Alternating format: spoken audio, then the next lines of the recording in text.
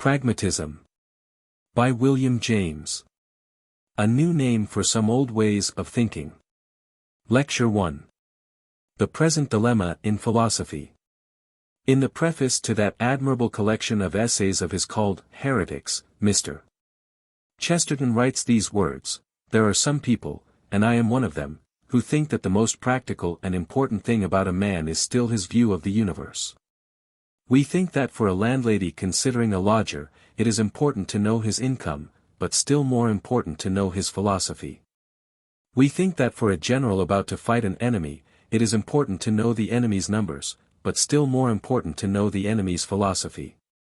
We think the question is not whether the theory of the cosmos affects matters, but whether, in the long run, anything else affects them. I think with Mr. Chesterton in this matter. I know that you, ladies and gentlemen, have a philosophy, each and all of you, and that the most interesting and important thing about you is the way in which it determines the perspective in your several worlds.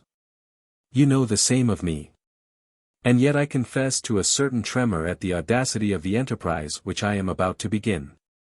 For the philosophy which is so important in each of us is not a technical matter. It is our more or less dumb sense of what life honestly and deeply means. It is only partly got from books, it is our individual way of just seeing and feeling the total push and pressure of the cosmos. I have no right to assume that many of you are students of the cosmos in the classroom sense, yet here I stand desirous of interesting you in a philosophy which to no small extent has to be technically treated. I wish to fill you with sympathy with a contemporaneous tendency in which I profoundly believe, and yet I have to talk like a professor to you who are not students. Whatever universe a professor believes in must at any rate be a universe that lends itself to lengthy discourse. A universe definable in 2 sentences is something for which the professorial intellect has no use. No faith in anything of that cheap kind. I have heard friends and colleagues try to popularize philosophy in this very hall, but they soon grew dry, and then technical, and the results were only partially encouraging. So my enterprise is a bold one. The founder of pragmatism himself recently gave a course of lectures at the Lowell Institute with that very word in its title, flashes of brilliant light relieved against Cimmerian darkness. None of us, I fancy, understood all that he said, yet here I stand, making a very similar venture. I risk it because the very lectures I speak of they brought good audiences. There is, it must be confessed, a curious fascination in hearing deep things talked about, even though neither we nor the disputants understand them. We get the problematic thrill, we feel the presence of the vastness. Let a controversy begin in a smoking room anywhere, about free will or God's omniscience, or good and evil, and see how everyone in the place pricks up his ears. Philosophy's results concern us almost vitally, and philosophy's queerest arguments tickle agreeably our sense of subtlety and ingenuity. Believing in philosophy myself devoutly, and believing also that a kind of new dawn is breaking upon us philosophers, I feel impelled, per phas eut nefas, to try to impart to you some news of the situation. Philosophy is at once the most sublime and the most trivial of human pursuits. It works in the minutest crannies and it opens out the widest vistas. It bakes no bread, as has been said, but it can inspire our souls with courage. And repugnant as its manners, its doubting and challenging, its quibbling and dialectics, often are to common people, no one of us can get along without the far-flashing beams of light it sends over the world's perspectives. These illuminations at least, and the contrast effects of darkness and mystery that accompany them, give to what it says an interest that is much more than professional. The history of philosophy is to a great extent that of a certain clash of human temperaments. Undignified as such a treatment may seem to some of my colleagues, I shall have to take account of this clash and explain a good many of the divergencies of philosophers by it. Of whatever temperament a professional philosopher is, he tries when philosophizing to sink the fact of his temperament. Temperament is no conventionally recognized reason, so he urges impersonal reasons only for his conclusions. Yet his temperament really gives him a stronger bias than any of his more strictly objective premises. It loads the evidence for him one way or the other, making for a more sentimental or a more hard-hearted view of the universe, just as this fact or that principle would. He trusts his temperament. Wanting a universe that suits it, he believes in any representation of the universe that does suit it. He feels men of opposite temper to be out of key with the world's character, and in his heart considers them incompetent and not in it, in the philosophic business, even though they may far excel him in dialectical ability. Yet in the forum he can make no claim, on the bare ground of his temperament, to superior discernment or authority. There arises thus a certain insincerity in our philosophic discussions. The potentiest of all our premises is never mentioned. I am sure it would contribute to clearness if in these lectures we should break this rule and mention it, and I accordingly feel free to do so. Of course I am talking here of very positively marked men of radical idiosyncrasy, who have set their stamp and likeness on philosophy and figure in its history. Plato, Locke, Hegel, Spencer, are such temperamental thinkers. Most of us have, of course, no very definite intellectual temperament. We are a mixture of opposite ingredients, each one present very moderately. We hardly know our own preferences in abstract matters. Some of us are easily talked out of them, and end by following the fashion or taking up with the beliefs of the most impressive philosopher in our neighborhood, whoever he may be. But the one thing that has counted so far in philosophy is that a man should see things, see them straight in his own peculiar way, and be dissatisfied with any opposite way of seeing them.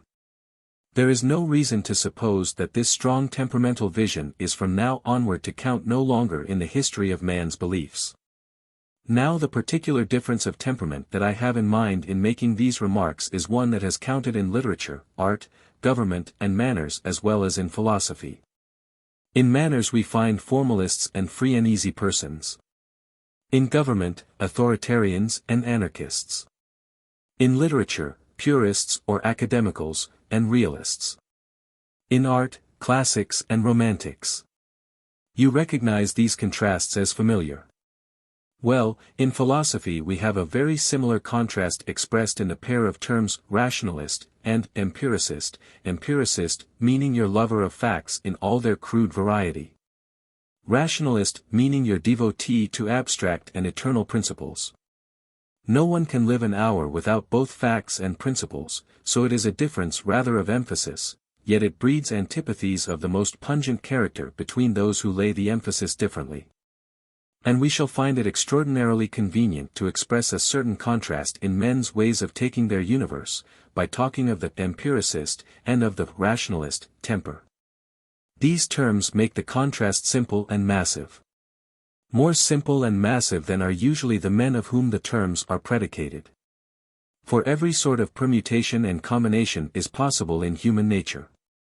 And if I now proceed to define more fully what I have in mind when I speak of rationalists and empiricists, by adding to each of those titles some secondary qualifying characteristics, I beg you to regard my conduct as to a certain extent arbitrary. I select types of combination that nature offers very frequently, but by no means uniformly, and I select them solely for their convenience in helping me to my ulterior purpose of characterizing pragmatism. Historically we find the terms intellectualism and sensationalism used as synonyms of rationalism and empiricism. Well, nature seems to combine most frequently with intellectualism an idealistic and optimistic tendency. Empiricists on the other hand are not uncommonly materialistic, and their optimism is apt to be decidedly conditional and tremulous. Rationalism is always monistic. It starts from wholes and universals, and makes much of the unity of things. Empiricism starts from the parts, and makes of the whole a collection is not averse therefore to calling itself pluralistic. Rationalism usually considers itself more religious than empiricism, but there is much to say about this claim, so I merely mention it. It is a true claim when the individual rationalist is what is called a man of feeling, and when the individual empiricist prides himself on being hard-headed. In that case the rationalist will usually also be in favor of what is called free will, and the empiricist will be a fatalist. I use the terms most popularly current. The rationalist finally will be of dogmatic temper in his affirmations, while the empiricist may be more skeptical and open to discussion. I will write these traits down in 2 columns. I think you will practically recognize the 2 types of mental makeup that I mean if I head the columns by the titles tender-minded and tough-minded respectively. The tender-minded. Rationalistic, going by principles, intellectualistic, idealistic, optimistic, religious, free willist, monistic, dogmatical. The tough-minded. Empiricist, going by facts, sensationalistic, materialistic, pessimistic, irreligious, fatalistic, pluralistic, skeptical. Pray postpone for a moment the question whether the two contrasted mixtures which I have written down are each inwardly coherent and self-consistent or not. I shall very soon have a good deal to say on that point. It suffices for our immediate purpose that tender-minded and tough-minded people, characterized as I have written them down, do both exist. Each of you probably knows some well-marked example of each type, and you know what each example thinks of the example on the other side of the line. They have a low opinion of each other. Their antagonism, whenever as individuals their temperaments have been intense, has formed in all ages a part of the philosophic atmosphere of the time. It forms a part of the philosophic atmosphere today. The tough think of the tender as sentimentalists and soft heads. The tender feel the tough to be unrefined, callous, or brutal. Their mutual reaction is very much like that takes place when Bostonian tourists mingle with a population like that of Cripple Creek. Each type believes the other to be inferior to itself. But disdain in the one case is mingled with amusement, in the other it has a dash of fear. Now, as I have already insisted, few of us are tenderfoot Bostonians pure and simple, and few are typical Rocky Mountain toughs, in philosophy. Most of us have a hankering for the good things on both sides of the line. Facts are good, of course, give us lots of facts. Principles are good, give us plenty of principles. The world is indubitably one if you look at it in one way, but as indubitably is it many, if you look at it in another. It is both one and many, let us adopt a sort of pluralistic monism. Everything of course is necessarily determined, and yet of course our wills are free. A sort of free will determinism is the true philosophy. The evil of the parts is undeniable.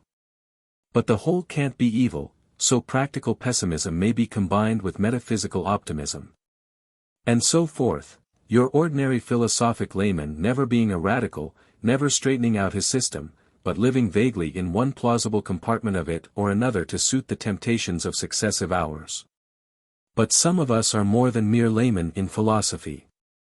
We are worthy of the name of amateur athletes, and are vexed by too much inconsistency and vacillation in our creed.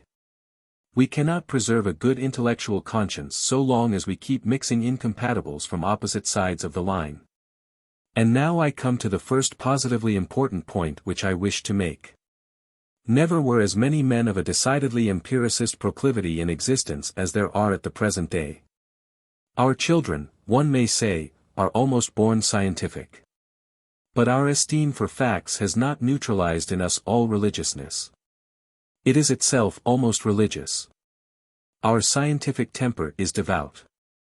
Now take a man of this type, and let him be also a philosophic amateur, unwilling to mix a hodgepodge system after the fashion of a common layman, and what does he find his situation to be, in this blessed year of our Lord 1906? He wants facts. He wants science, but he also wants a religion. And being an amateur and not an independent originator in philosophy, he naturally looks for guidance to the experts and professionals whom he finds already in the field. A very large number of you here present, possibly a majority of you, are amateurs of just this sort. Now what kinds of philosophy do you find actually offered to meet your need? You find an empirical philosophy that is not religious enough, and a religious philosophy that is not empirical enough for your purpose. If you look to the quarter where facts are most considered, you find the whole tough-minded program in operation, and the conflict between science and religion in full blast. Either it is that Rocky Mountain tough of a Heckle with his materialistic monism, his ether god and his jest at your God as a gaseous vertebrate. Or it is Spencer treating the world's history as a redistribution of matter and motion solely, and bowing religion politely out at the front door. She may indeed continue to exist, but she must never show her face inside the temple. For 150 years past, the progress of science has seemed to mean the enlargement of the material universe and the diminution of man's importance. The result is what one may call the growth of naturalistic or positivistic feeling. Man is no lawgiver to nature, he is an absorber. She it is who stands firm, he it is who must accommodate himself. Let him record truth, inhuman though it be, and submit to it. The romantic spontaneity and courage are gone, the vision is materialistic and depressing. Ideals appear as inert byproducts of physiology. What is higher is explained by what is lower and treated forever as a case of nothing but something else of a quite inferior sort. You get, in short, a materialistic universe, in which only the tough-minded find themselves congenially at home. If now, on the other hand, you turn to the religious quarter for consolation, and take counsel of the tender-minded philosophies, what do you find? Religious philosophy in our day and generation is, among us English-reading people, of two main types. One of these is more radical and aggressive, the other has more the air of fighting a slow retreat. By the more radical wing of religious philosophy I mean the so-called transcendental idealism of the Anglo-Hegelian school, the philosophy of such men as Green, the Cairds, Bosanquet, and Royce. This philosophy has greatly influenced the more studious members of our Protestant ministry. It is pantheistic, and undoubtedly it has already blunted the edge of the traditional theism in Protestantism at large. That theism remains, however. It is the lineal descendant, through one stage of concession after another, of the dogmatic scholastic theism still taught rigorously in the seminaries of the Catholic Church. For a long time it used to be called among us the philosophy of the Scottish school. It is what I meant by the philosophy that has the air of fighting a slow retreat. Between the encroachments of the Hegelians and other philosophers of the absolute, on the one hand, and those of the scientific evolutionists and agnostics, on the other, the men that give us this kind of a philosophy, James Martineau, Professor Bown, Professor Ladd and others, must feel themselves rather tightly squeezed. Fair-minded and candid as you like, this philosophy is not radical in temper. It is eclectic, a thing of compromises, that seeks a modus vivendi above all things. It accepts the facts of Darwinism, the facts of cerebral physiology, but it does nothing active or enthusiastic with them. It lacks the victorious and aggressive note. It lacks prestige in consequence. Whereas absolutism has a certain prestige due to the more radical style of it. These two systems are what you have to choose between if you turn to the tender-minded school. And if you are the lovers of facts I have supposed you to be, you find the trail of the serpent of rationalism, of intellectualism, over everything that lies on that side of the line. You escape indeed the materialism that goes with the reigning empiricism, but you pay for your escape by losing contact with the concrete parts of life. The more absolutistic philosophers dwell on so high a level of abstraction that they never even try to come down. The absolute mind which they offer us, the mind that makes our universe by thinking it, might, for aught they show us to the contrary, have made any one of a million other universes just as well as this. You can deduce no single actual particular from the notion of it. It is compatible with any state of things whatever being true here below. And the theistic God is almost as sterile a principle. You have to go to the world which he has created to get any inkling of his actual character. He is the kind of God that has once for all made that kind of a world. The God of the theistic writers lives on as purely abstract heights as does the absolute. Absolutism has a certain sweep and dash about it, while the usual theism is more insipid, but both are equally remote and vacuous. What you want is a philosophy that will not only exercise your powers of intellectual abstraction, but that will make some positive connection with this actual world of finite human lives. You want a system that will combine both things, the scientific loyalty to facts and willingness to take account of them, the spirit of adaptation and accommodation, in short. But also the old confidence in human values and the resultant spontaneity, whether of the religious or of the romantic type. And this is then your dilemma, you find the two parts of your quidem hopelessly separated. You find empiricism with inhumanism and irreligion. Or else you find a rationalistic philosophy that indeed may call itself religious, but that keeps out of all definite touch with concrete facts and joys and sorrows. I am not sure how many of you live close enough to philosophy to realize fully what I mean by this last reproach. So I will dwell a little longer on that unreality in all rationalistic systems by which your serious believer in facts is so apt to feel repelled. I wish that I had saved the first couple of pages of a thesis which a student handed me a year or two ago. They illustrated my point so clearly that I am sorry I cannot read them to you now. This young man, who was a graduate of some Western college, began by saying that he had always taken for granted that when you entered a philosophic classroom you had to open relations with a universe entirely distinct from the one you left behind you in the street. The two were supposed, he said, to have so little to do with each other, that you could not possibly occupy your mind with them at the same time. The world of concrete personal experiences to which the street belongs is multitudinous beyond imagination, tangled, muddy, painful and perplexed. The world to which your philosophy professor introduces you is simple, clean and noble. The contradictions of real life are absent from it. Its architecture is classic. Principles of reason trace its outlines, logical necessities cement its parts. Purity and dignity are what it most expresses. It is a kind of marble temple shining on a hill. In point of fact it is far less an account of this actual world than a clear edition built upon it, a classic sanctuary in which the rationalist fancy may take refuge from the intolerably confused and Gothic character which mere facts present. It is no explanation of our concrete universe, it is another thing altogether, a substitute for it, a remedy, a way of escape. Its temperament, if I may use the word temperament here, is utterly alien to the temperament of existence in the concrete. Refinement is what characterizes our intellectualist philosophies. They exquisitely satisfy that craving for a refined object of contemplation which is so powerful an appetite of the mind. But I ask you in all seriousness to look abroad on this colossal universe of concrete facts, on their awful bewilderments, their surprises and cruelties, on the wildness which they show. And then to tell me whether refined is the one inevitable descriptive adjective that springs to your lips. Refinement has its place in things, true enough.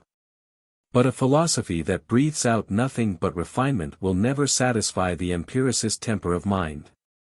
It will seem rather a monument of artificiality. So we find men of science preferring to turn their backs on metaphysics as on something altogether cloistered and spectral, and practical men shaking philosophy's dust off their feet and following the call of the wild. Truly there is something a little ghastly in the satisfaction with which a pure but unreal system will fill a rationalist mind.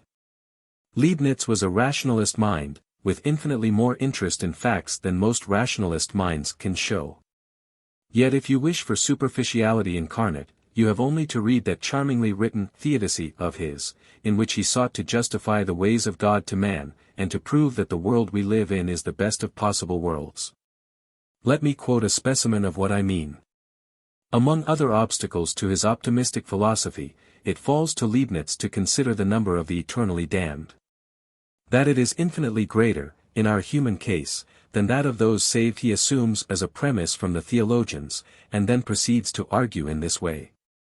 Even then, he says, the evil will appear as almost nothing in comparison with the good, if we once consider the real magnitude of the city of God. Coelius Secundus Curio has written a little book, De Amplitudine Regni Coelestis, which was reprinted not long ago. But he failed to compass the extent of the kingdom of the heavens. The ancients had small ideas of the works of God. It seemed to them that only our earth had inhabitants, and even the notion of our antipodes gave them pause. The rest of the world for them consisted of some shining globes and a few crystalline spheres. But today, whatever be the limits that we may grant or refuse to the universe, we must recognize in it a countless number of globes, as big as ours or bigger, which have just as much right as it has to support rational inhabitants. Though it does not follow that these need all be men. Our earth is only one among the 6 principal satellites of our sun. As all the fixed stars are suns, one sees how small a place among visible things our earth takes up, since it is only a satellite of one among them. Now all these suns may be inhabited by none but happy creatures, and nothing obliges us to believe that the number of damned persons is very great, for a very few instances and samples suffice for the utility which good draws from evil. Moreover, since there is no reason to suppose that there are stars everywhere, may there not be a great space beyond the region of the stars? And this immense space, surrounding all this region, may be replete with happiness and glory. What now becomes of the consideration of our earth and of its denizens? Does it not dwindle to something incomparably less than a physical point, since our earth is but a point compared with the distance of the fixed stars? Thus the part of the universe which we know, being almost lost in nothingness compared with that which is unknown to us, but which we are yet obliged to admit, and all the evils that we know lying in this almost nothing. It follows that the evils may be almost nothing in comparison with the goods that the universe contains. Leibniz continues elsewhere, there is a kind of justice which aims neither at the amendment of the criminal, nor at furnishing an example to others, nor at the reparation of the injury.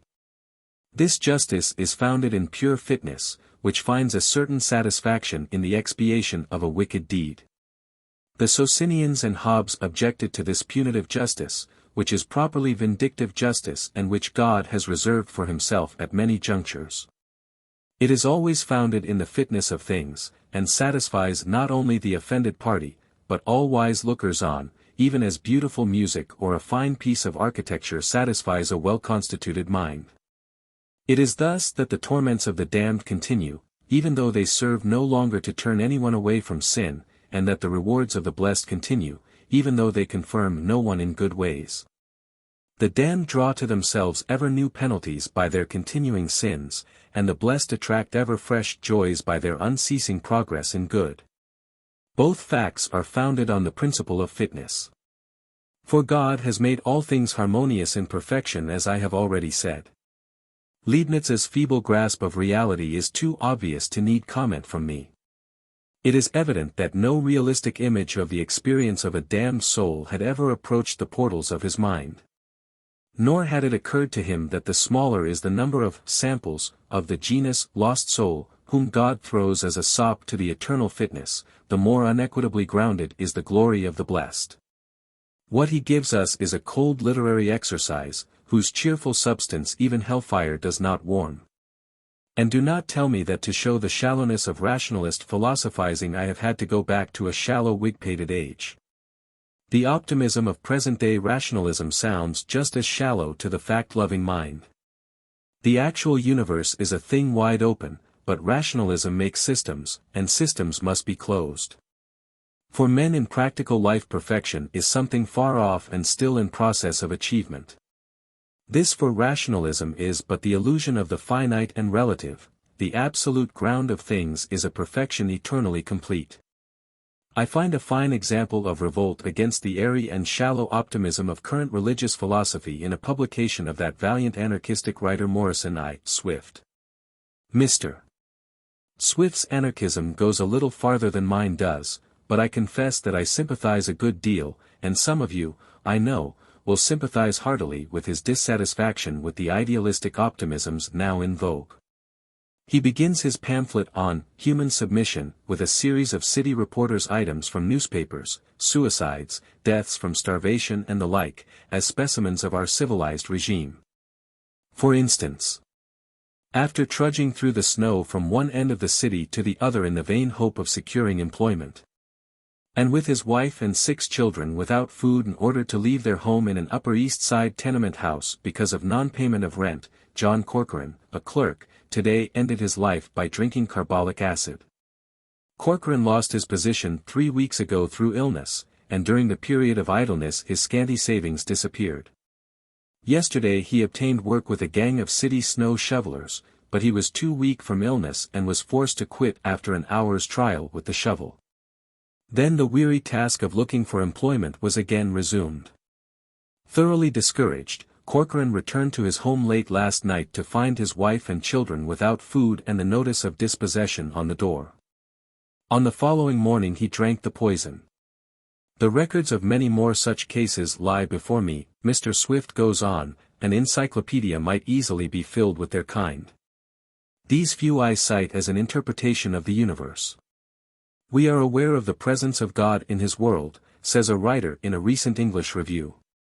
The very presence of ill in the temporal order is the condition of the perfection of the eternal order, writes Professor Royce, The World and the Individual, 2, 385.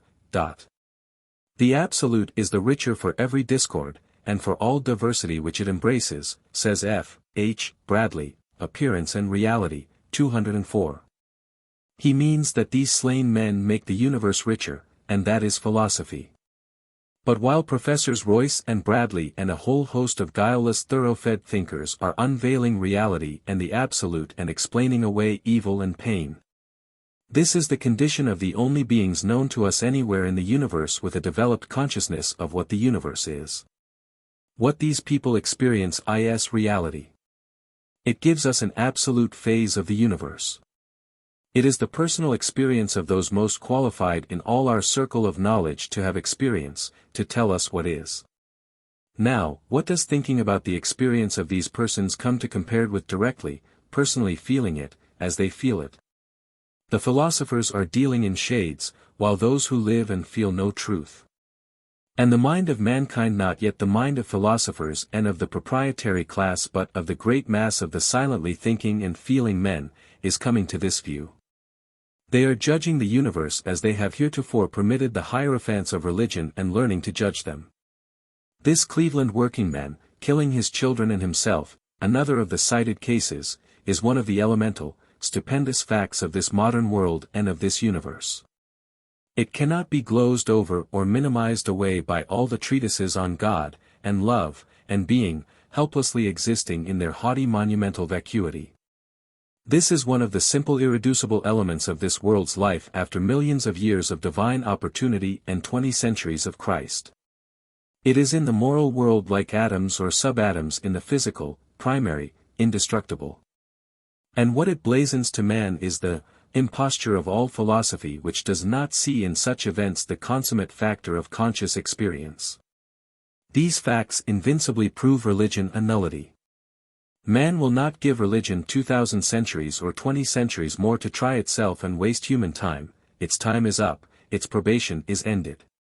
Its own record ends it. Mankind has not suns and eternities to spare for trying out discredited systems.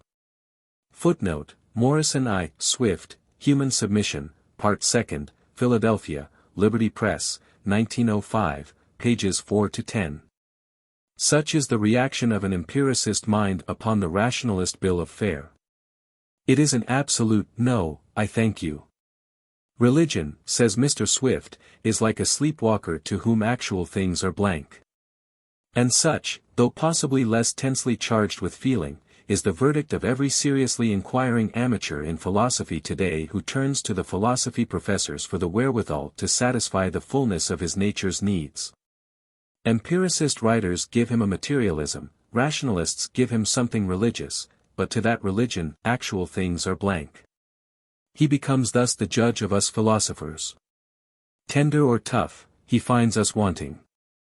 None of us may treat his verdicts disdainfully, for after all, his is the typically perfect mind, the mind the sum of whose demands is greatest, the mind whose criticisms and dissatisfactions are fatal in the long run. It is at this point that my own solution begins to appear. I offer the oddly named thing pragmatism as a philosophy that can satisfy both kinds of demand. It can remain religious like the rationalisms, but at the same time, like the empiricisms, it can preserve the richest intimacy with facts. I hope I may be able to leave many of you with as favorable an opinion of it as I preserve myself. Yet, as I am near the end of my hour, I will not introduce pragmatism bodily now. I will begin with it on the stroke of the clock next time. I prefer at the present moment to return a little on what I have said. If any of you here are professional philosophers, and some of you I know to be such, you will doubtless have felt my discourse so far to have been crude in an unpardonable, nay, in an almost incredible degree. Tender-minded and tough-minded, what a barbaric disjunction. And, in general, when philosophy is all compacted of delicate intellectualities and subtleties and scrupulosities, and when every possible sort of combination and transition obtains within its bounds. What a brutal caricature and reduction of highest things to the lowest possible expression is it to represent its field of conflict as a sort of rough-and-tumble fight between two hostile temperaments. What a childishly external view. And again, how stupid it is to treat the abstractness of rationalist systems as a crime, and to damn them because they offer themselves as sanctuaries and places of escape, rather than as prolongations of the world of facts. Are not all our theories just remedies and places of escape? And, if philosophy is to be religious, how can she be anything else than a place of escape from the crassness of reality's surface? What better thing can she do than raise us out of our animal senses and show us another and a nobler home for our minds in that great framework of ideal principles subtending all reality, which the intellect divines? How can principles and general views ever be anything but abstract outlines? Was Cologne Cathedral built without an architect's plan on paper? Is refinement in itself an abomination? Is concrete rudeness the only thing that's true? Believe me, I feel the full force of the indictment. The picture I have given is indeed monstrously oversimplified and rude. But like all abstractions, it will prove to have its use. If philosophers can treat the life of the universe abstractly, they must not complain of an abstract treatment of the life of philosophy itself. In point of fact, the picture I have given is, however coarse and sketchy, literally true. Temperaments with their cravings and refusals do determine men in their philosophies, and always will. The details of systems may be reasoned out piecemeal, and when the student is working at a system, he may often forget the forest for the single tree. But when the labor is accomplished, the mind always performs its big summarizing act, and the system forthwith stands over against one like a living thing, with that strange simple note of individuality which haunts our memory. Like the wraith of the man, when a friend or enemy of ours is dead. Not only Walt Whitman could write, "Who touches this book touches a man." The books of all the great philosophers are like so many men. Our sense of an essential personal flavor in each one of them, typical but indescribable, is the finest fruit of our own accomplished philosophic education. What the system pretends to be is a picture of the great universe of God. What it is, and oh so flagrantly, is the revelation of how intensely odd the personal flavor of some fellow creature is. Once reduced to these terms, and all our philosophies get reduced to them in minds made critical by learning, our commerce with the systems reverts to the informal, to the instinctive human reaction of satisfaction or dislike. We grow as peremptory in our rejection or admission, as when a person presents himself as a candidate for our favor, our verdicts are couched in as simple adjectives of praise or dispraise. We measure the total character of the universe as we feel it, against the flavor of the philosophy proffered us, and one word is enough. Statt der lebendigen Natur, we say, de Gott die Menschen schuf hinein, that nebulous concoction, that wooden, that straight-laced thing, that crabbed artificiality, that musty schoolroom product, that sick man's dream. Away with it. Away with all of them. Impossible. Impossible. Our work over the details of his system is indeed what gives us our resultant impression of the philosopher, but it is on the resultant impression itself that we react. Expertness in philosophy is measured by the definiteness of our summarizing reactions, by the immediate perceptive epithet with which the expert hits such complex objects off. But great expertness is not necessary for the epithet to come. Few people have definitely articulated philosophies of their own. But almost everyone has his own peculiar sense of a certain total character in the universe, and of the inadequacy fully to match it of the peculiar systems that he knows. They don't just cover his world. One will be too dapper, another too pedantic, a third too much of a job lot of opinions, a fourth too morbid, and a fifth too artificial, or what not. At any rate he and we know offhand that such philosophies are out of plumb and out of key and out of whack, and have no business to speak up in the universe's name. Plato, Locke, Spinoza, Mill, Caird, Hegel, I prudently avoid names nearer home. I am sure that to many of you, my hearers, these names are little more than reminders of as many curious personal ways of falling short. It would be an obvious absurdity if such ways of taking the universe were actually true. We philosophers have to reckon with such feelings on your part. In the last resort, I repeat, it will be by them that all our philosophies shall ultimately be judged. The finally victorious way of looking at things will be the most completely impressive way to the normal run of minds. One word more, namely about philosophies necessarily being abstract outlines.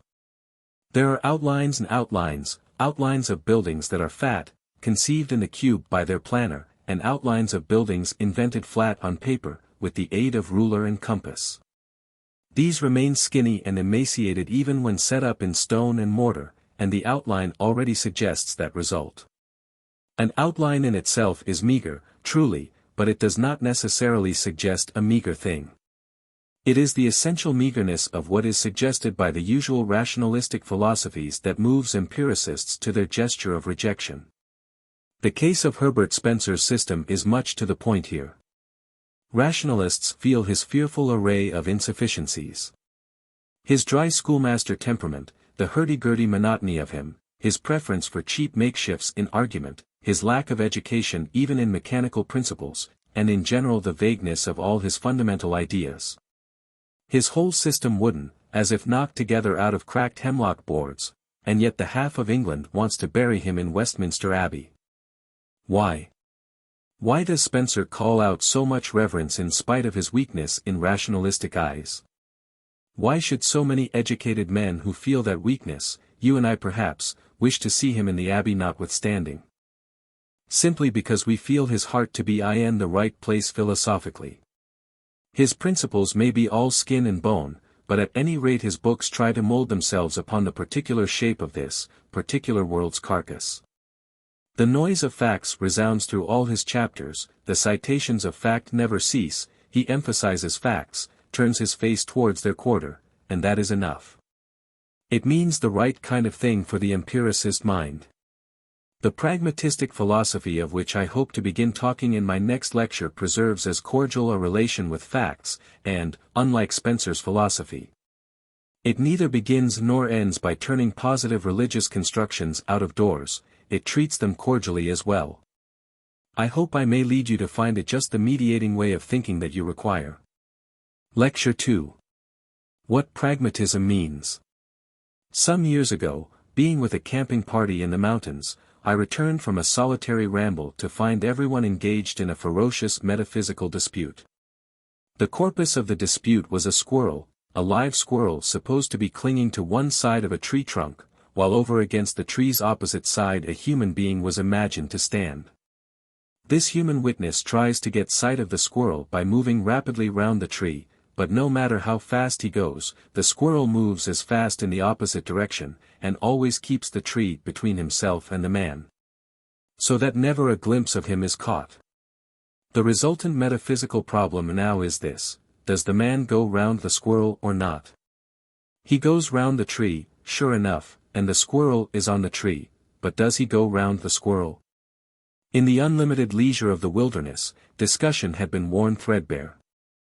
Everyone had taken sides, and was obstinate, and the numbers on both sides were even. Each side, when I appeared, therefore appealed to me to make it a majority.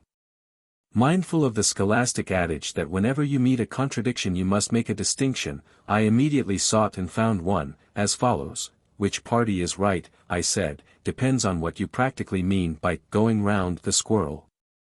If you mean passing from the north of him to the east, then to the south, then to the west, and then to the north of him again, obviously the man does go round him, for he occupies these successive positions.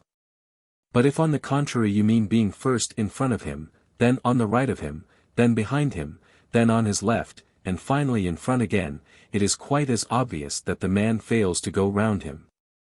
For by the compensating movements the squirrel makes, he keeps his belly turned towards the man all the time, and his back turned away. Make the distinction, and there is no occasion for any farther dispute. You are both right and both wrong according as you conceive the verb to go round, in one practical fashion or the other. Although one or two of the hotter disputants called my speech a shuffling evasion, saying they wanted no quibbling or scholastic hair-splitting, but meant just plain honest English round, the majority seemed to think that the distinction had assuaged the dispute. I tell this trivial anecdote because it is a peculiarly simple example of what I wish now to speak of as the pragmatic method. The pragmatic method is primarily a method of settling metaphysical disputes that otherwise might be interminable. Is the world one or many, fated or free, material or spiritual? Here are notions either of which may or may not hold good of the world, and disputes over such notions are unending. The pragmatic method in such cases is to try to interpret each notion by tracing its respective practical consequences. What difference would it practically make to anyone if this notion rather than that notion were true? If no practical difference whatever can be traced, then the alternatives mean practically the same thing, and all dispute is idle. Whenever a dispute is serious, we ought to be able to show some practical difference that must follow from one side or the other's being right. A glance at the history of the idea will show you still better what pragmatism means. The term is derived from the same Greek word, pi rho alpha gamma mu alpha, meaning action, from which our words practice and practical come. It was first introduced into philosophy by Mr. Charles Peirce in 1878. In an article entitled, How to Make Our Ideas Clear, in the Popular Science Monthly for January of that year, footnote, translated in the Revue Philosophique for January, 1879, Volume 7. Mr. Peirce, after pointing out that our beliefs are really rules for action, said that to develop a thought's meaning, we need only determine what conduct it is fitted to produce, that conduct is for us its sole significance. And the tangible fact at the root of all our thought distinctions, however subtle, is that there is no one of them so fine as to consist in anything but a possible difference of practice. To attain perfect clearness in our thoughts of an object, then, we need only consider what conceivable effects of a practical kind the object may involve, what sensations we are to expect from it, and what reactions we must prepare. Our conception of these effects, whether immediate or remote, is then for us the whole of our conception of the object, so far as that conception has positive significance at all. This is the principle of Peirce, the principle of pragmatism. It lay entirely unnoticed by anyone for 20 years, until I, in an address before Professor Howisson's Philosophical Union at the University of California, brought it forward again and made a special application of it to religion. By that date, 1898, the time seemed ripe for its reception. The word pragmatism spread, and at present it fairly spots the pages of the philosophic journals. On all hands we find the pragmatic movement spoken of, sometimes with respect, sometimes with contumely, seldom with clear understanding. It is evident that the term applies itself conveniently to a number of tendencies that hitherto have lacked a collective name, and that it has come to stay. To take in the importance of Peirce's principle, one must get accustomed to applying it to concrete cases. I found a few years ago that Ostwald, the illustrious Leipzig chemist, had been making perfectly distinct use of the principle of pragmatism in his lectures on the philosophy of science, though he had not called it by that name. All realities influence our practice, he wrote me, and that influence is their meaning for us. I am accustomed to put questions to my classes in this way: in what respects would the world be different if this alternative or that were true? If I can find nothing that would become different, then the alternative has no sense. That is, the rival views mean practically the same thing, and meaning, other than practical, there is for us none. Ostwald in a published lecture gives this example of what he means. Chemists have long wrangled over the inner constitution of certain bodies called tautomers. Their properties seemed equally consistent with the notion that an unstable hydrogen atom oscillates inside of them, or that they are unstable mixtures of two bodies. Controversy raged, but never was decided. It would never have begun, says Ostwald, if the combatants had asked themselves what particular experimental fact could have been made different by one or the other view being correct. For it would then have appeared that no difference of fact could possibly ensue. And the quarrel was as unreal as if, theorizing in primitive times about the raising of dough by yeast, one party should have invoked a brownie, while another insisted on an elf as the true cause of the phenomenon. Footnote: Theorie und Praxis, Zeich. Der österreichischen Ingenieur U, Architekten Vereins, 1905, Nr. for U. 6. I find a still more radical pragmatism than Ostwald's in an address by Professor W. S. Franklin, I think that the sickliest notion of physics, even if a student gets it, is that it is the science of masses, molecules, and the ether. And I think that the healthiest notion, even if a student does not wholly get it, is that physics is the science of the ways of taking hold of bodies and pushing them. Science, January 2, 1903. It is astonishing to see how many philosophical disputes collapse into insignificance the moment you subject them to this simple test of tracing a concrete consequence. There can be no difference anywhere that doesn't make a difference elsewhere, no difference in abstract truth that doesn't express itself in a difference in concrete fact and in conduct consequent upon that fact, imposed on somebody, somehow, somewhere and somewhen. The whole function of philosophy ought to be to find out what definite difference it will make to you and me, at definite instants of our life, if this world formula or that world formula be the true one. There is absolutely nothing new in the pragmatic method. Socrates was an adept at it. Aristotle used it methodically. Locke, Berkeley and Hume made momentous contributions to truth by its means. Shadworth Hodgson keeps insisting that realities are only what they are known as. But these forerunners of pragmatism used it in fragments, they were preluders only. Not until in our time has it generalized itself, become conscious of a universal mission, pretended to a conquering destiny. I believe in that destiny, and I hope I may end by inspiring you with my belief. Pragmatism represents a perfectly familiar attitude in philosophy, the empiricist attitude, but it represents it, as it seems to me, both in a more radical and in a less objectionable form than it has ever yet assumed. A pragmatist turns his back resolutely and once for all upon a lot of inveterate habits dear to professional philosophers. He turns away from abstraction and insufficiency, from verbal solutions, from bad a priori reasons, from fixed principles, closed systems, and pretended absolutes and origins. He turns towards concreteness and adequacy, towards facts, towards action, and towards power. That means the empiricist temper regnant, and the rationalist temper sincerely given up. It means the open air and possibilities of nature, as against dogma, artificiality and the pretense of finality in truth. At the same time it does not stand for any special results. It is a method only. But the general triumph of that method would mean an enormous change in what I called in my last lecture the temperament of philosophy. Teachers of the ultra-rationalistic type would be frozen out, much as the courtier type is frozen out in republics, as the ultramontane type of priest is frozen out in Protestant lands. Science and metaphysics would come much nearer together, would in fact work absolutely hand in hand. Metaphysics has usually followed a very primitive kind of quest. You know how men have always hankered after unlawful magic, and you know what a great part, in magic, words have always played. If you have his name, or the formula of incantation that binds him, you can control the spirit, genie, Afrite, or whatever the power may be. Solomon knew the names of all the spirits, and having their names, he held them subject to his will. So the universe has always appeared to the natural mind as a kind of enigma, of which the key must be sought in the shape of some illuminating or power-bringing word or name. That word names the universe's principle, and to possess it is, after a fashion, to possess the universe itself. God, matter, reason, the absolute, energy, are so many solving names. You can rest when you have them.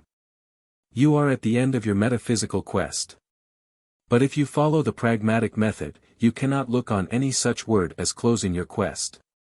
You must bring out of each word its practical cash value, set it at work within the stream of your experience. It appears less as a solution, then, than as a program for more work, and more particularly as an indication of the ways in which existing realities may be changed. Theories thus become instruments, not answers to enigmas, in which we can rest. We don't lie back upon them, we move forward, and, on occasion, make nature over again by their aid. Pragmatism unstiffens all our theories, limbers them up and sets each one at work. Being nothing essentially new, it harmonizes with many ancient philosophic tendencies. It agrees with nominalism for instance, in always appealing to particulars, with utilitarianism in emphasizing practical aspects. with positivism in its disdain for verbal solutions, useless questions, and metaphysical abstractions. All these, you see, are anti-intellectualist tendencies. Against rationalism as a pretension and a method, pragmatism is fully armed and militant. But, at the outset, at least, it stands for no particular results. It has no dogmas, and no doctrines save its method. As the young Italian pragmatist Papini has well said, it lies in the midst of our theories, like a corridor in a hotel. Innumerable chambers open out of it. In one you may find a man writing an atheistic volume, in the next someone on his knees praying for faith and strength, in a third a chemist investigating a body's properties. In a fourth a system of idealistic metaphysics is being excogitated, in a fifth the impossibility of metaphysics is being shown. But they all own the corridor, and all must pass through it if they want a practicable way of getting into or out of their respective rooms. No particular results then, so far, but only an attitude of orientation, is what the pragmatic method means. The attitude of looking away from first things, principles, categories, supposed necessities, and of looking towards last things, fruits, consequences, facts. So much for the pragmatic method. You may say that I have been praising it rather than explaining it to you, but I shall presently explain it abundantly enough by showing how it works on some familiar problems. Meanwhile the word pragmatism has come to be used in a still wider sense, as meaning also a certain theory of truth. I mean to give a whole lecture to the statement of that theory, after first paving the way, so I can be very brief now. But brevity is hard to follow, so I ask for your redoubled attention for a quarter of an hour. If much remains obscure, I hope to make it clearer in the later lectures. One of the most successfully cultivated branches of philosophy in our time is what is called inductive logic, the study of the conditions under which our sciences have evolved. Writers on this subject have begun to show a singular unanimity as to what the laws of nature and elements of fact mean, when formulated by mathematicians, physicists and chemists.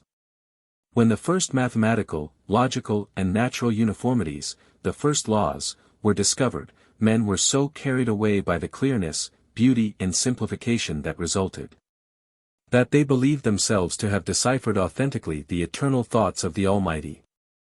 His mind also thundered and reverberated in syllogisms. He also thought in conic sections, squares and roots and ratios, and geometrized like Euclid. He made Kepler's laws for the planets to follow. He made velocity increase proportionally to the time in falling bodies. He made the law of the signs for light to obey when refracted. He established the classes, orders, families and genera of plants and animals, and fixed the distances between them. He thought the archetypes of all things, and devised their variations. And when we rediscover any one of these his wondrous institutions, we seize his mind in its very literal intention. But as the sciences have developed farther, the notion has gained ground that most, perhaps all, of our laws are only approximations. The laws themselves, moreover, have grown so numerous that there is no counting them. And so many rival formulations are proposed in all the branches of science that investigators have become accustomed to the notion that no theory is absolutely a transcript of reality, but that any one of them may from some point of view be useful. Their great use is to summarize old facts and to lead to new ones. They are only a man-made language, a conceptual shorthand, as someone calls them, in which we write our reports of nature. And languages, as is well known, tolerate much choice of expression in many dialects. Thus human arbitrariness has driven divine necessity from scientific logic. If I mention the names of Sigwart, Mach, Ostwald, Pearson, Mio, Poincaré, Durham, Ruisson, those of you who are students will easily identify the tendency I speak of, and will think of additional names. Riding now on the front of this wave of scientific logic, Messrs. Schiller and Dewey appear with their pragmatistic account of what truth everywhere signifies. Everywhere, these teachers say, truth in our ideas and beliefs means the same thing that it means in science. It means, they say, nothing but this, that ideas, which themselves are but parts of our experience, become true just in so far as they help us to get into satisfactory relation with other parts of our experience. To summarize them and get about among them by conceptual shortcuts instead of following the interminable succession of particular phenomena. Any idea upon which we can ride, so to speak, any idea that will carry us prosperously from any one part of our experience to any other part, linking things satisfactorily, working securely, simplifying, saving labor, is true for just so much, true in so far forth, true instrumentally. This is the instrumental view of truth taught so successfully at Chicago, the view that truth in our ideas means their power to work, promulgated so brilliantly at Oxford. Messrs. Dewey, Schiller and their allies, in reaching this general conception of all truth, have only followed the example of geologists, biologists and philologists. In the establishment of these other sciences, the successful stroke was always to take some simple process actually observable in operation, as denudation by weather, say, or variation from parental type, or change of dialect by incorporation of new words and pronunciations, and then to generalize it, making it apply to all times, and produce great results by summating its effects through the ages. The observable process which Schiller and Dewey particularly singled out for generalization is the familiar one by which any individual settles into new opinions. The process here is always the same. The individual has a stock of old opinions already, but he meets a new experience that puts them to a strain. Somebody contradicts them, or in a reflective moment he discovers that they contradict each other. Or he hears of facts with which they are incompatible, or desires arise in him which they cease to satisfy. The result is an inward trouble to which his mind till then had been a stranger, and from which he seeks to escape by modifying his previous mass of opinions. He saves as much of it as he can, for in this matter of belief we are all extreme conservatives. So he tries to change first this opinion, and then that, for they resist change very variously, until at last some new idea comes up which he can graft upon the ancient stock with a minimum of disturbance of the latter. Some idea that mediates between the stock and the new experience and runs them into one another most felicitously and expediently. This new idea is then adopted as the true one. It preserves the older stock of truths with a minimum of modification, stretching them just enough to make them admit the novelty, but conceiving that in ways as familiar as the case leaves possible. An outre explanation, violating all our preconceptions, would never pass for a true account of a novelty. We should scratch round industriously till we found something less eccentric. The most violent revolutions in an individual's beliefs leave most of his old order standing. Time and space, cause and effect, nature and history, and one's own biography remain untouched. New truth is always a go-between, a smoother over of transitions. It marries old opinion to new fact so as ever to show a minimum of jolt, a maximum of continuity. We hold a theory true just in proportion to its success in solving this problem of maxima and minima. But success in solving this problem is eminently a matter of approximation. We say this theory solves it on the whole more satisfactorily than that theory, but that means more satisfactorily to ourselves, and individuals will emphasize their points of satisfaction differently. To a certain degree, therefore, everything here is plastic. The point I now urge you to observe particularly is the part played by the older truths. Failure to take account of it is the source of much of the unjust criticism leveled against pragmatism. Their influence is absolutely controlling. Loyalty to them is the first principle, in most cases it is the only principle. For by far the most usual way of handling phenomena so novel that they would make for a serious rearrangement of our preconceptions is to ignore them altogether, or to abuse those who bear witness for them. You doubtless wish examples of this process of truth's growth, and the only trouble is their superabundance. The simplest case of new truth is of course the mere numerical addition of new kinds of facts, or of new single facts of old kinds, to our experience, an addition that involves no alteration in the old beliefs. Day follows day, and its contents are simply added. The new contents themselves are not true, they simply come and are. Truth is what we say about them, and when we say that they have come, truth is satisfied by the plain additive formula. But often the day's contents oblige a rearrangement. If I should now utter piercing shrieks and act like a maniac on this platform, it would make many of you revise your ideas as to the probable worth of my philosophy. Radium came the other day as part of the day's content, and seemed for a moment to contradict our ideas of the whole order of nature, that order having come to be identified with what is called the conservation of energy. The mere sight of radium paying heat away indefinitely out of its own pocket seemed to violate that conservation. What to think? If the radiations from it were nothing but an escape of unsuspected potential energy, pre-existent inside of the atoms, the principle of conservation would be saved. The discovery of helium as the radiation's outcome opened a way to this belief. So Ramsey's view is generally held to be true, because, although it extends our old ideas of energy, it causes a minimum of alteration in their nature. I need not multiply instances. A new opinion counts as true just in proportion as it gratifies the individual's desire to assimilate the novel in his experience to his beliefs in stock. It must both lean on old truth and grasp new fact. And its success, as I said a moment ago, in doing this, is a matter for the individual's appreciation. When old truth grows, then, by new truth's addition, it is for subjective reasons. We are in the process and obey the reasons. That new idea is truest which performs most felicitously its function of satisfying our double urgency. It makes itself true, gets itself classed as true, by the way it works. Grafting itself then upon the ancient body of truth, which thus grows much as a tree grows by the activity of a new layer of cambium. Now Dewey and Schiller proceed to generalize this observation and to apply it to the most ancient parts of truth. They also once were plastic. They also were called true for human reasons.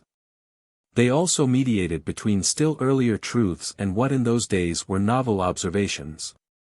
Purely objective truth, truth in whose establishment the function of giving human satisfaction in marrying previous parts of experience with newer parts played no role whatever, is nowhere to be found. The reasons why we call things true is the reason why they are true, for to be true means only to perform this marriage function. The trail of the human serpent is thus over everything. Truth independent, truth that we find merely.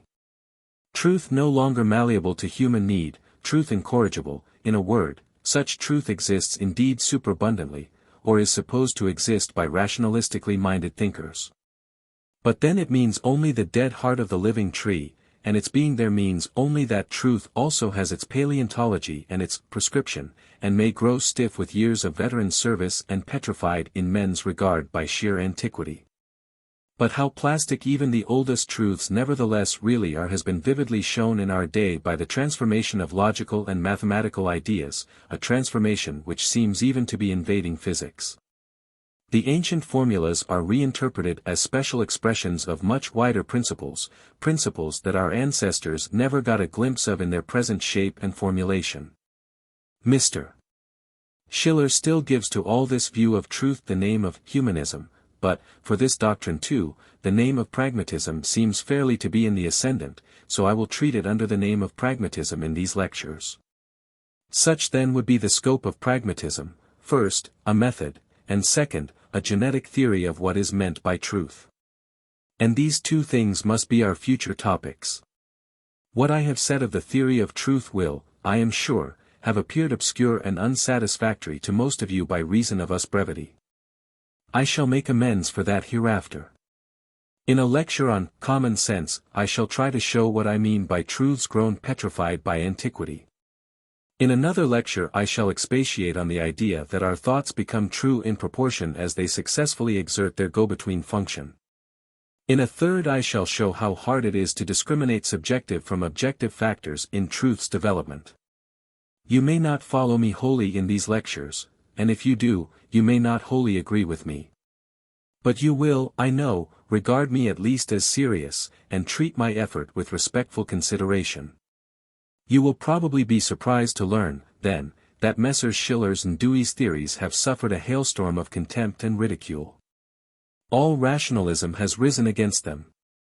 In influential quarters Mr. Schiller, in particular, has been treated like an impudent schoolboy who deserves a spanking. I should not mention this, but for the fact that it throws so much sidelight upon that rationalistic temper to which I have opposed the temper of pragmatism. Pragmatism is uncomfortable away from facts. Rationalism is comfortable only in the presence of abstractions. This pragmatist talk about truths in the plural, about their utility and satisfactoriness, about the success with which they work, etc. Suggests to the typical intellectualist mind a sort of coarse lame second-rate makeshift article of truth. Such truths are not real truth. Such tests are merely subjective. As against this, objective truth must be something non-utilitarian, haughty, refined, remote, august, exalted. It must be an absolute correspondence of our thoughts with an equally absolute reality. It must be what we ought to think, unconditionally. The conditioned ways in which we do think are so much irrelevance and matter for psychology. Down with psychology, up with logic, in all this question. See the exquisite contrast of the types of mind. The pragmatist clings to facts and concreteness, observes truth at its work in particular cases, and generalizes. Truth, for him, becomes a class name for all sorts of definite working values in experience. For the rationalist it remains a pure abstraction, to the bare name of which we must defer. When the pragmatist undertakes to show in detail just why we must defer, the rationalist is unable to recognize the concretes from which his own abstraction is taken. He accuses us of denying truth. Whereas we have only sought to trace exactly why people follow it and always ought to follow it. Your typical ultra-abstractionist fairly shudders at concreteness, other things equal, he positively prefers the pale and spectral. If the two universes were offered, he would always choose the skinny outline rather than the rich thicket of reality. It is so much purer, clearer, nobler. I hope that as these lectures go on, the concreteness and closeness to facts of the pragmatism which they advocate may be what approves itself to you as its most satisfactory peculiarity. It only follows here the example of the sister sciences, interpreting the unobserved by the observed. It brings old and new harmoniously together. It converts the absolutely empty notion of a static relation of correspondence, what that may mean we must ask later, between our minds and reality, into that of a rich and active commerce, that anyone may follow in detail and understand, between particular thoughts of ours, and the great universe of other experiences in which they play their parts and have their uses. But enough of this at present. The justification of what I say must be postponed. I wish now to add a word in further explanation of the claim I made at our last meeting, that pragmatism may be a happy harmonizer of empiricist ways of thinking, with the more religious demands of human beings. Men who are strongly of the fact-loving temperament, you may remember me to have said, are liable to be kept at a distance by the small sympathy with facts which that philosophy from the present-day fashion of idealism offers them. It is far too intellectualistic. Old-fashioned theism was bad enough, with its notion of God as an exalted monarch, made up of a lot of unintelligible or preposterous attributes. But, so long as it held strongly by the argument from design, it kept some touch with concrete realities. Since, however, Darwinism has once for all displaced design from the minds of the scientific, theism has lost that foothold. And some kind of an immanent or pantheistic deity working in things rather than above them is, if any, the kind recommended to our contemporary imagination. Aspirants to a philosophic religion turn, as a rule, more hopefully nowadays towards idealistic pantheism than towards the older dualistic theism, in spite of the fact that the latter still counts able defenders. But, as I said in my first lecture, the brand of pantheism offered is hard for them to assimilate if they are lovers of facts, or empirically minded. It is the absolutistic brand, spurning the dust and reared upon pure logic. It keeps no connection whatever with concreteness. Affirming the absolute mind, which is its substitute for God, to be the rational presupposition of all particulars of fact, whatever they may be, it remains supremely indifferent to what the particular facts in our world actually are. Be they what they may, the absolute will father them. Like the sick lion in Aesop's fable, all footprints lead into his den, but nulla vestigia retrorsum. You cannot redescend into the world of particulars by the Absolute's aid, or deduce any necessary consequences of detail important for your life from your idea of his nature. He gives you indeed the assurance that all is well with him, and for his eternal way of thinking, but thereupon he leaves you to be finitely saved by your own temporal devices. Far be it from me to deny the majesty of this conception, or its capacity to yield religious comfort to a most respectable class of minds. But from the human point of view, no one can pretend that it doesn't suffer from the faults of remoteness and abstractness. It is eminently a product of what I have ventured to call the rationalistic temper. It disdains empiricism's needs. It substitutes a pallid outline for the real world's richness. It is dapper, it is noble in the bad sense, in the sense in which to be noble is to be inapt for humble service. In this real world of sweat and dirt, it seems to me that when a view of things is noble, that ought to count as a presumption against its truth, and as a philosophic disqualification. The Prince of Darkness may be a gentleman, as we are told he is, but whatever the God of earth and heaven is, he can surely be no gentleman. His menial services are needed in the dust of our human trials, even more than his dignity is needed in the empyrean. Now pragmatism, devoted though she be to facts, has no such materialistic bias as ordinary empiricism labors under. Moreover, she has no objection whatever to the realizing of abstractions, so long as you get about among particulars with their aid and they actually carry you somewhere. Interested in no conclusions but those which our minds and our experiences work out together, she has no a priori prejudices against theology. If theological ideas prove to have a value for concrete life, they will be true, for pragmatism, in the sense of being good for so much. For how much more they are true, will depend entirely on their relations to the other truths that also have to be acknowledged. What I said just now about the absolute of transcendental idealism is a case in point.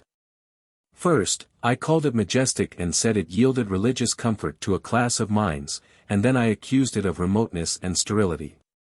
But so far as it affords such comfort, it surely is not sterile, it has that amount of value. It performs a concrete function. As a good pragmatist, I myself ought to call the absolute true, in so far forth, then, and I unhesitatingly now do so. But what does true in so far forth mean in this case? To answer, we need only apply the pragmatic method. What do believers in the absolute mean by saying that their belief affords them comfort? They mean that since in the absolute finite evil is overruled already, we may, therefore, whenever we wish, treat the temporal as if it were potentially the eternal, be sure that we can trust its outcome, and, without sin, dismiss our fear and drop the worry of our finite responsibility. In short, they mean that we have a right ever and anon to take a moral holiday, to let the world wag in its own way, feeling that its issues are in better hands than ours and are none of our business. The universe is a system of which the individual members may relax their anxieties occasionally, in which the don't-care mood is also right for men, and moral holidays in order, that, if I mistake not, is part, at least, of what the absolute is known as, that is the great difference in our particular experiences which his being true makes for us, that is part of his cash value when he is pragmatically interpreted.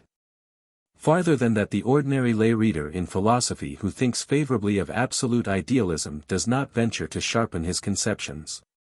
He can use the absolute for so much, and so much is very precious. He is pained at hearing you speak incredulously of the absolute, therefore, and disregards your criticisms because they deal with aspects of the conception that he fails to follow.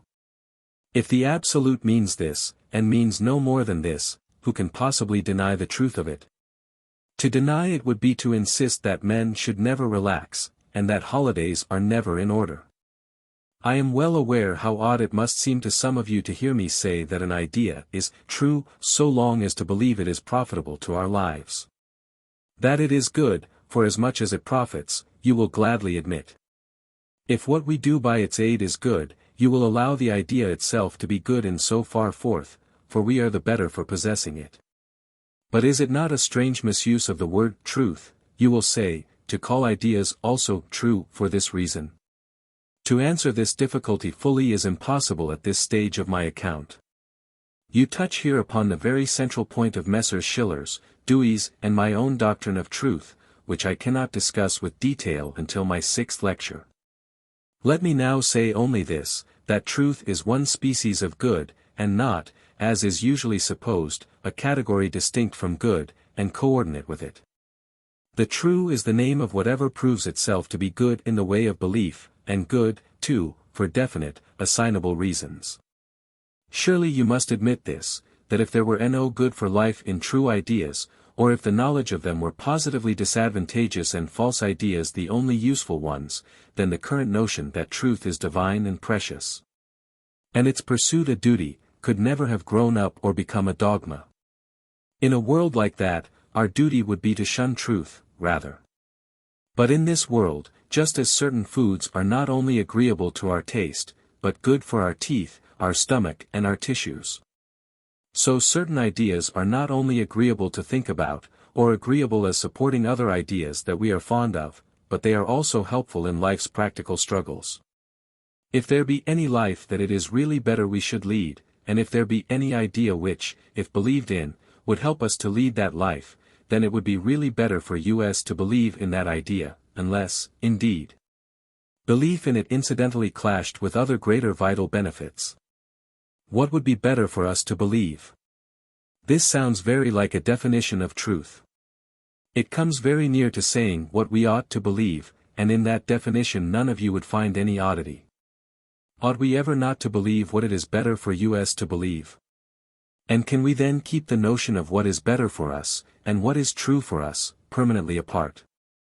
Pragmatism says no, and I fully agree with her. Probably you also agree, so far as the abstract statement goes, but with a suspicion that if we practically did believe everything that made for good in our own personal lives, we should be found indulging all kinds of fancies about this world's affairs, and all kinds of sentimental superstitions about a world hereafter. Your suspicion here is undoubtedly well-founded, and it is evident that something happens when you pass from the abstract to the concrete, that complicates the situation. I said just now that what is better for us to believe is true unless the belief incidentally clashes with some other vital benefit. Now in real life, what vital benefits is any particular belief of ours most liable to clash with? What indeed except the vital benefits yielded by other beliefs when these prove incompatible with the first ones? In other words, the greatest enemy of any one of our truths may be the rest of our truths. Truths have once for all this desperate instinct of self-preservation and of desire to extinguish whatever contradicts them. My belief in the absolute, based on the good it does me, must run the gauntlet of all my other beliefs. Grant that it may be true in giving me a moral holiday. Nevertheless, as I conceive it, and let me speak now confidentially, as it were, and merely in my own private person, it clashes with other truths of mine whose benefits I hate to give up on its account. It happens to be associated with a kind of logic of which I am the enemy. I find that it entangles me in metaphysical paradoxes that are unacceptable, etc., etc. But as I have enough trouble in life already without adding the trouble of carrying these intellectual inconsistencies, I personally just give up the absolute. I just take my moral holidays. Or else as a professional philosopher, I try to justify them by some other principle. If I could restrict my notion of the absolute to its bare holiday-giving value, it wouldn't clash with my other truths. But we cannot easily thus restrict our hypotheses. They carry supernumerary features, and these it is that clash so. My disbelief in the absolute means then disbelief in those other supernumerary features, for I fully believe in the legitimacy of taking moral holidays. You see by this what I meant when I called pragmatism a mediator and reconciler and said, borrowing the word from Papini, that he unstiffens our theories. She has in fact no prejudices whatever, no obstructive dogmas, no rigid canons of what shall count as proof. She is completely genial. She will entertain any hypothesis, she will consider any evidence. It follows that in the religious field she is at a great advantage both over positivistic empiricism, with its anti-theological bias, and over-religious rationalism, with its exclusive interest in the remote, the noble, the simple, and the abstract in the way of conception. In short, she widens the field of search for God. Rationalism sticks to logic and the empyrean. Empiricism sticks to the external senses. Pragmatism is willing to take anything, to follow either logic or the senses, and to count the humblest and most personal experiences. She will count mystical experiences if they have practical consequences. She will take a God who lives in the very dirt of private fact if that should seem a likely place to find him. Her only test of probable truth is what works best in the way of leading us, what fits every part of life best and combines with the collectivity of experiences demands, nothing being omitted. If theological ideas should do this, if the notion of God, in particular, should prove to do it, how could pragmatism possibly deny God's existence? She could see no meaning in treating as not true a notion that was pragmatically so successful. What other kind of truth could there be, for her, than all this agreement with concrete reality? In my last lecture I shall return again to the relations of pragmatism with religion. But you see already how democratic she is. Her manners are as various and flexible, her resources as rich and endless, and her conclusions as friendly as those of Mother Nature. Lecture 3. Some metaphysical problems pragmatically considered. I am now to make the pragmatic method more familiar by giving you some illustrations of its application to particular problems. I will begin with what is driest, and the first thing I shall take will be the problem of substance. Everyone uses the old distinction between substance and attribute, enshrined as it is in the very structure of human language, in the difference between grammatical subject and predicate. Here is a bit of blackboard crayon. Its modes, attributes, properties, accidents, or affections, use which term you will, are whiteness, friability, cylindrical shape, insolubility in water, etc., etc. But the bearer of these attributes is so much chalk, which thereupon is called the substance in which they inhere.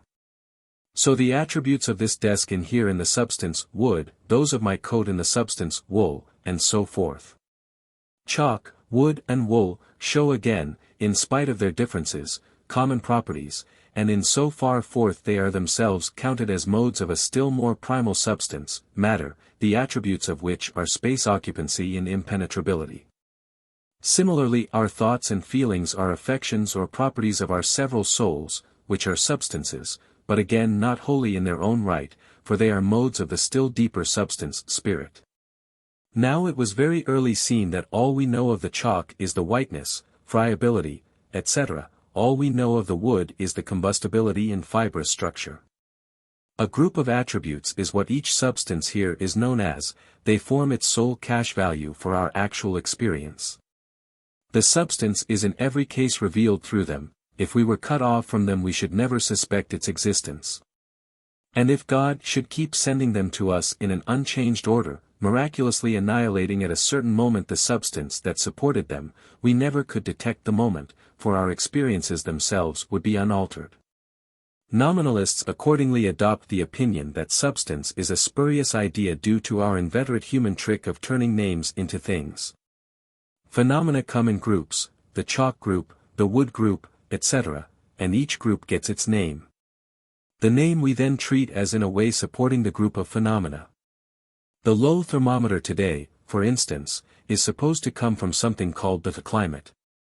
Climate is really only the name for a certain group of days, but it is treated as if it lay behind the day, and in general we place the name, as if it were a being, behind the facts it is the name of. But the phenomenal properties of things, nominalists say, surely do not really inhere in names, and if not in names then they do not inhere in anything. They adhere, or cohere, rather, with each other, and the notion of a substance inaccessible to us, which we think accounts for such cohesion by supporting it, as cement might support pieces of mosaic, must be abandoned. The fact of the bare cohesion itself is all that the notion of the substance signifies. Behind that fact is nothing. Scholasticism has taken the notion of substance from common sense and made it very technical and articulate. Few things would seem to have fewer pragmatic consequences for us than substances, cut off as we are from every contact with them. Yet in one case scholasticism has proved the importance of the substance idea by treating it pragmatically. I refer to certain disputes about the mystery of the Eucharist. Substance here would appear to have momentous pragmatic value. Since the accidents of the wafer don't change in the Lord's Supper, and yet it has become the very body of Christ, it must be that the change is in the substance solely. The bread substance must have been withdrawn, and the divine substance substituted miraculously without altering the immediate sensible properties. But though these don't alter, a tremendous difference has been made, no less a one than this, that we who take the sacrament, now feed upon the very substance of divinity.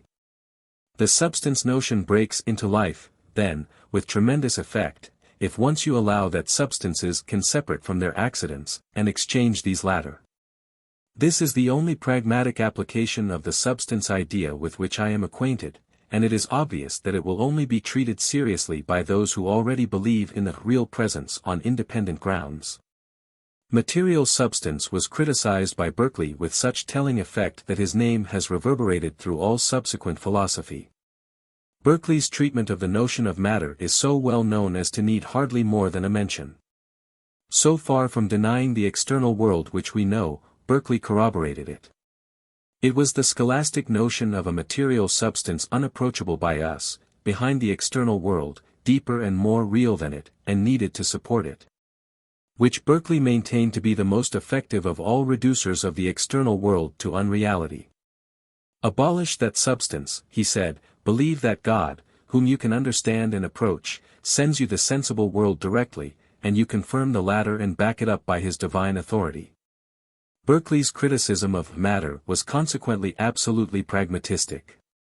Matter is known as our sensations of color, figure, hardness and the like. They are the cash value of the term.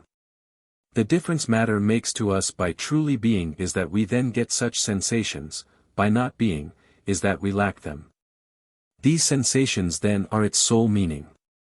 Berkeley doesn't deny matter, then, he simply tells us what it consists of.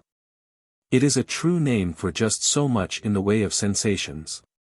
Locke, and later Hume, applied a similar pragmatic criticism to the notion of spiritual substance. I will only mention Locke's treatment of our personal identity.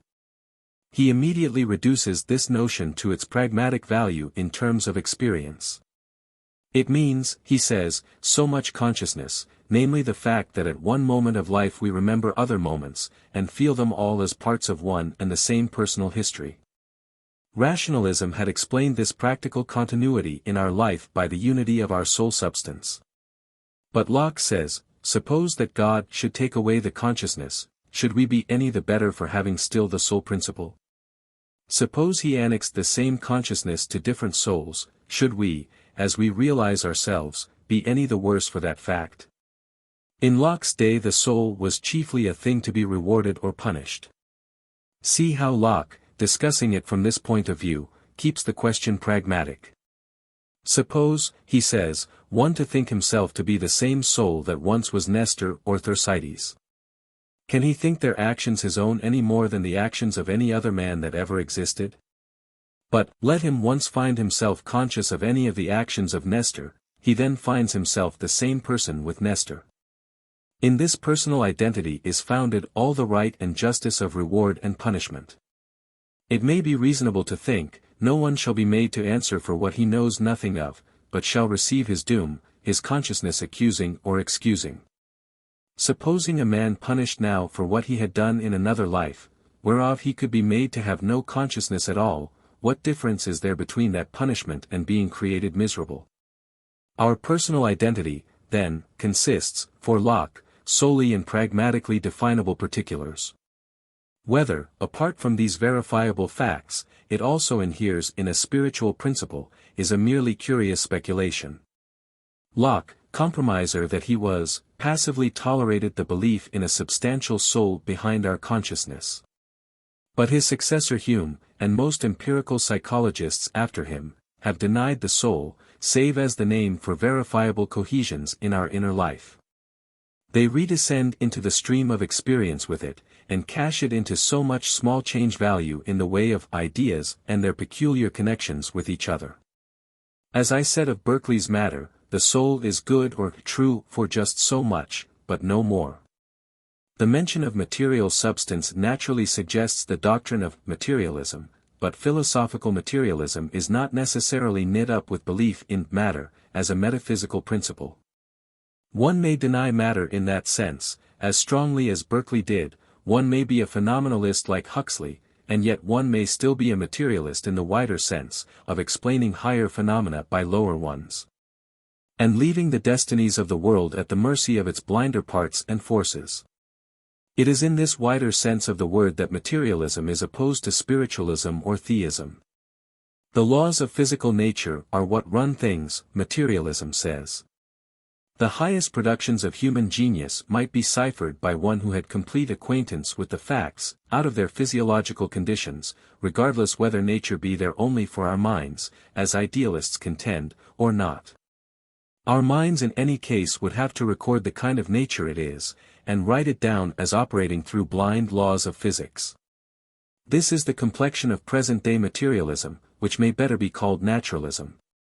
Over against it stands theism, or what in a wide sense may be termed spiritualism. Spiritualism says that mind not only witnesses and records things, but also runs and operates them, the world being thus guided, not by its lower, but by its higher element. Treated as it often is, this question becomes little more than a conflict between aesthetic preferences. Matter is gross, coarse, crass, muddy, spirit is pure, elevated, noble. And since it is more consonant with the dignity of the universe to give the primacy in it to what appears superior, spirit must be affirmed as the ruling principle. To treat abstract principles as finalities, before which our intellects may come to rest in a state of admiring contemplation, is the great rationalist failing. Spiritualism, as often held, may be simply a state of admiration for one kind, and of dislike for another kind, of abstraction. I remember a worthy spiritualist professor who always referred to materialism as the mud philosophy, and deemed it thereby refuted. To such spiritualism as this there is an easy answer, and Mr. Spencer makes it effectively. In some well-written pages at the end of the first volume of his Psychology he shows us that a matter so infinitely subtle, and performing motions as inconceivably quick and fine as those which modern science postulates in her explanations, has no trace of grossness left. He shows that the conception of spirit, as we mortals hitherto have framed it, is itself too gross to cover the exquisite tenuity of nature's facts. Both terms, he says, are but symbols, pointing to that one unknowable reality in which their oppositions cease. To an abstract objection an abstract rejoinder suffices. And so far as one's opposition to materialism springs from one's disdain of matter as something crass, Mr. Spencer cuts the ground from under one. Matter is indeed infinitely and incredibly refined. To anyone who has ever looked on the face of a dead child or parent the mere fact that matter could have taken for a time that precious form, ought to make matter sacred ever after. It makes no difference what the principle of life may be, material or immaterial, matter at any rate cooperates, lends itself to all life's purposes. That beloved incarnation was among matter's possibilities. But now, instead of resting in principles after this stagnant intellectualist fashion, let us apply the pragmatic method to the question. What do we mean by matter? What practical difference can it make now that the world should be run by matter or by spirit? I think we find that the problem takes with this a rather different character. And first of all I call your attention to a curious fact. It makes not a single jot of difference so far as the past of the world goes, whether we deem it to have been the work of matter or whether we think a divine spirit was its author. Imagine, in fact, the entire contents of the world to be once for all irrevocably given. Imagine it to end this very moment, and to have no future, and then let a theist and a materialist apply their rival explanations to its history. The theist shows how a God made it, the materialist shows, and we will suppose with equal success, how it resulted from blind physical forces. Then let the pragmatist be asked to choose between their theories. How can he apply his test if the world is already completed? Concepts for him are things to come back into experience with, things to make us look for differences. But by hypothesis there is to be no more experience and no possible differences can now be looked for. Both theories have shown all their consequences and, by the hypothesis we are adopting, these are identical. The pragmatist must consequently say that the two theories, in spite of their different sounding names, mean exactly the same thing, and that the dispute is purely verbal. I am opposing, of course, that the theories have been equally successful in their explanations of what is. For just consider the case sincerely, and say what would be the worth of a God if he were there, with his work accomplished and his world run down. He would be worth no more than just that world was worth. To that amount of result, with its mixed merits and defects, his creative power could attain, but go no farther. And since there is to be no future, since the whole value and meaning of the world has been already paid in and actualized in the feelings that went with it in the passing, and now go with it in the ending. Since it draws no supplemental significance, such as our real world draws, from its function of preparing something yet to come, why then, by it we take God's measure, as it were. He is the being who could once for all do that. And for that much we are thankful to him, but for nothing more. But now, on the contrary hypothesis, namely, that the bits of matter following their laws could make that world and do no less, should we not be just as thankful to them? Wherein should we suffer loss, then, if we dropped God as an hypothesis and made the matter alone responsible? Where would any special deadness, or crassness, come in? And how, experience being what is once for all, would God's presence in it make it any more living or richer? Candidly, it is impossible to give any answer to this question. The actually experienced world is supposed to be the same in its details on either hypothesis, the same, for our praise or blame, as Browning says. It stands there indefeasibly, a gift which can't be taken back. Calling matter the cause of it retracts no single one of the items that have made it up, nor does calling God the cause augment them. They are the God or the atoms, respectively, of just that and no other world. The God, if there, has been doing just what atoms could do, appearing in the character of atoms, so to speak, and earning such gratitude as is due to atoms, and no more. If his presence lends no different turn or issue to the performance, it surely can lend it no increase of dignity. Nor would indignity come to it were he absent, and did the atoms remain the only actors on the stage. When a play is once over, and the curtain down, you really make it no better by claiming an illustrious genius for its author, just as you make it no worse by calling him a common hack. Thus if no future detail of experience or conduct is to be deduced from our hypothesis, the debate between materialism and theism becomes quite idle and insignificant. Matter and God in that event mean exactly the same thing, the power, namely, neither more nor less, that could make just this completed world, and the wise man is he who in such a case would turn his back on such a supererogatory discussion. Accordingly, most men instinctively, and positivists and scientists deliberately, do turn their backs on philosophical disputes from which nothing in the line of definite future consequences can be seen to follow. The verbal and empty character of philosophy is surely a reproach with which we are, but too familiar. If pragmatism be true, it is a perfectly sound reproach unless the theories under fire can be shown to have alternative practical outcomes, however delicate and distant these may be. The common man and the scientist say they discover no such outcomes, and if the metaphysician can discern none either, the others certainly are in the right of it, as against him. His science is then but pompous trifling. And the endowment of a professorship for such a being would be silly. Accordingly, in every genuine metaphysical debate some practical issue, however conjectural and remote, is involved. To realize this, revert with me to our question, and place yourselves this time in the world we live in the world that has a future, that is yet uncompleted whilst we speak. In this unfinished world the alternative of materialism or theism is intensely practical. And it is worth while for us to spend some minutes of our hour in seeing that it is so. How, indeed, does the program differ for us, according as we consider that the facts of experience up to date are purposeless configurations of blind atoms moving according to eternal laws?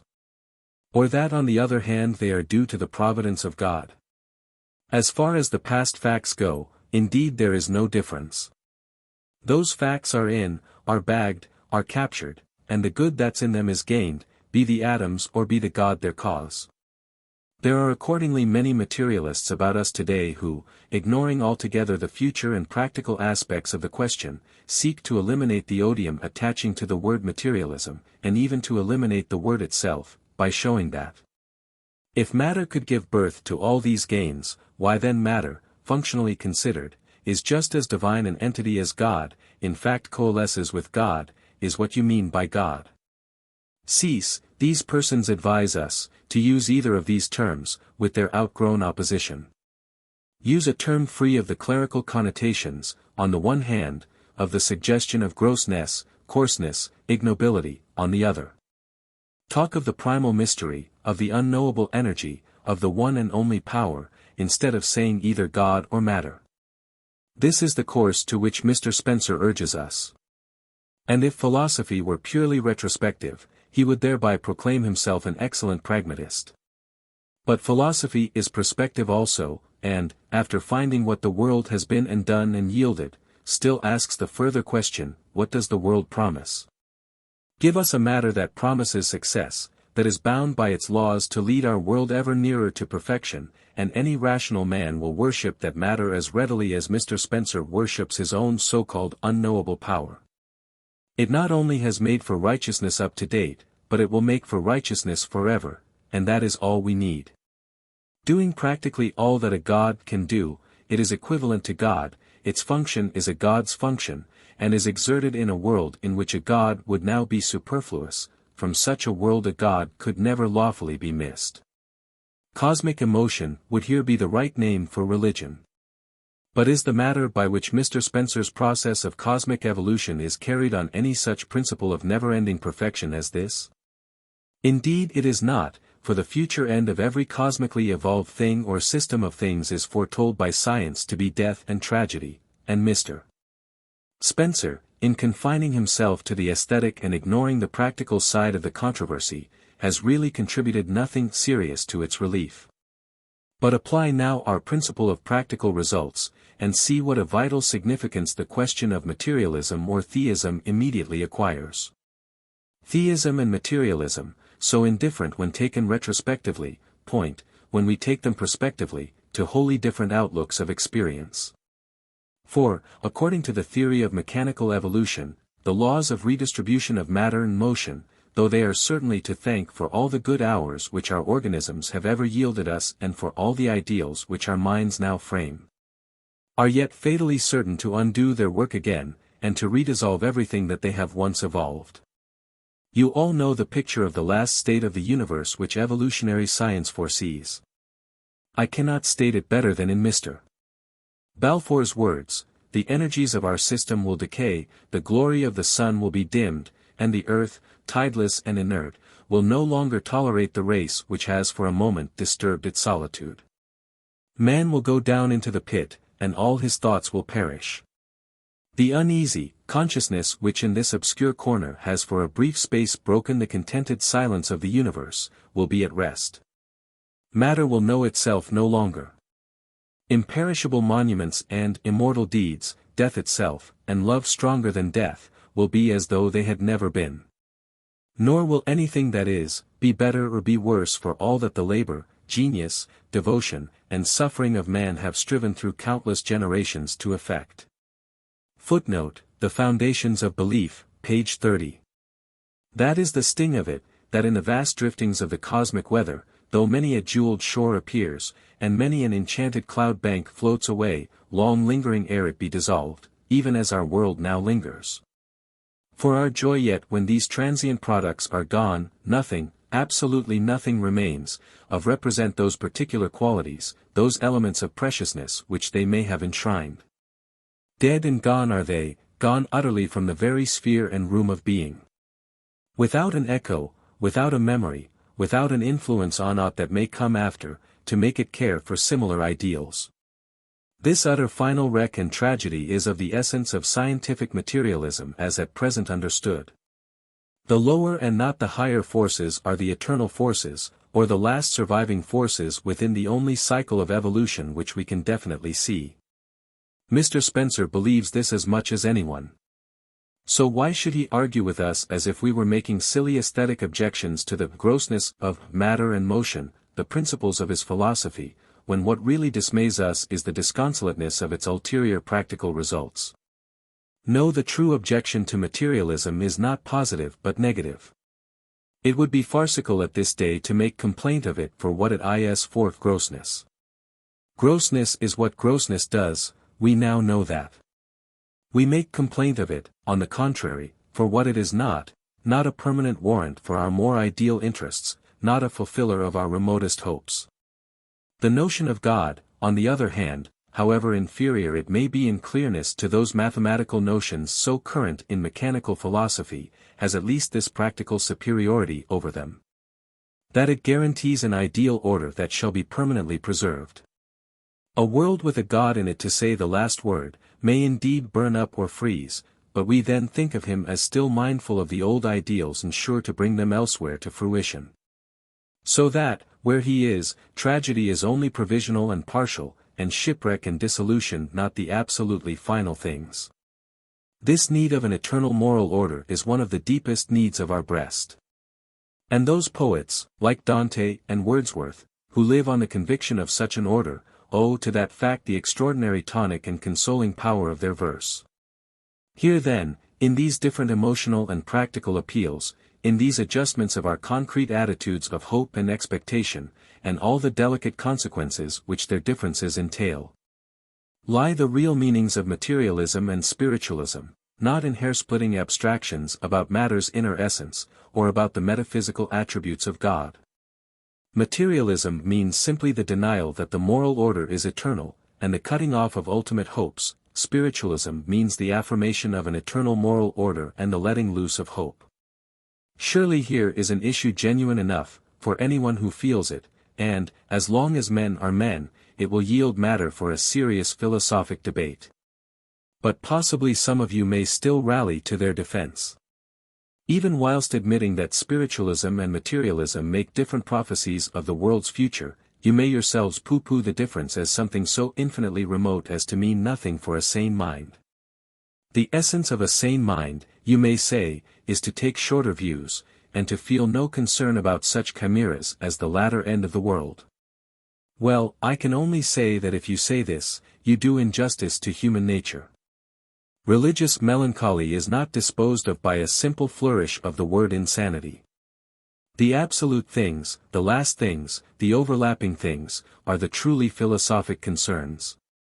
All superior minds feel seriously about them, and the mind with the shortest views is simply the mind of the more shallow man. The issues of fact at stake in the debate are of course vaguely enough conceived by us at present.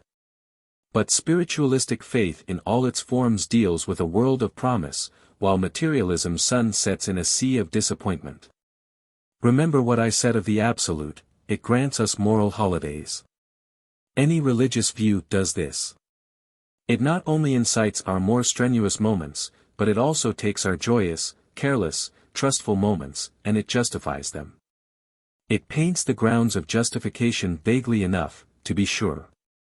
The exact features of the saving future facts that our belief in God ensures, will have to be ciphered out by the interminable methods of science. We can study our God only by studying his creation.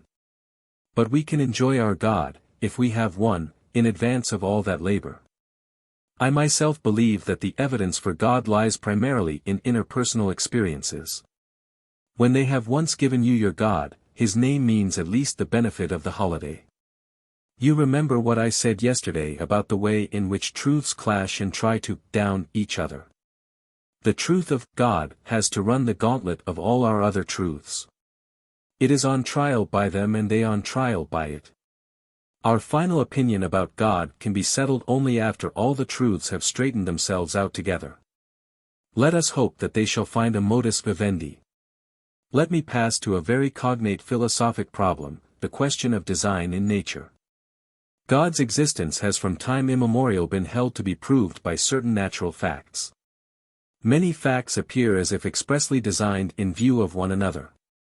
Thus the woodpecker's bill, tongue, feet, tail, etc., fit him wondrously for a world of trees with grubs hid in their bark to feed upon. The parts of our eye fit the laws of light to perfection, leading its rays to a sharp picture on our retina. Such mutual fitting of things diverse in origin argued design, it was held, and the designer was always treated as a man-loving deity.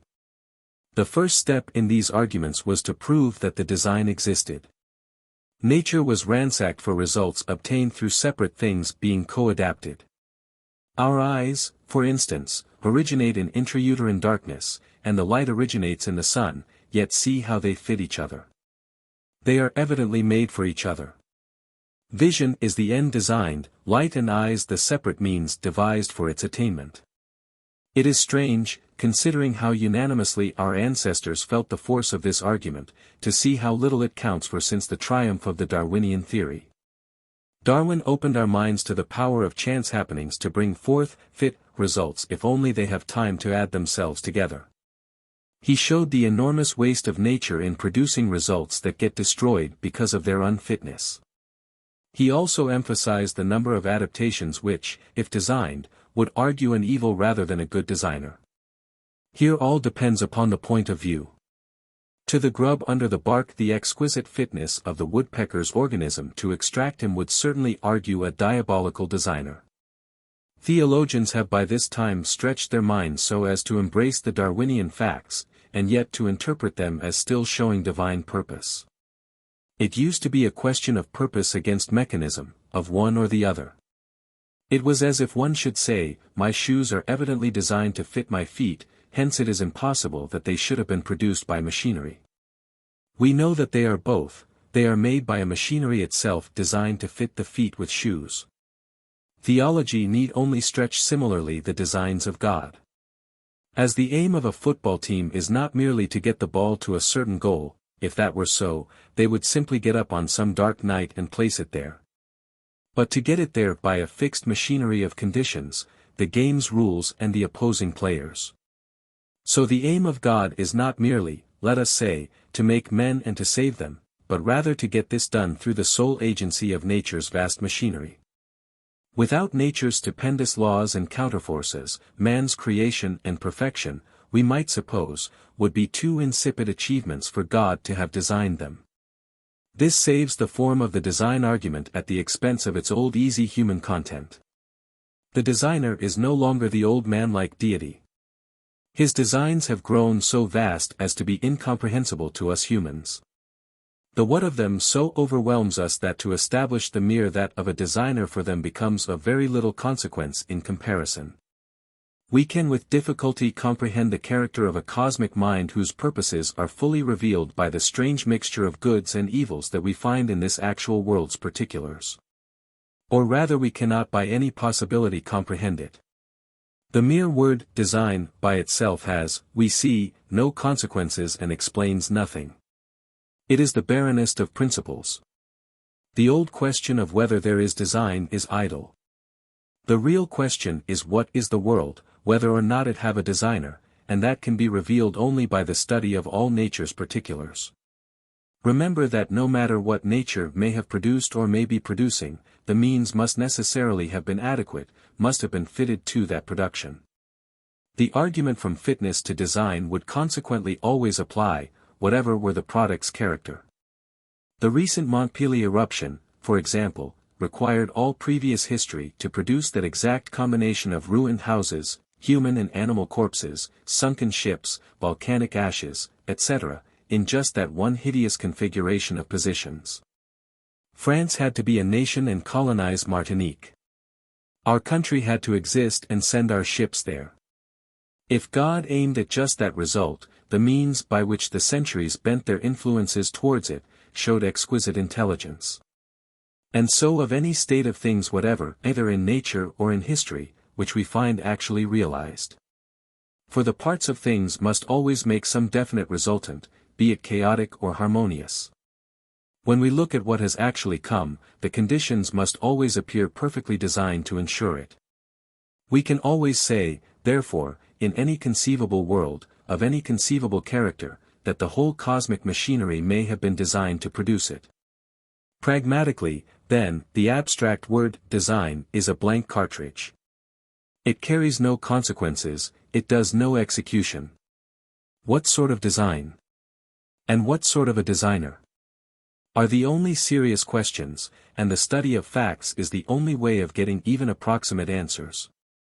Meanwhile, pending the slow answer from facts, anyone who insists that there is a designer and who is sure he is a divine one, gets a certain pragmatic benefit from the term, the same, in fact, which we saw that the terms God, Spirit, or the Absolute yield us design, worthless though it be as a mere rationalistic principle set above or behind things for our admiration, becomes, if our faith concretes it into something theistic, a term of promise.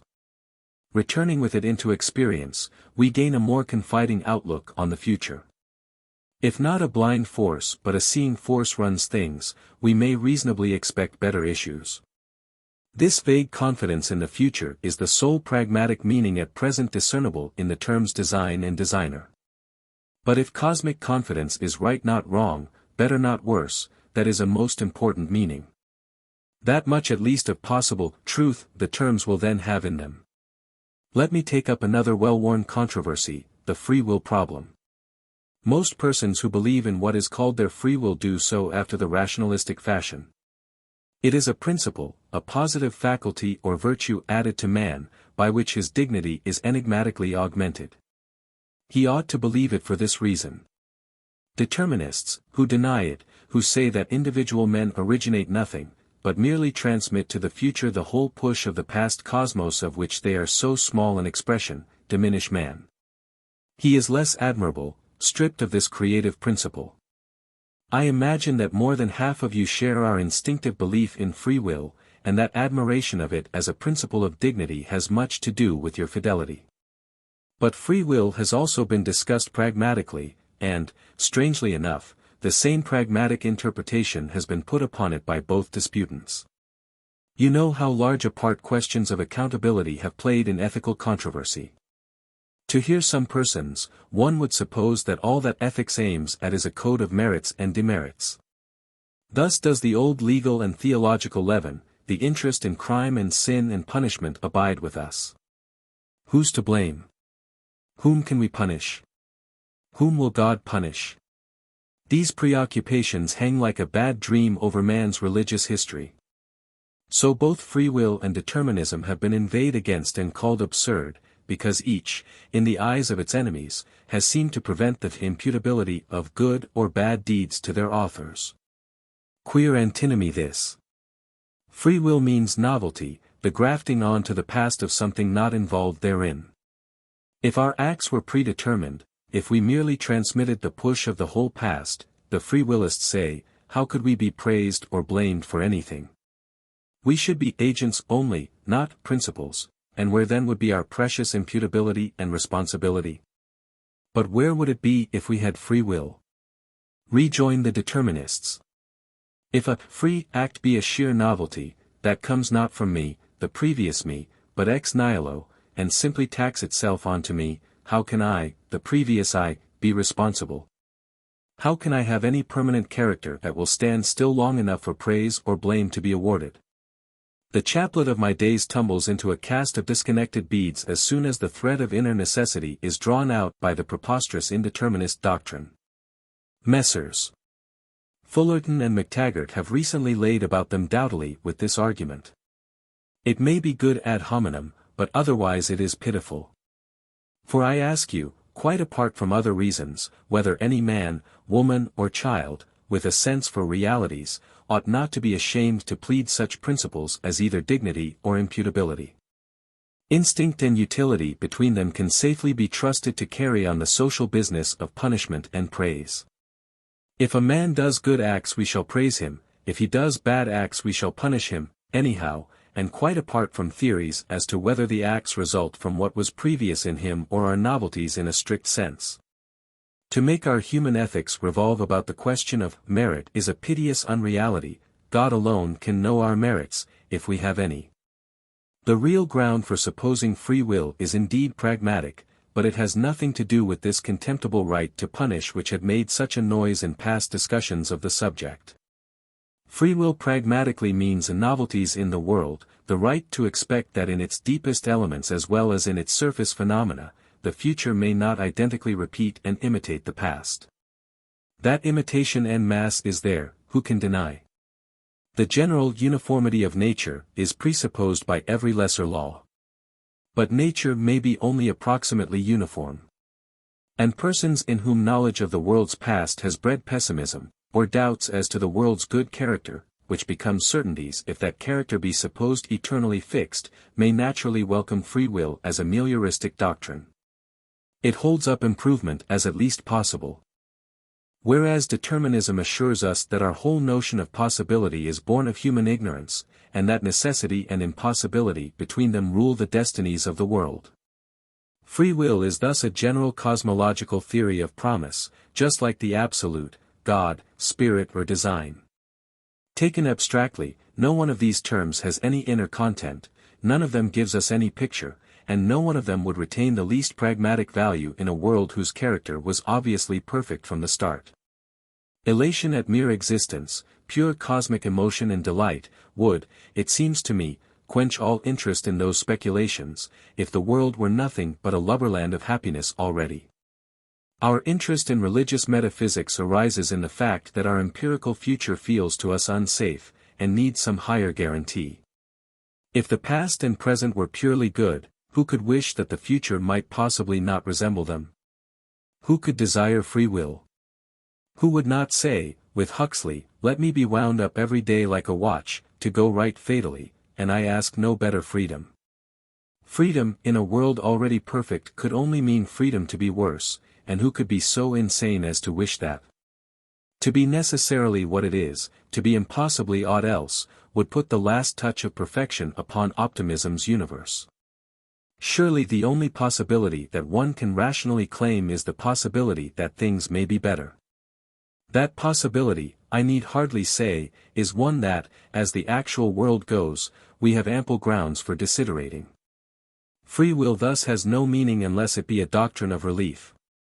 As such, it takes its place with other religious doctrines. Between them, they build up the old wastes and repair the former desolations. Our spirit, shut within this courtyard of sense experience, is always saying to the intellect upon the tower, "Watchman, tell us of the night, if it aught of promise bear," and the intellect gives it then these terms of promise. Other than this practical significance, the words God, free will, design, etc., have none. Yet dark though they be in themselves, or intellectualistically taken, when we bear them into life's thicket with us the darkness there grows light about us. If you stop, in dealing with such words, with their definition, thinking that to be an intellectual finality, where are you? Stupidly staring at a pretentious sham. Deus est ens, si, extra et supra omni genus, necessarium, unum, infinite perfectum, simplex, immutable, immensum, eternum, intelligens, etc., wherein is such a definition really instructive? It means less than nothing, in its pompous robe of adjectives. Pragmatism alone can read a positive meaning into it, and for that she turns her back upon the intellectualist point of view altogether. God's in his heaven. All's right with the world. That's the heart of your theology, and for that you need no rationalist definitions. Why shouldn't we all of us, rationalists as well as pragmatists, confess this? Pragmatism, so far from keeping her eyes bent on the immediate practical foreground, as she is accused of doing, dwells just as much upon the world's remotest perspectives. See then how all these ultimate questions turn, as it were, up their hinges. And from looking backwards upon principles, upon an Erkenntnis theoretische, a God, a Kausalitätsprinzip, a design, a free will, taken in themselves, as something august and exalted above facts, see, I say, how pragmatism shifts the emphasis and looks forward into facts themselves. The really vital question for us all is, what is this world going to be? What is life eventually to make of itself? The center of gravity of philosophy must therefore alter its place. The earth of things, long thrown into shadow by the glories of the upper ether, must resume its rights. To shift the emphasis in this way means that philosophic questions will fall to be treated by minds of a less abstractionist type than heretofore, minds more scientific and individualistic in their tone yet not irreligious either. It will be an alteration in the seat of authority that reminds one almost of the Protestant Reformation. And as, to papal minds, Protestantism has often seemed a mere mess of anarchy and confusion, such, no doubt, will pragmatism often seem to ultra-rationalist minds in philosophy. It will seem so much sheer trash, philosophically. But life wags on, all the same, and compasses its ends, in Protestant countries. I venture to think that philosophic Protestantism will compass a not dissimilar prosperity. Lecture 4. The One and the Many. We saw in the last lecture that the pragmatic method, in its dealings with certain concepts, instead of ending with admiring contemplation, plunges forward into the river of experience with them and prolongs the perspective by their means. Design, free will, the absolute mind, spirit instead of matter, have for their sole meaning a better promise as to this world's outcome. Be they false or be they true, the meaning of them is this meliorism. I have sometimes thought of the phenomenon called total reflection in optics as a good symbol of the relation between abstract ideas and concrete realities, as pragmatism conceives it. Hold a tumbler of water a little above your eyes and look up through the water at its surface, or better still look similarly through the flat wall of an aquarium. You will then see an extraordinarily brilliant reflected image, say of a candle flame, or any other clear object, situated on the opposite side of the vessel. No candle ray, under these circumstances, gets beyond the water's surface, every ray is totally reflected back into the depths again.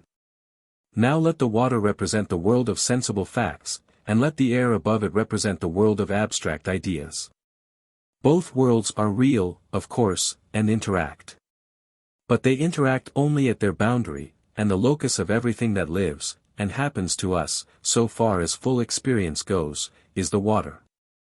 We are like fishes swimming in the sea of sense, bounded above by the superior element, but unable to breathe it pure or penetrate it. We get our oxygen from it, however, we touch it incessantly, now in this part, now in that, and every time we touch it we are reflected back into the water with our course redetermined and re-energized. The abstract ideas of which the air consists, indispensable for life, but irrespirable by themselves, as it were, and only active in their redirecting function. All similes are halting, but this one rather takes my fancy. It shows how something, not sufficient for life in itself, may nevertheless be an effective determinant of life elsewhere. In this present hour I wish to illustrate the pragmatic method by one more application. I wish to turn its light upon the ancient problem of the one and the many.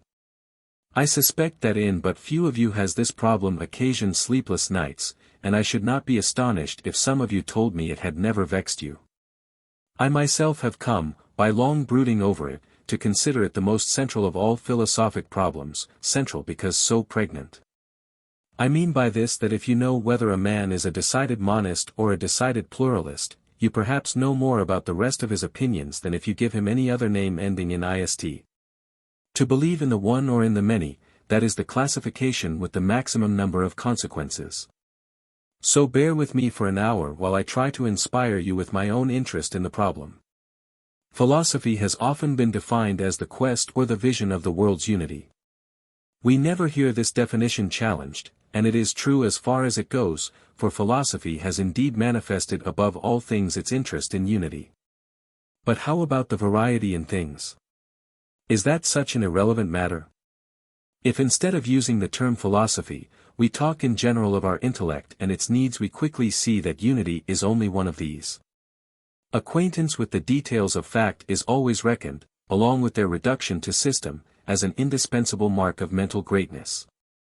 Your scholarly mind, of encyclopedic, philological type, your man essentially of learning, has never lacked for praise along with your philosopher. What our intellect really aims at is neither variety nor unity taken singly but totality. Footnote: Compare Bélanger, Les concepts de cause, et l'activité intentionnelle de l'esprit. Paris, Alcan, 1905, page 79 ff. In this, acquaintance with reality's diversities is as important as understanding their connection. The human passion of curiosity runs on all fours with the systematizing passion. In spite of this obvious fact, the unity of things has always been considered more illustrious, as it were, than their variety. When a young man first conceives the notion that the whole world forms one great fact, with all its parts moving abreast, as it were, and interlocked, he feels as if he were enjoying a great insight. And looks superciliously on all who still fall short of this sublime conception. Taken thus abstractly as it first comes to one, the monistic insight is so vague as hardly to seem worth defending intellectually. Yet probably everyone in this audience in some way cherishes it. A certain abstract monism, a certain emotional response to the character of oneness, as if it were a feature of the world not coordinate with its manyness, but vastly more excellent and eminent, is so prevalent in educated circles that we might almost call it a part of philosophic common sense. Of course the world is one, we say. How else could it be a world at all? Empiricists as a rule, are as stout monists of this abstract kind as rationalists are.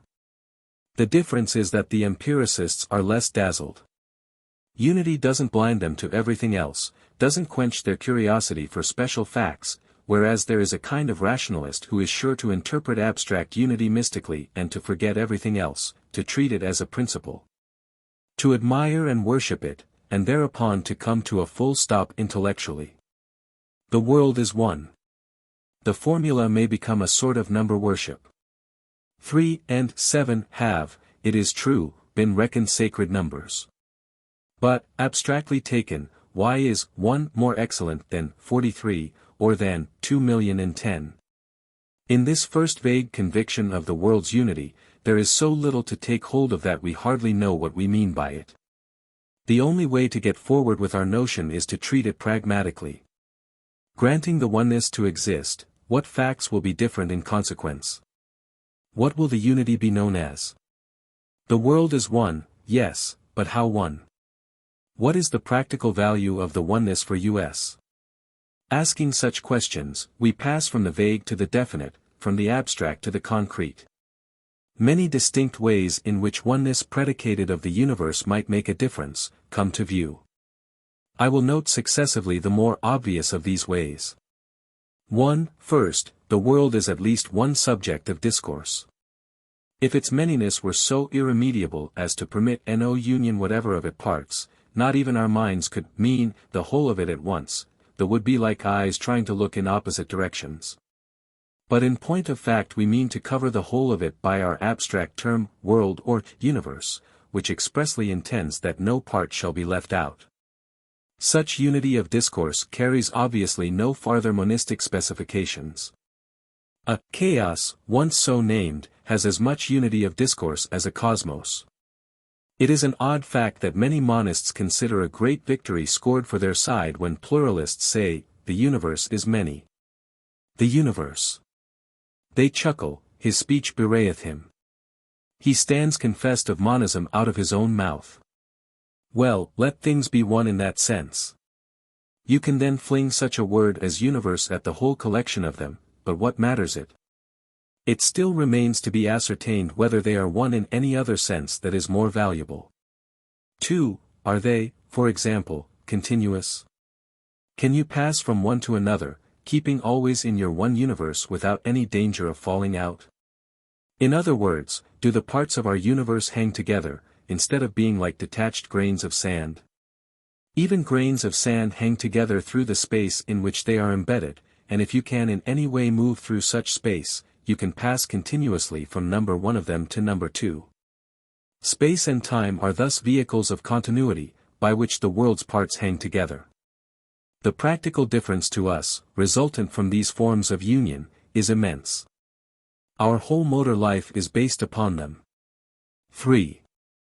There are innumerable other paths of practical continuity among things. Lines of influence can be traced by which they together. Following any such line you pass from one thing to another till you may have covered a good part of the universe's extent.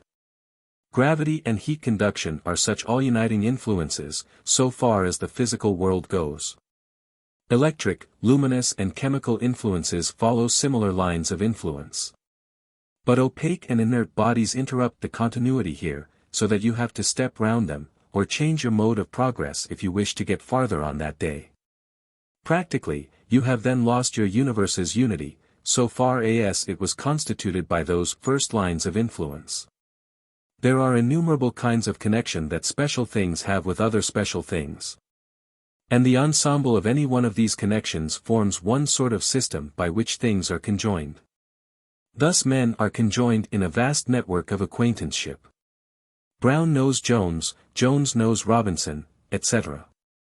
And by choosing your farther intermediaries rightly you may carry a message from Jones to the Empress of China, or the chief of the African pygmies, or to anyone else in the inhabited world. But you are stopped short, as by a non-conductor, when you choose one man wrong in this experiment.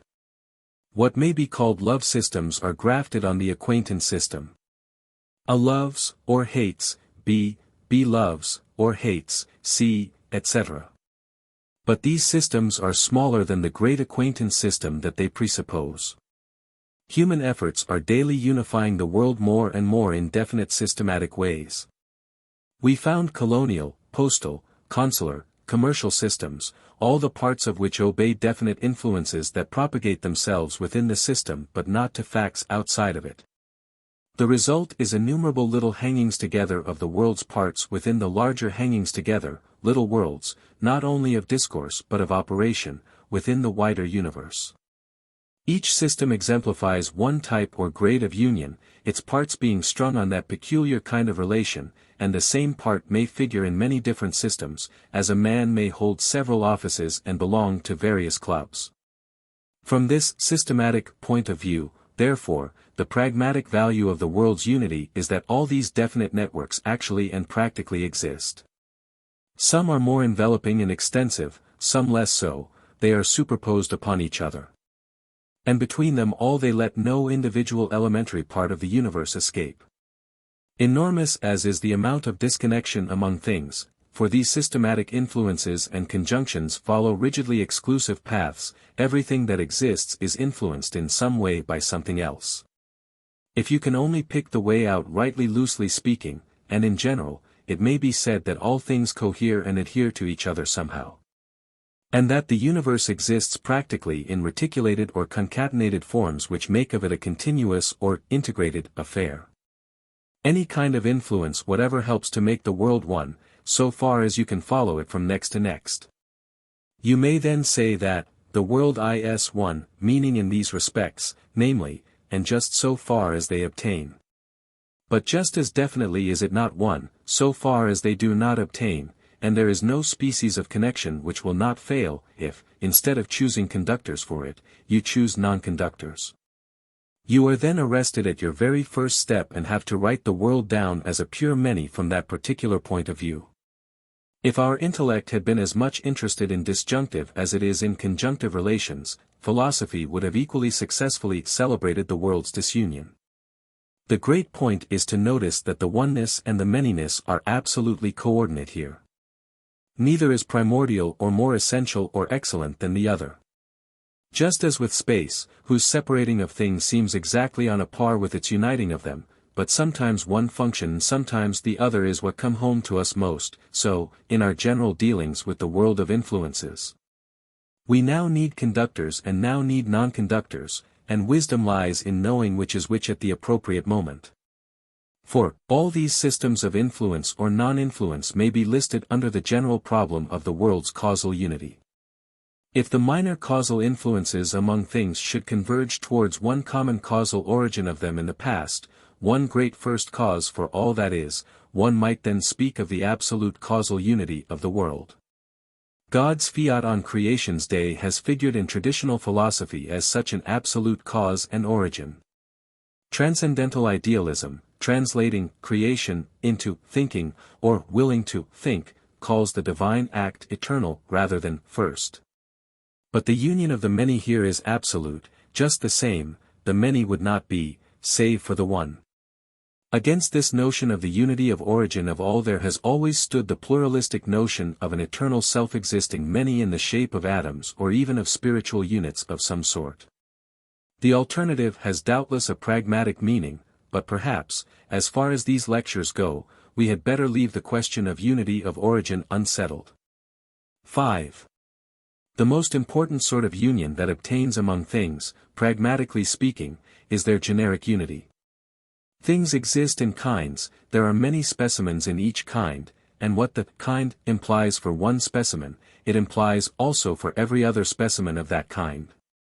We can easily conceive that every fact in the world might be singular, that is, unlike any other fact and soul of its kind.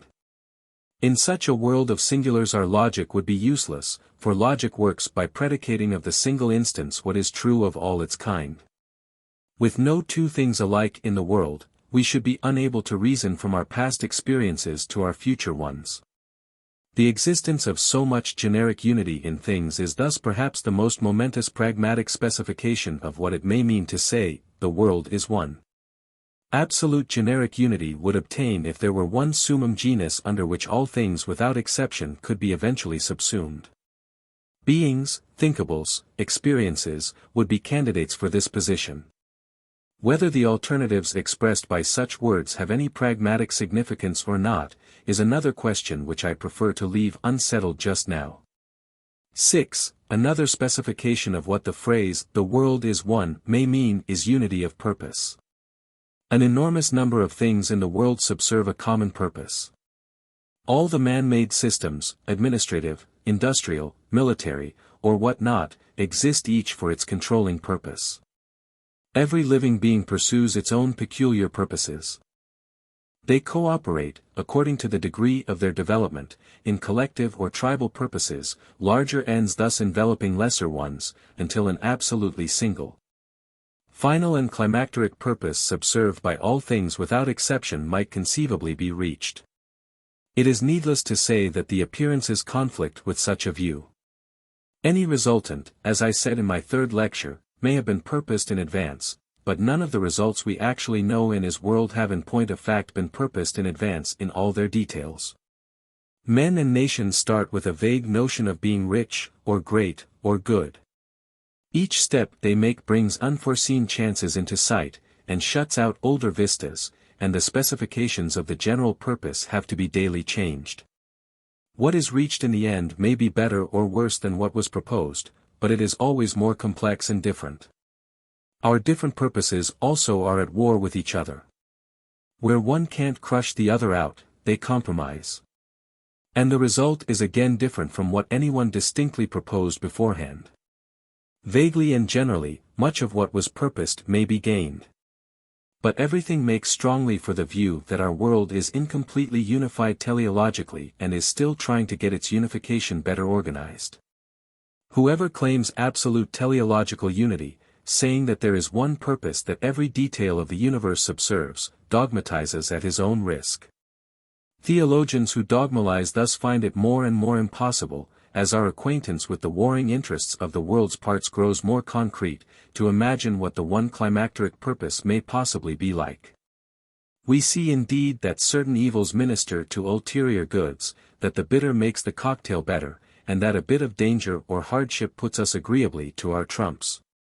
We can vaguely generalize this into the doctrine that all the evil in the universe is but instrumental to its greater perfection.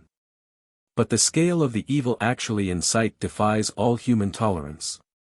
And transcendental idealism, in the pages of a Bradley or a Royce, brings us no farther than the Book of Job did. God's ways are not our ways, so let us put our hands upon our mouth.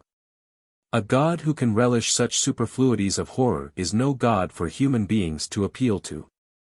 His animal spirits are too high.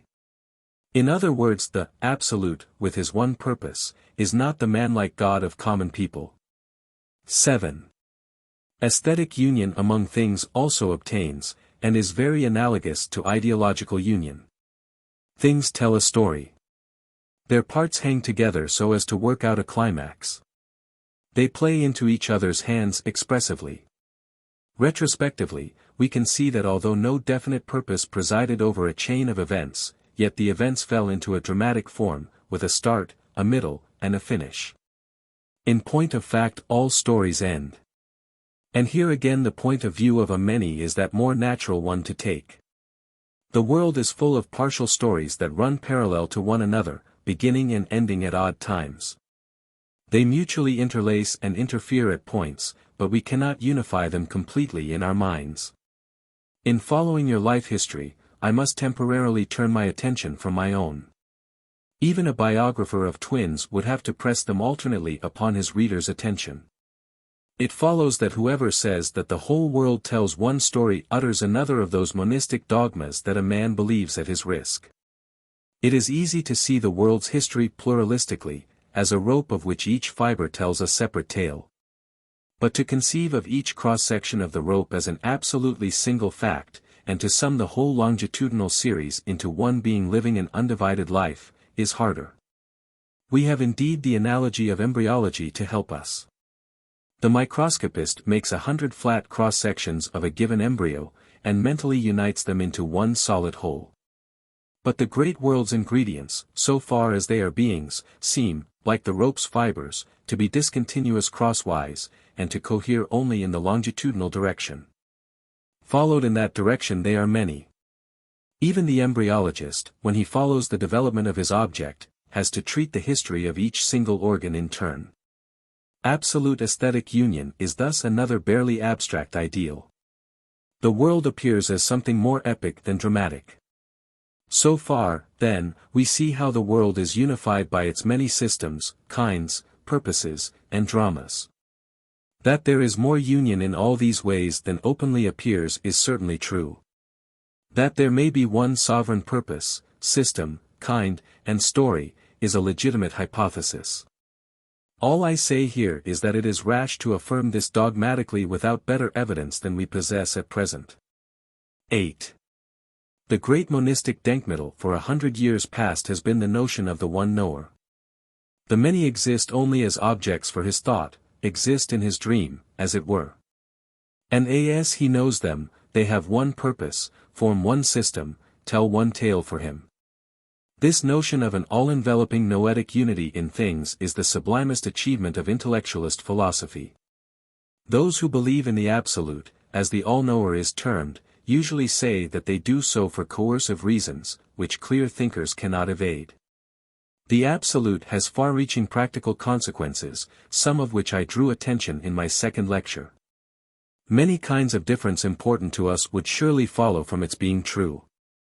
I cannot here enter into all the logical proofs of such a being's existence, farther than to say that none of them seem to me sound.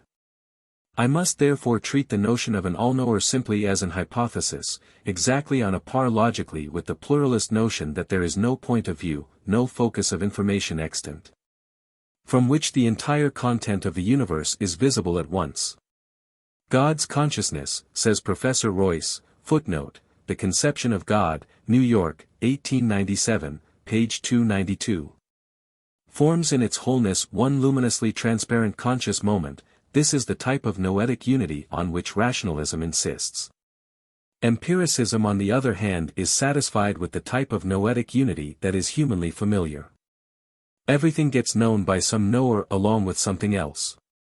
But the knowers may in the end be irreducibly many, and the greatest knower of them all may yet not know the whole of everything, or even know what he does know at one single stroke. He may be liable to forget. Whichever type obtained, the world would still be a universe noetically. Its parts would be conjoined by knowledge, but in the one case the knowledge would be absolutely unified, in the other it would be strung along and overlapped. The notion of one instantaneous or eternal knower, either adjective here means the same thing, is, as I said, the great intellectualist achievement of our time.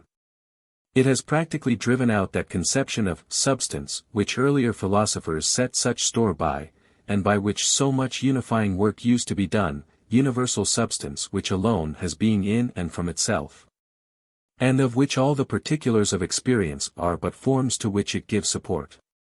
Substance has succumbed to the pragmatic criticisms of the English school. It appears now only as another name for the fact that phenomena as they come are actually grouped and given in coherent forms, the very forms in which we finite knowers experience or think them together. These forms of conjunction are as much parts of the tissue of experience as are the terms which they connect. And it is a great pragmatic achievement for recent idealism to have made the world hang together in these directly representable ways instead of drawing its unity from the inherence of its parts, whatever that may mean, in an unimaginable principle. Behind the scenes. The world is one, therefore, just so far as we experience it to be concatenated, one by as many definite conjunctions as appear.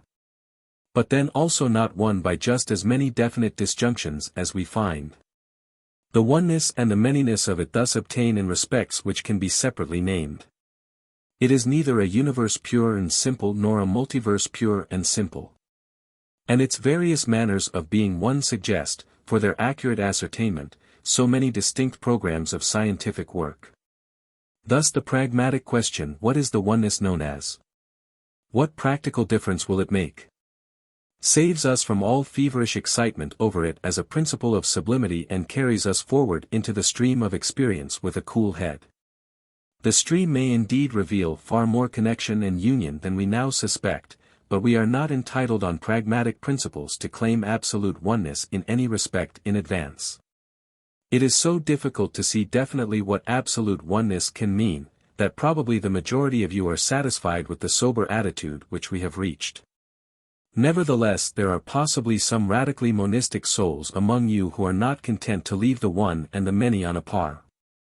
Union of various grades, union of diverse types, union that stops at non-conductors, union that merely goes from next to next, and means in many cases outer nextness only, and not a more internal bond, union of concatenation, in short. All that sort of thing seems to you a halfway stage of thought.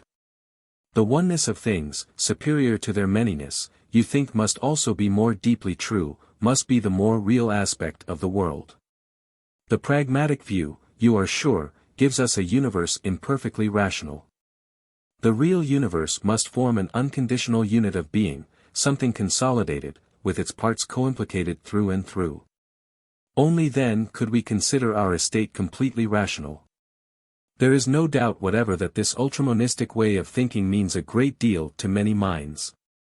One life, one truth, one love, one principle, one good, one God, I quote from a Christian Science leaflet which the day's mail brings into my hands. Beyond doubt such a confession of faith has pragmatically an emotional value. And beyond doubt the word one contributes to the value quite as much as the other words. But if we try to realize intellectually what we can possibly mean by such a glut of oneness, we are thrown right back upon our pragmatistic determinations again. It means either the mere name one, the universe of discourse. Or it means the sum total of all the ascertainable particular conjunctions and concatenations, or, finally, it means some one vehicle of conjunction treated as all-inclusive, like one origin, one purpose, or one knower. In point of fact it always means one knower to those who take it intellectually today. The one knower involves, they think, the other forms of conjunction. His world must have all its parts co-implicated in the one logical aesthetical teleological unit picture which is his eternal dream. The character of the absolute knower's picture is however so impossible for us to represent clearly, that we may fairly suppose that the authority which absolute monism undoubtedly possesses, and probably always will possess over some persons, draws its strength far less from intellectual than from mystical grounds. To interpret absolute monism worthily, be a mystic. Mystical states of mind in every degree are shown by history, usually though not always, to make for the monistic view. This is no proper occasion to enter upon the general subject of mysticism, but I will quote one mystical pronouncement to show just what I mean. The paragon of all monistic systems is the Vedanta philosophy of Hindustan, and the paragon of Vedantist missionaries was the late Swami Vivekananda who visited our shores some years ago. The method of Vedantism is the mystical method. You do not reason, but after going through a certain discipline you see, and having seen, you can report the truth. Vivekananda thus reports the truth in one of his lectures here. Where is any more misery for him who sees this oneness in the universe, this oneness of life, oneness of everything. This separation between man and woman, man and child, nation from nation, earth from moon, moon from sun, this separation between atom and atom is the cause really of all the misery, and the Vedanta says this separation does not exist. It is not real. It is merely apparent, on the surface. In the heart of things there is unity still. If you go inside you find that unity between man, women and children, races and races, high and low, rich and poor, the gods and men, all are one, and animals too, if you go deep enough, and he who has attained to that has no more delusion. Where is any more delusion for him? What can delude him? He knows the reality of everything, the secret of everything. Where is there any more misery for him? What does he desire? He has traced the reality of everything unto the Lord, that center, that unity of everything, and that is eternal bliss, eternal knowledge, eternal existence. Neither death nor disease, nor sorrow nor misery, nor discontent is there. In the center, the reality, there is no one to be mourned for, no one to be sorry for. He has penetrated everything, the pure one, the formless, the bodiless, the stainless, he the knower, he the great poet, the self-existent, he who is giving to everyone what he deserves. Observe how radical the character of the monism here is. Separation is not simply overcome by the one, it is denied to exist. There is no many. We are not parts of the one, it has no parts, and since in a sense we undeniably are, it must be that each of us is the one, indivisibly and totally. An absolute one, and I that one, surely we have here a religion which, emotionally considered, has a high pragmatic value, it imparts a perfect sumptuosity of security. As our Swami says in another place, when man has seen himself as one with the infinite being of the universe, when all separateness has ceased, when all men, all women, all angels, all gods, all animals, all plants, the whole universe has been melted into that oneness, then all fear disappears. Whom to fear? Can I hurt myself? Can I kill myself? Can I injure myself? Do you fear yourself? Then will all sorrow disappear. What can cause me sorrow? I am the one existence of the universe. Then all jealousies will disappear. Of whom to be jealous? Of myself? Then all bad feelings disappear. Against whom will I have this bad feeling? Against myself? There is none in the universe but me. Kill out this differentiation, kill out this superstition that there are many. He who, in this world of many, sees that one, he who in this mass of insentiency sees that one sentient being, he who in this world of shadow catches that reality, unto him belongs eternal peace, unto none else, unto none else. We all have some ear for this monistic music, it elevates and reassures. We all have at least the germ of mysticism in us. And when our idealists recite their arguments for the absolute, saying that the slightest union admitted anywhere carries logically absolute oneness with it, and that the slightest separation admitted anywhere logically carries disunion remediless and complete, I cannot help suspecting that the palpable weak places in the intellectual reasonings they use are protected from their own criticism by a mystical feeling that, logic or no logic, absolute oneness must somehow at any cost be true. Oneness overcomes moral separateness at any rate. In the passion of love we have the mystic germ of what might mean a total union of all sentient life. This mystical germ wakes up in us on hearing the monistic utterances, acknowledges their authority, and assigns to intellectual considerations a secondary place. I will dwell no longer on these religious and moral aspects of the question in this lecture. When I come to my final lecture there will be something more to say. Leave then out of consideration for the moment the authority which mystical insights may be conjectured eventually to possess, treat the problem of the one and the many in a purely intellectual way, and we see clearly enough where pragmatism stands. With her criterion of the practical differences that theories make, we see that she must equally abjure absolute monism and absolute pluralism. The world is one just so far as its parts hang together by any definite connection. It is many just so far as any definite connection fails to obtain. And finally it is growing more and more unified by those systems of connection at least which human energy keeps framing as time goes on.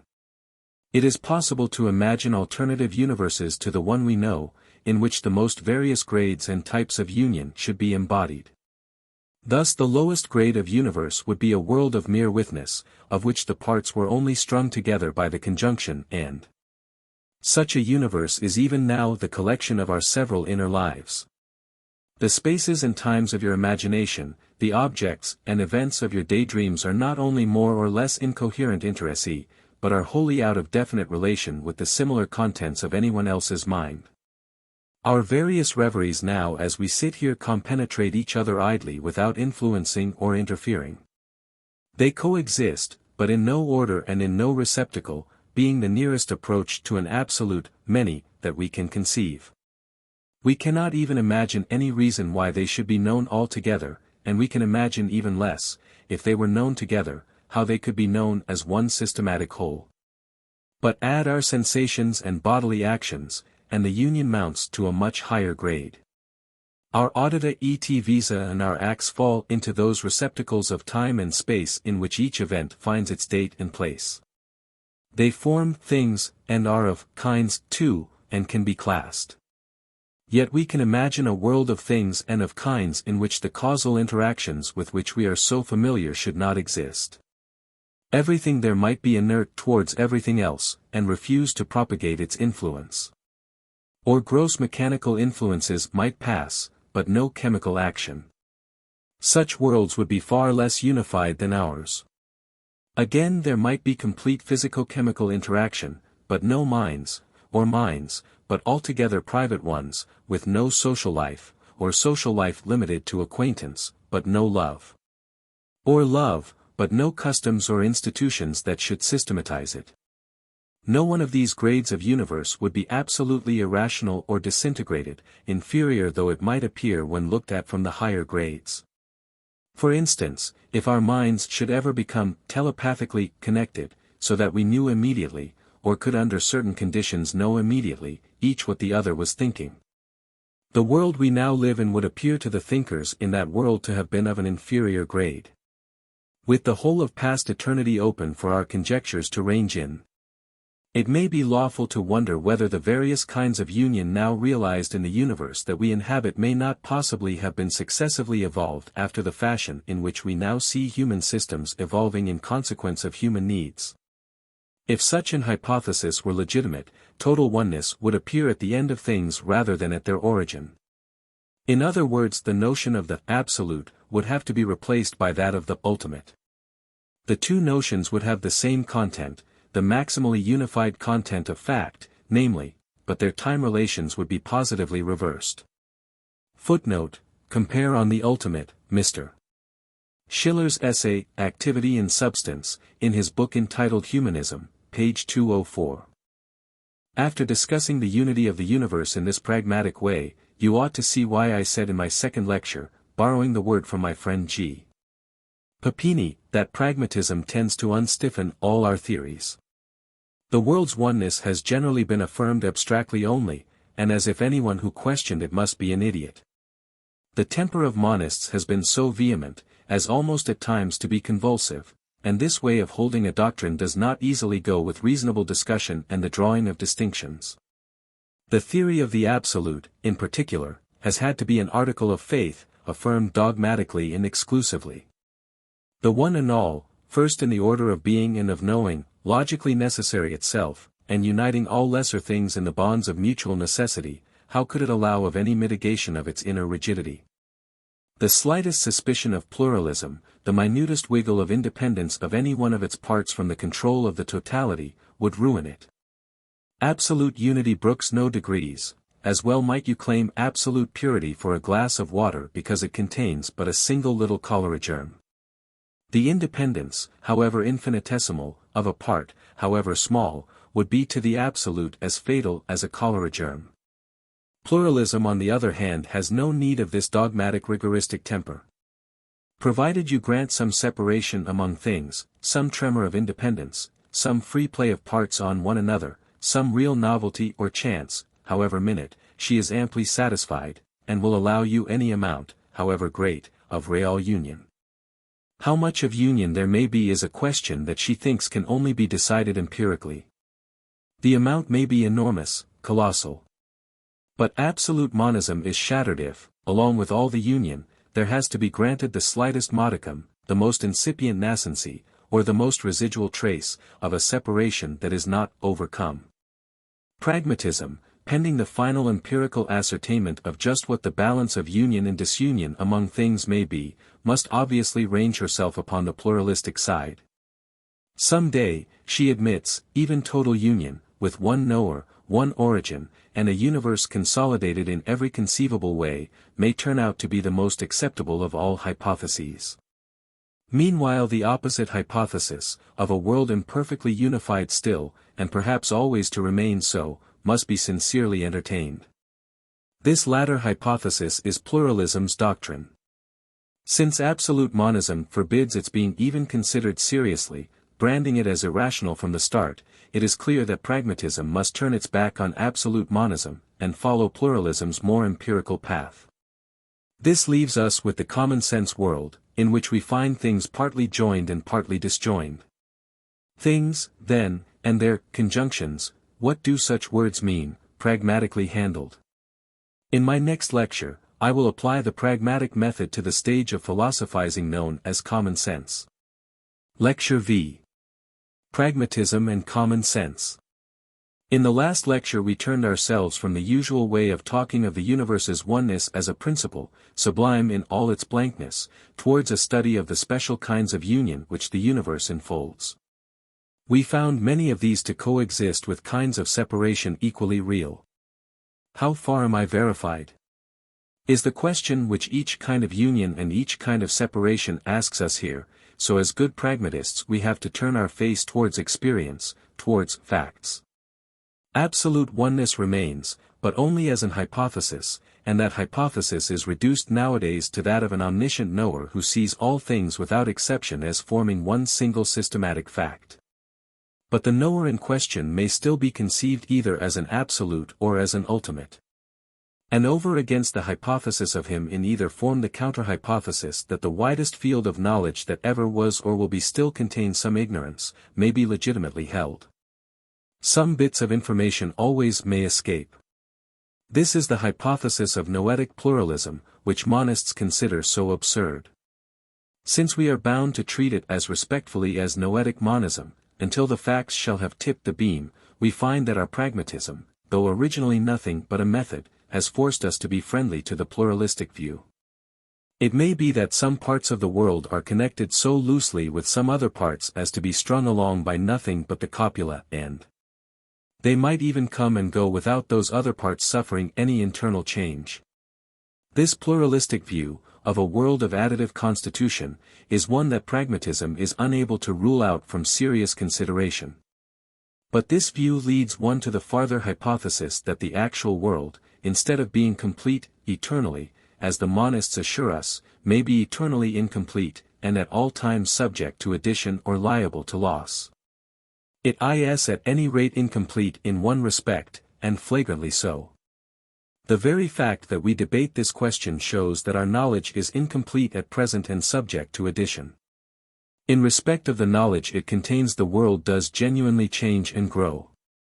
Some general remarks on the way in which our knowledge completes itself, when it does complete itself, will lead us very conveniently into our subject for this lecture, which is common sense. To begin with, our knowledge grows in spots. The spots may be large or small, but the knowledge never grows all over. Some old knowledge always remains what it was. Your knowledge of pragmatism, let us suppose, is growing now. Later, its growth may involve considerable modification of opinions which you previously held to be true. But such modifications are apt to be gradual. To take the nearest possible example, consider these lectures of mine. What you first gain from them is probably a small amount of new information, a few new definitions, or distinctions, or points of view. But while these special ideas are being added, the rest of your knowledge stands still, and only gradually will you line up your previous opinions with the novelties I am trying to instill, and modify to some slight degree their mass. You listen to me now, I suppose, with certain prepossessions as to my competency, and these affect your reception of what I say, but were I suddenly to break off lecturing, and to begin to sing, "We won't go home till morning," in a rich baritone voice, not only would that new fact be added to your stock, but it would oblige you to define me differently, and that might alter your opinion of the pragmatic philosophy, and in general bring about a rearrangement of a number of your ideas. Your mind in such processes is strained, and sometimes painfully so, between its older beliefs and the novelties which experience brings along. Our minds thus grow in spots, and like grease spots, the spots spread. But we let them spread as little as possible, we keep unaltered as much of our old knowledge, as many of our old prejudices and beliefs, as we can. We patch and tinker more than we renew. The novelty soaks in, it stains the ancient mass.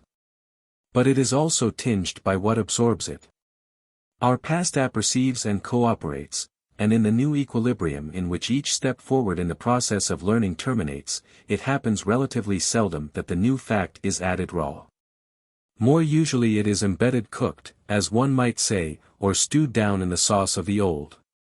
New truths thus are resultants of new experiences and of old truths combined and mutually modifying one another. And since this is the case in the changes of opinion of today, there is no reason to assume that it has not been so at all times. It follows that very ancient modes of thought may have survived through all the later changes in men's opinions. The most primitive ways of thinking may not yet be wholly expunged. Like our 5 fingers, our ear bones, our rudimentary caudal appendage, or our other vestigial peculiarities, they may remain as indelible tokens of events in our race history. Our ancestors may at certain moments have struck into ways of thinking which they might conceivably not have found. But once they did so, and after the fact, the inheritance continues. When you begin a piece of music in a certain key, you must keep the key to the end. You may alter your house ad libitum, but the ground plan of the first architect persists. You can make great changes, but you cannot change a Gothic church into a Doric temple. You may rinse and rinse the bottle, but you can't get the taste of the medicine or whiskey that first filled it wholly out. My thesis now is this, that our fundamental ways of thinking about things are discoveries of exceedingly remote ancestors, which have been able to preserve themselves throughout the experience of all subsequent time. They form one great stage of equilibrium in the human mind's development, the stage of common sense. Other stages have grafted themselves upon this stage, but have never succeeded in displacing it. Let us consider this common sense stage first, as if it might be final. In practical talk, a man's common sense means his good judgment, his freedom from eccentricity, his gumption, to use the vernacular word. In philosophy it means something entirely different, it means his use of certain intellectual forms or categories of thought. Were we lobsters, or bees, it might be that our organization would have led to our using quite different modes from these of apprehending our experiences. It might be too, we cannot dogmatically deny this, that such categories, unimaginable by us today, would have proved on the whole as serviceable for handling our experiences mentally as those which we actually use. If this sounds paradoxical to anyone, let him think of analytical geometry. The identical figures which Euclid defined by intrinsic relations were defined by Descartes by the relations of their points to adventitious coordinates, the result being an absolutely different and vastly more potent way of handling curves. All our conceptions are what the Germans call Denkmittel, means by which we handle facts by thinking them. Experience merely as such doesn't come ticketed and labeled, we have first to discover what it is. Kant speaks of it as being in its first intention a Goel der Erstchen, a Rhapsody der Worn, a mere motley which we have to unify by our wits. What we usually do is first to frame some system of concepts mentally classified, serialized, or connected in some intellectual way, and then to use this as a tally by which we keep tab on the impressions that present themselves. When each is referred to some possible place in the conceptual system, it is thereby understood. This notion of parallel manifolds, with their elements standing reciprocally in one-to-one relations, is proving so convenient nowadays in mathematics and logic as to supersede more and more the older classificatory conceptions. There are many conceptual systems of this sort, and the sense manifold is also such a system. Find a one-to-one relation for your sense impressions anywhere among the concepts, and in so far forth you rationalize the impressions. But obviously you can rationalize them by using various conceptual systems. The old common-sense way of rationalizing them is by a set of concepts of which the most important are these. Thing. The same or different. Kinds. Minds. Bodies. One time. One space. Subjects and attributes. Causal influences. The fancied. The real. We are now so familiar with the order that these notions have woven for us out of the everlasting weather of our perceptions that we find it hard to realize how little of a fixed routine the perceptions follow when taken by themselves. The word weather is a good one to use here. In Boston, for example, the weather has almost no routine, the only law being that if you have had any weather for 2 days, you will probably but not certainly have another weather on the third. Weather experience as it thus comes to Boston, is discontinuous and chaotic. In point of temperature, of wind, rain or sunshine, it may change 3 times a day.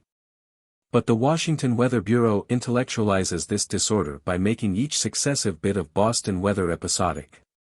It refers it to its place and moment in a continental cyclone, on the history of which the local changes everywhere are strung as beads are strung upon a cord. Now it seems almost certain that young children and the inferior animals take all their experiences very much as uninstructed Bostonians take their weather.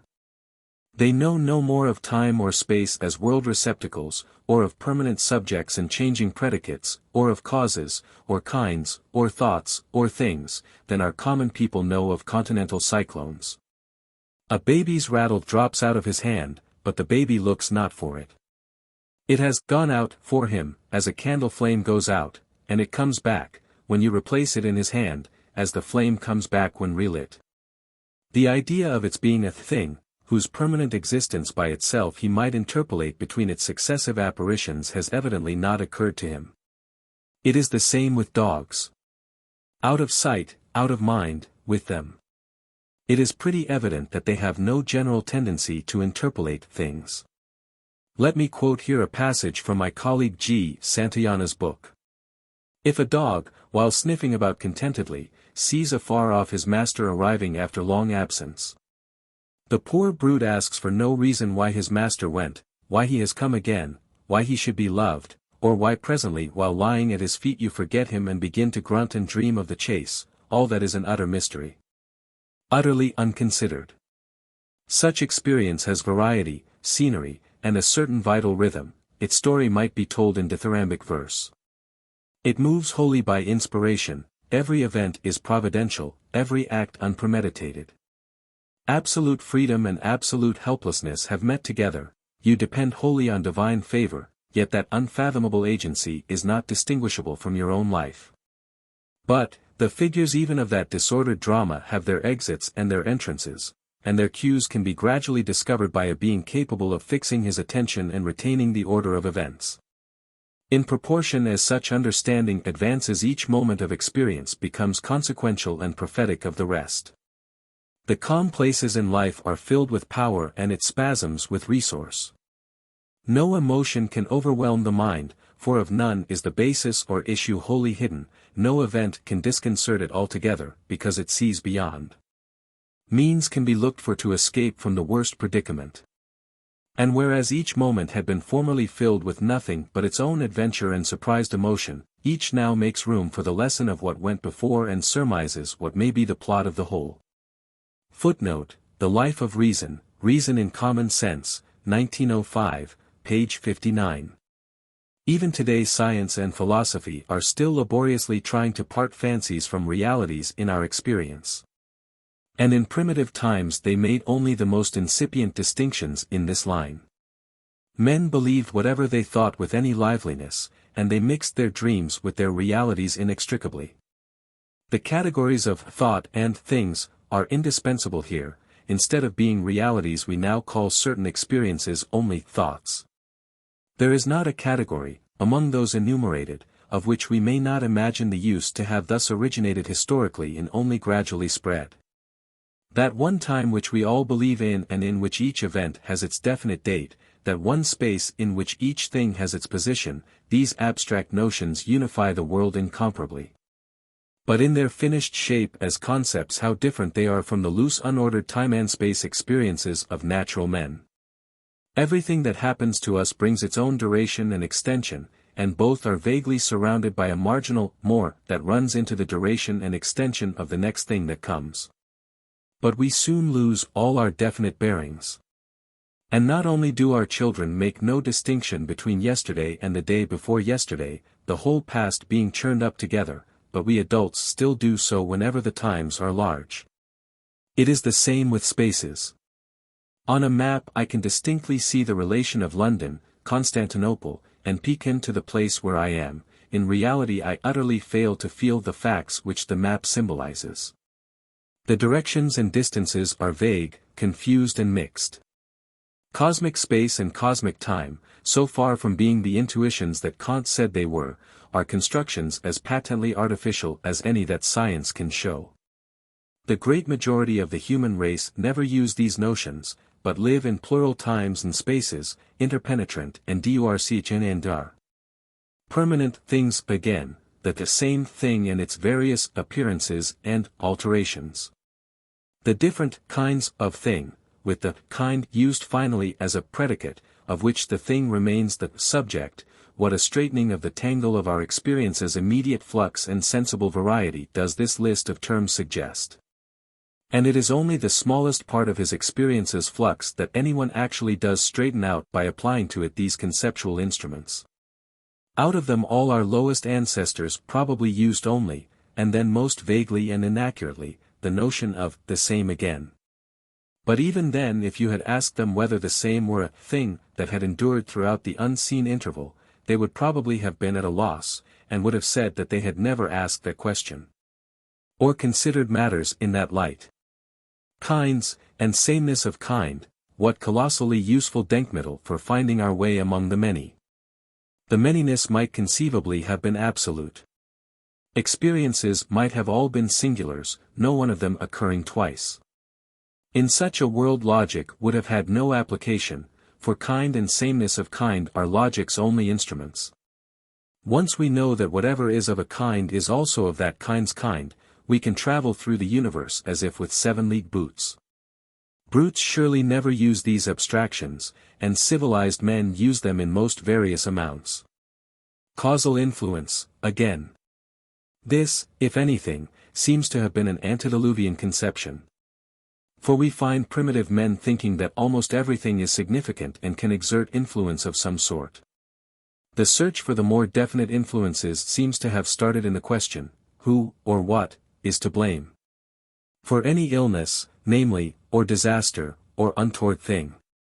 From this center the search for causal influences has spread. Hume and science together have tried to eliminate the whole notion of influence, substituting the entirely different denkmittel of law. But law is a comparatively recent invention, and influence reigns supreme in the older realm of common sense. The possible, as something less than the actual, more than the wholly unreal, is another of these magisterial notions of common sense. Criticize them as you may, they persist, and we fly back to them the moment critical pressure is relaxed. Self, body, in the substantial or metaphysical sense, no one escapes subjection to those forms of thought. In practice, the common sense denkmittel are uniformly victorious. Everyone, however instructed, still thinks of a thing, in the common sense way, as a permanent unit subject that supports its attributes interchangeably. No one stably or sincerely uses the more critical notion, of a group of sense qualities united by a law. With these categories in our hand, we make our plans and plot together, and connect all the remoter parts of experience with what lies before our eyes. Our later and more critical philosophies are mere fads and fancies compared with this natural mother tongue of thought. Common sense appears thus as a perfectly definite stage in our understanding of things, a stage that satisfies in an extraordinarily successful way the purposes for which we think. Things do exist, even when we do not see them. Their kinds also exist. Their qualities are what they act by, and are what we act on, and these also exist. These lamps shed their quality of light on every object in this room. We intercept it on its way whenever we hold up an opaque screen. It is the very sound that my lips emit that travels into your ears. It is the sensible heat of the fire that migrates into the water in which we boil an egg, and we can change the heat into coolness by dropping in a lump of ice. At this stage of philosophy all non-European men without exception have remained. It suffices for all the necessary practical ends of life. And, among our own race even, it is only the highly sophisticated specimens, the minds debauched by learning, as Berkeley calls them, who have ever even suspected common sense of not being absolutely true. But when we look back, and speculate as to how the common sense categories may have achieved their wonderful supremacy, no reason appears why it may not have been by a process just like that by which the conceptions due to Democritus, Berkeley, or Darwin, achieved their similar triumphs in more recent times. In other words, they may have been successfully discovered by prehistoric geniuses whose names the night of antiquity has covered up, they may have been verified by the immediate facts of experience which they first fitted. And then from fact to fact and from man to man they may have spread, until all language rested on them and we are now incapable of thinking naturally in any other terms. Such a view would only follow the rule that has proved elsewhere so fertile, of assuming the vast and remote to conform to the laws of formation that we can observe at work in the small and near. For all utilitarian practical purposes these conceptions amply suffice. But that they began at special points of discovery and only gradually spread from one thing to another, seems proved by the exceedingly dubious limits of their application today.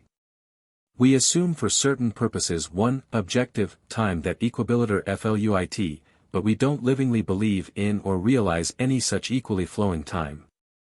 Space is a less vague notion, but things, what are they? Is a constellation properly a thing? Or an army?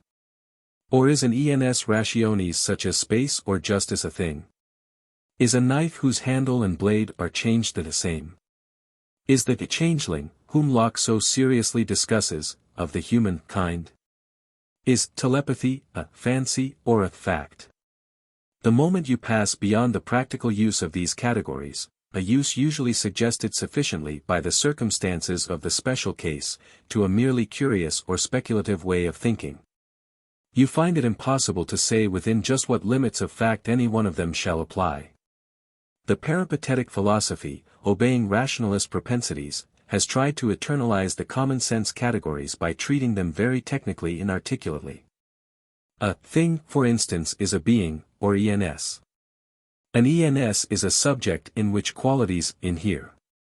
A subject is a substance. Substances are of kinds, and kinds are definite in number, and discrete. These distinctions are fundamental and eternal.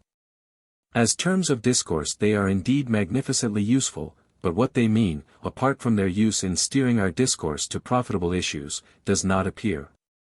If you ask a scholastic philosopher what a substance may be in itself, apart from its being the support of attributes, he simply says that your intellect knows perfectly what the word means. But what the intellect knows clearly is only the word itself and its steering function.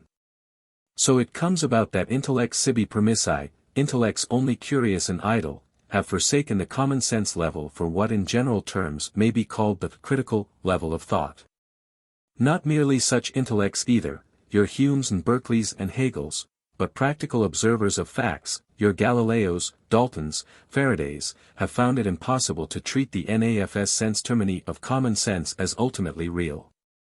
As common sense interpolates her constant things between our intermittent sensations, so science extrapolates her world of primary qualities, her atoms, her ether, her magnetic fields, and the like, beyond the common sense world. The things are now invisible and palpable things, and the old visible common sense things are supposed to result from the mixture of these invisibles. Or else the whole naive conception of thing gets superseded, and a thing's name is interpreted as denoting only the law or Regel der Verbindung by which certain of our sensations habitually succeed or coexist. Science and critical philosophy thus burst the bounds of common sense. With science naive realism ceases, secondary qualities become unreal, primary ones alone remain. With critical philosophy, havoc is made of everything. The common sense categories one and all cease to represent anything in the way of being, they are but sublime tricks of human thought, our ways of escaping bewilderment in the midst of sensation's irremediable flow. But the scientific tendency in critical thought, though inspired at first by purely intellectual motives, has opened an entirely unexpected range of practical utilities to our astonished view. Galileo gave us accurate clocks and accurate artillery practice, the chemists flood us with new medicines and dyestuffs, Ampere and Faraday have endowed us with the New York subway and with Marconi telegrams. The hypothetical things that such men have invented, defined as they have defined them, are showing an extraordinary fertility in consequences verifiable by sense. Our logic can deduce from them a consequence due under certain conditions, we can then bring about the conditions, and presto, the consequence is there before our eyes. The scope of the practical control of nature newly put into our hand by scientific ways of thinking vastly exceeds the scope of the old control grounded on common sense. Its rate of increase accelerates so that no one can trace the limit. One may even fear that the being of man may be crushed by his own powers, that his fixed nature as an organism may not prove adequate to stand the strain of the ever-increasingly tremendous functions, almost divine creative functions, which his intellect will more and more enable him to wield. He may drown in his wealth like a child in a bathtub, who has turned on the water and who cannot turn it off. The philosophic stage of criticism, much more thorough in its negations than the scientific stage, so far gives us no new range of practical power. Locke, Hume, Berkeley, Kant, Hegel, have all been utterly sterile, so far as shedding any light on the details of nature goes, and I can think of no invention or discovery that can be directly traced to anything in their peculiar thought. For neither with Berkeley's tar water nor with Kant's nebular hypothesis had their respective philosophic tenets anything to do. The satisfactions they yield to their disciples are intellectual, not practical, and even then we have to confess that there is a large minus side to the account. There are thus at least three well-characterized levels, stages or types of thought about the world we live in, and the notions of one stage have one kind of merit, those of another stage another kind. It is impossible, however, to say that any stage as yet in sight is absolutely more true than any other. Common sense is the more consolidated stage, because it got its innings first, and made all language into its ally. Whether it or science be the more august stage may be left to private judgment. But neither consolidation nor augustness are decisive marks of truth. If common sense were true, why should science have had to brand the secondary qualities, to which our world owes all its living interest, as false, and to invent an invisible world of points and curves and mathematical equations instead? Why should it have needed to transform causes and activities into laws of functional variation? Vainly did scholasticism, common sense's college-trained younger sister, seek to stereotype the forms the human family had always talked with, to make them definite and fix them for eternity. Substantial forms, in other words our secondary qualities, hardly outlasted the year of our Lord 1600. People were already tired of them then, and Galileo, and Descartes, with his new philosophy, gave them only a little later their coup de grace. But now if the new kinds of scientific thing, the corpuscular and etheric world, were essentially more true, why should they have excited so much criticism within the body of science itself? Scientific logicians are saying on every hand that these entities and their determinations, however definitely conceived, should not be held for literally real. It is as if they existed. But in reality they are like coordinates or logarithms, only artificial shortcuts for taking us from one part to another of experience's flux. We can cipher fruitfully with them, they serve us wonderfully, but we must not be their dupes. There is no ringing conclusion possible when we compare these types of thinking, with a view to telling which is the more absolutely true. Their naturalness, their intellectual economy, their fruitfulness for practice, all start up as distinct tests of their veracity, and as a result we get confused. Common sense is better for one sphere of life, science for another, philosophic criticism for a third, but whether either be true or absolutely, heaven only knows. Just now, if I understand the matter rightly, we are witnessing a curious reversion to the common-sense way of looking at physical nature, in the philosophy of science favored by such men as Mach, Ostwald and Duhem. According to these teachers, no hypothesis is truer than any other in the sense of being a more literal copy of reality. They are all but ways of talking on our part, to be compared solely from the point of view of their use. The only literally true thing is reality, and the only reality we know is, for these logicians, sensible reality, the flux of our sensations and emotions as they pass. Energy is the collective name, according to Ostwald, for the sensations just as they present themselves, the movement, heat, magnetic pull, or light, or whatever it may be, when they are measured in certain ways. So measuring them, we are enabled to describe the correlated changes which they show us, in formulas matchless for their simplicity and fruitfulness for human use.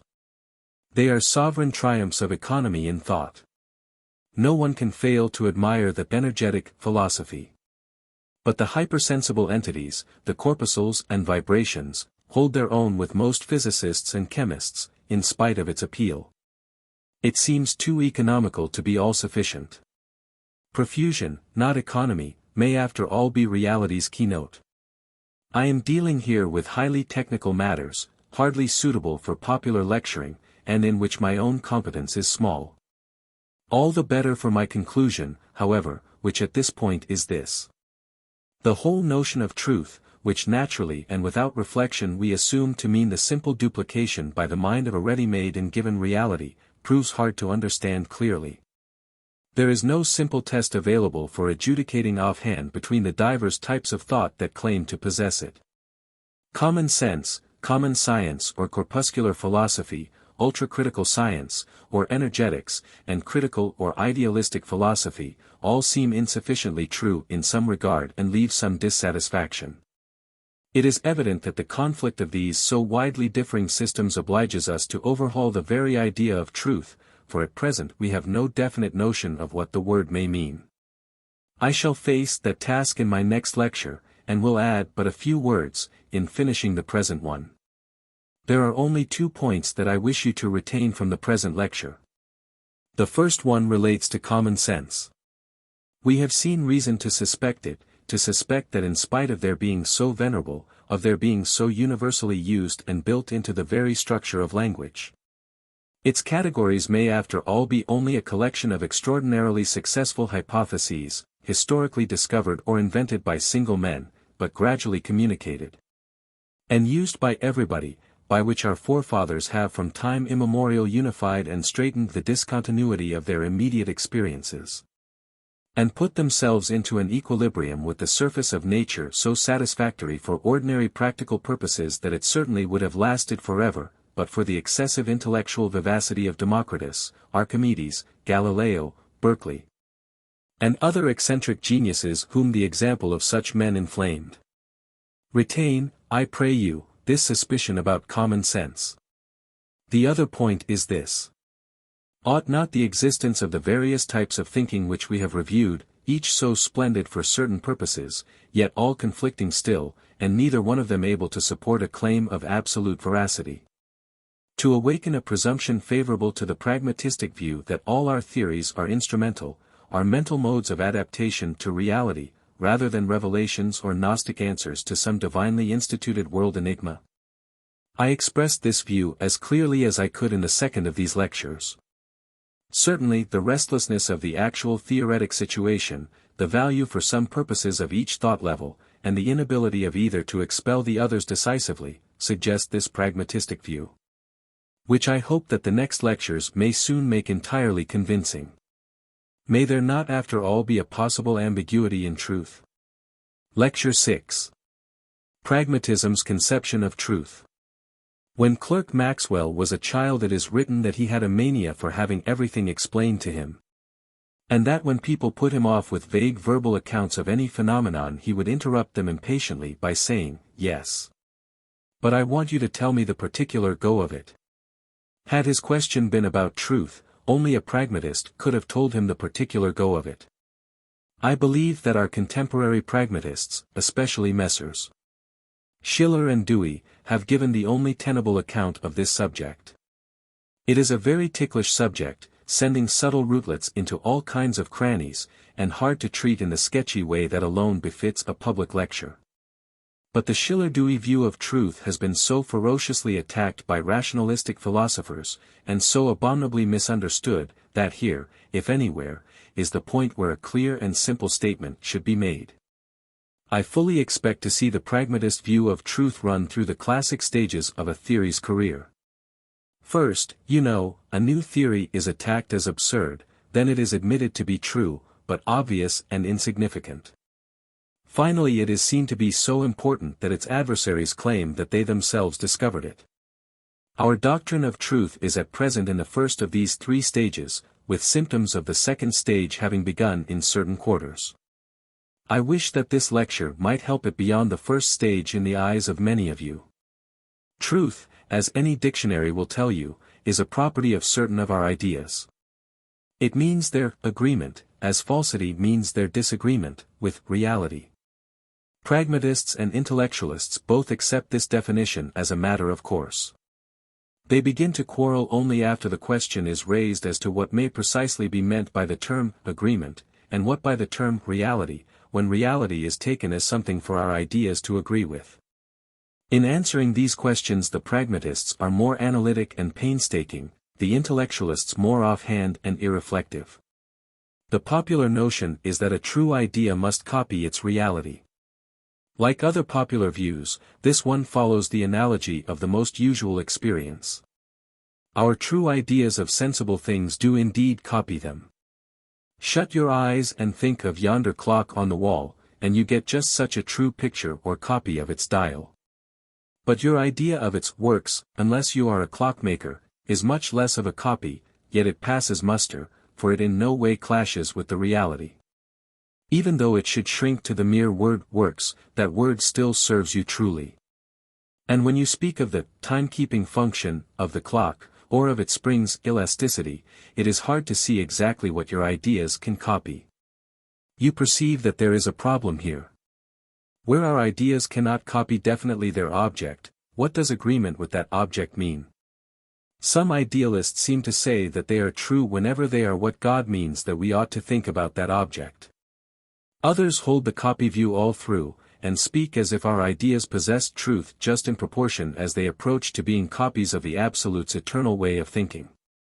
These views, you see, invite pragmatistic discussion. But the great assumption of the intellectualists is that truth means essentially an inert static relation. When you've got your true idea of anything, there's an end of the matter. You're in possession, You have fulfilled your thinking destiny. You are where you ought to be mentally, you have obeyed your categorical imperative, and nothing more need follow on that climax of your rational destiny. Epistemologically you are in stable equilibrium. Pragmatism, on the other hand, asks its usual question. Grant an idea or belief to be true, it says, what concrete difference will its being true make in anyone's actual life? How will the truth be realized? What experiences will be different from those which would obtain if the belief were false? What, in short, is the truth's cash value in experiential terms? The moment pragmatism asks this question, it sees the answer. True ideas are those that we can assimilate, validate, corroborate and verify. False ideas are those that we cannot. That is the practical difference it makes to us to have true ideas. That, therefore, is the meaning of truth, for it is all that truth is known as. This thesis is what I have to defend. The truth of an idea is not a stagnant property inherent in it. Truth happens to an idea. It becomes true, is made true by events. Its verity is in fact an event, a process, the process namely of its verifying itself, its verification. Its validity is the process of its validation. But what do the words verification and validation themselves pragmatically mean? They again signify certain practical consequences of the verified and validated idea. It is hard to find any one phrase that characterizes these consequences better than the ordinary agreement formula, just such consequences being what we have in mind whenever we say that our ideas agree with reality. They lead us, namely, through the acts and other ideas which they instigate, into or up to, or towards other parts of experience with which we feel, all the while such feeling being among our potentialities, that the original ideas remain in agreement. The connections and transitions come to us from point to point as being progressive, harmonious, satisfactory. This function of agreeable leading is what we mean by an idea's verification. Such an account is vague and it sounds at first quite trivial, but it has results which it will take the rest of my hour to explain. Let me begin by reminding you of the fact that the possession of true thoughts means everywhere the possession of invaluable instruments of action. And that our duty to gain truth, so far from being a blank command from out of the blue, or a stunt self-imposed by our intellect, can account for itself by excellent practical reasons. The importance to human life of having true beliefs about matters of fact is a thing too notorious. We live in a world of realities that can be infinitely useful or infinitely harmful. Ideas that tell us which of them to expect count as the true ideas in all this primary sphere of verification, and the pursuit of such ideas is a primary human duty. The possession of truth, so far from being here an end in itself, is only a preliminary means towards other vital satisfactions. If I am lost in the woods and starved, and find what looks like a cow path, it is of the utmost importance that I should think of a human habitation at the end of it, for if I do so and follow it, I save myself. The true thought is useful here because the house which is its object is useful. The practical value of true ideas is thus primarily derived from the practical importance of their objects to us. Their objects are, indeed, not important at all times. I may on another occasion have no use for the house, and then my idea of it, however verifiable, will be practically irrelevant, and had better remain latent. Yet since almost any object may some day become temporarily important, the advantage of having a general stock of extra truths, of ideas that shall be true of merely possible situations, is obvious. We store such extra truths away in our memories, and with the overflow we fill our books of reference. Whenever such an extra truth becomes practically relevant to one of our emergencies, it passes from cold storage to do work in the world, and our belief in it grows active. You can say of it then either that it is useful because it is true or that it is true because it is useful. Both these phrases mean exactly the same thing, namely that here is an idea that gets fulfilled and can be verified. True is the name for whatever idea starts the verification process, useful is the name for its completed function in experience. True ideas would never have been singled out as such, would never have acquired a class name, least of all a name suggesting value, unless they had been useful from the outset in this way. From this simple cue pragmatism gets her general notion of truth as something essentially bound up with the way in which one moment in our experience may lead us towards other moments which it will be worth while to have been led to. Primarily, and on the common sense level, the truth of a state of mind means this function of a leading that is worthwhile. When a moment in our experience, of any kind whatever, inspires us with a thought that is true, that means that sooner or later we dip by that thought's guidance into the particulars of experience again and make advantageous connection with them. This is a vague enough statement, but I beg you to retain it, for it is essential. Our experience meanwhile is all shot through with regularities. One bit of it can warn us to get ready for another bit, can intend, or be significant of that remoter object. The object's advent is the significance's verification. Truth, in these cases, meaning nothing but eventual verification, is manifestly incompatible with waywardness on our part. Woe to him whose beliefs play fast and loose with the order which realities follow in his experience, they will lead him nowhere or else make false connections. By realities, or objects here, we mean either things of common sense, sensibly present, or else common sense relations, such as dates, places, distances, kinds, activities. Following our mental image of a house along the cow path, we actually come to see the house, we get the image's full verification. Such simply and fully verified leadings are certainly the originals and prototypes of the truth process. Experience offers indeed other forms of truth process, but they are all conceivable as being primary verifications arrested, multiplied or substituted one for another. Take, for instance, yonder object on the wall. You and I consider it to be a clock, although no one of us has seen the hidden works that make it one. We let our notion pass for true without attempting to verify. If truths mean verification process essentially, ought we then to call such unverified truths as this abortive? No, for they form the overwhelmingly large number of the truths we live by. Indirect as well as direct verifications pass muster. Where circumstantial evidence is sufficient, we can go without eyewitnessing. Just as we here assume Japan to exist without ever having been there, because it works to do so, everything we know conspiring with the belief, and nothing interfering, so we assume that thing to be a clock. We use it as a clock, regulating the length of our lecture by it.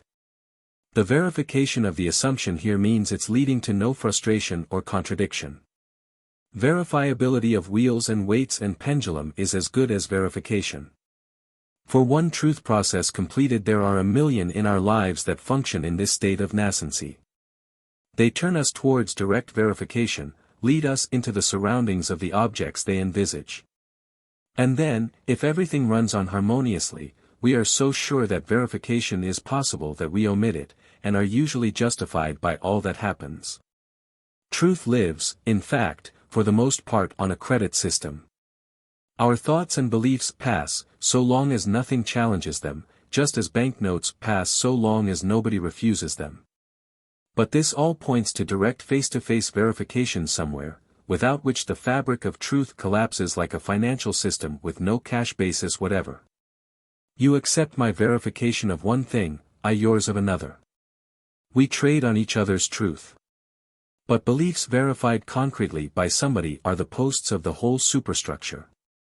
Another great reason, beside economy of time, for waiving complete verification in the usual business of life is that all things exist in kinds and not singly. Our world is found once for all to have that peculiarity. So that when we have once directly verified our ideas about one specimen of a kind, we consider ourselves free to apply them to other specimens without verification. A mind that habitually discerns the kind of thing before it, and acts by the law of the kind immediately, without pausing to verify, will be a true mind in 99 out of 100 emergencies. Proved so by its conduct fitting everything it meets, and getting no refutation. Indirectly or only potentially verifying processes may thus be true as well as full verification processes. They work as true processes would work, give us the same advantages, and claim our recognition for the same reasons. All this on the common sense level of matters of fact, which we are alone considering. But matters of fact are not our only stock in trade.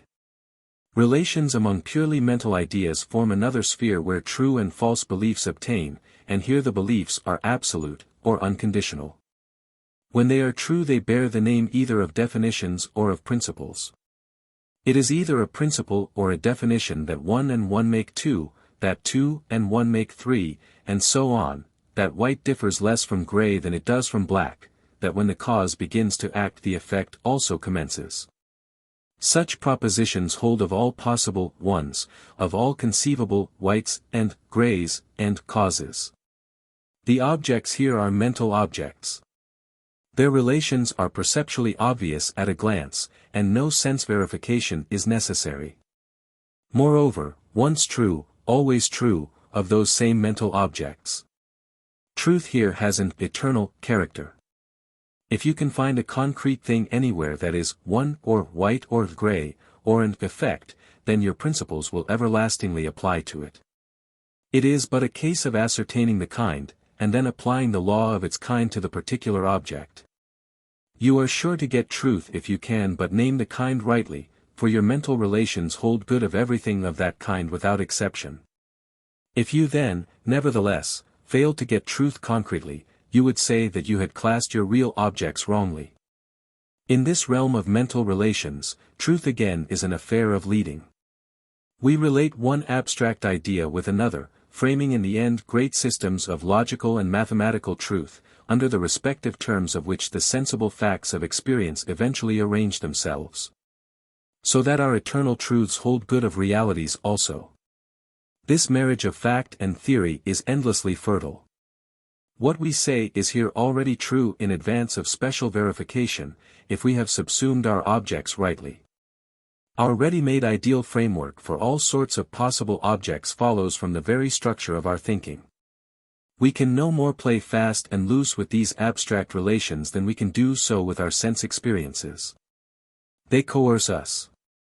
We must treat them consistently, whether or not we like the results.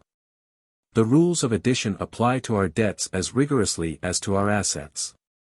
The 100th decimal of pi, the ratio of the circumference to its diameter, is predetermined ideally now, though no one may have computed it.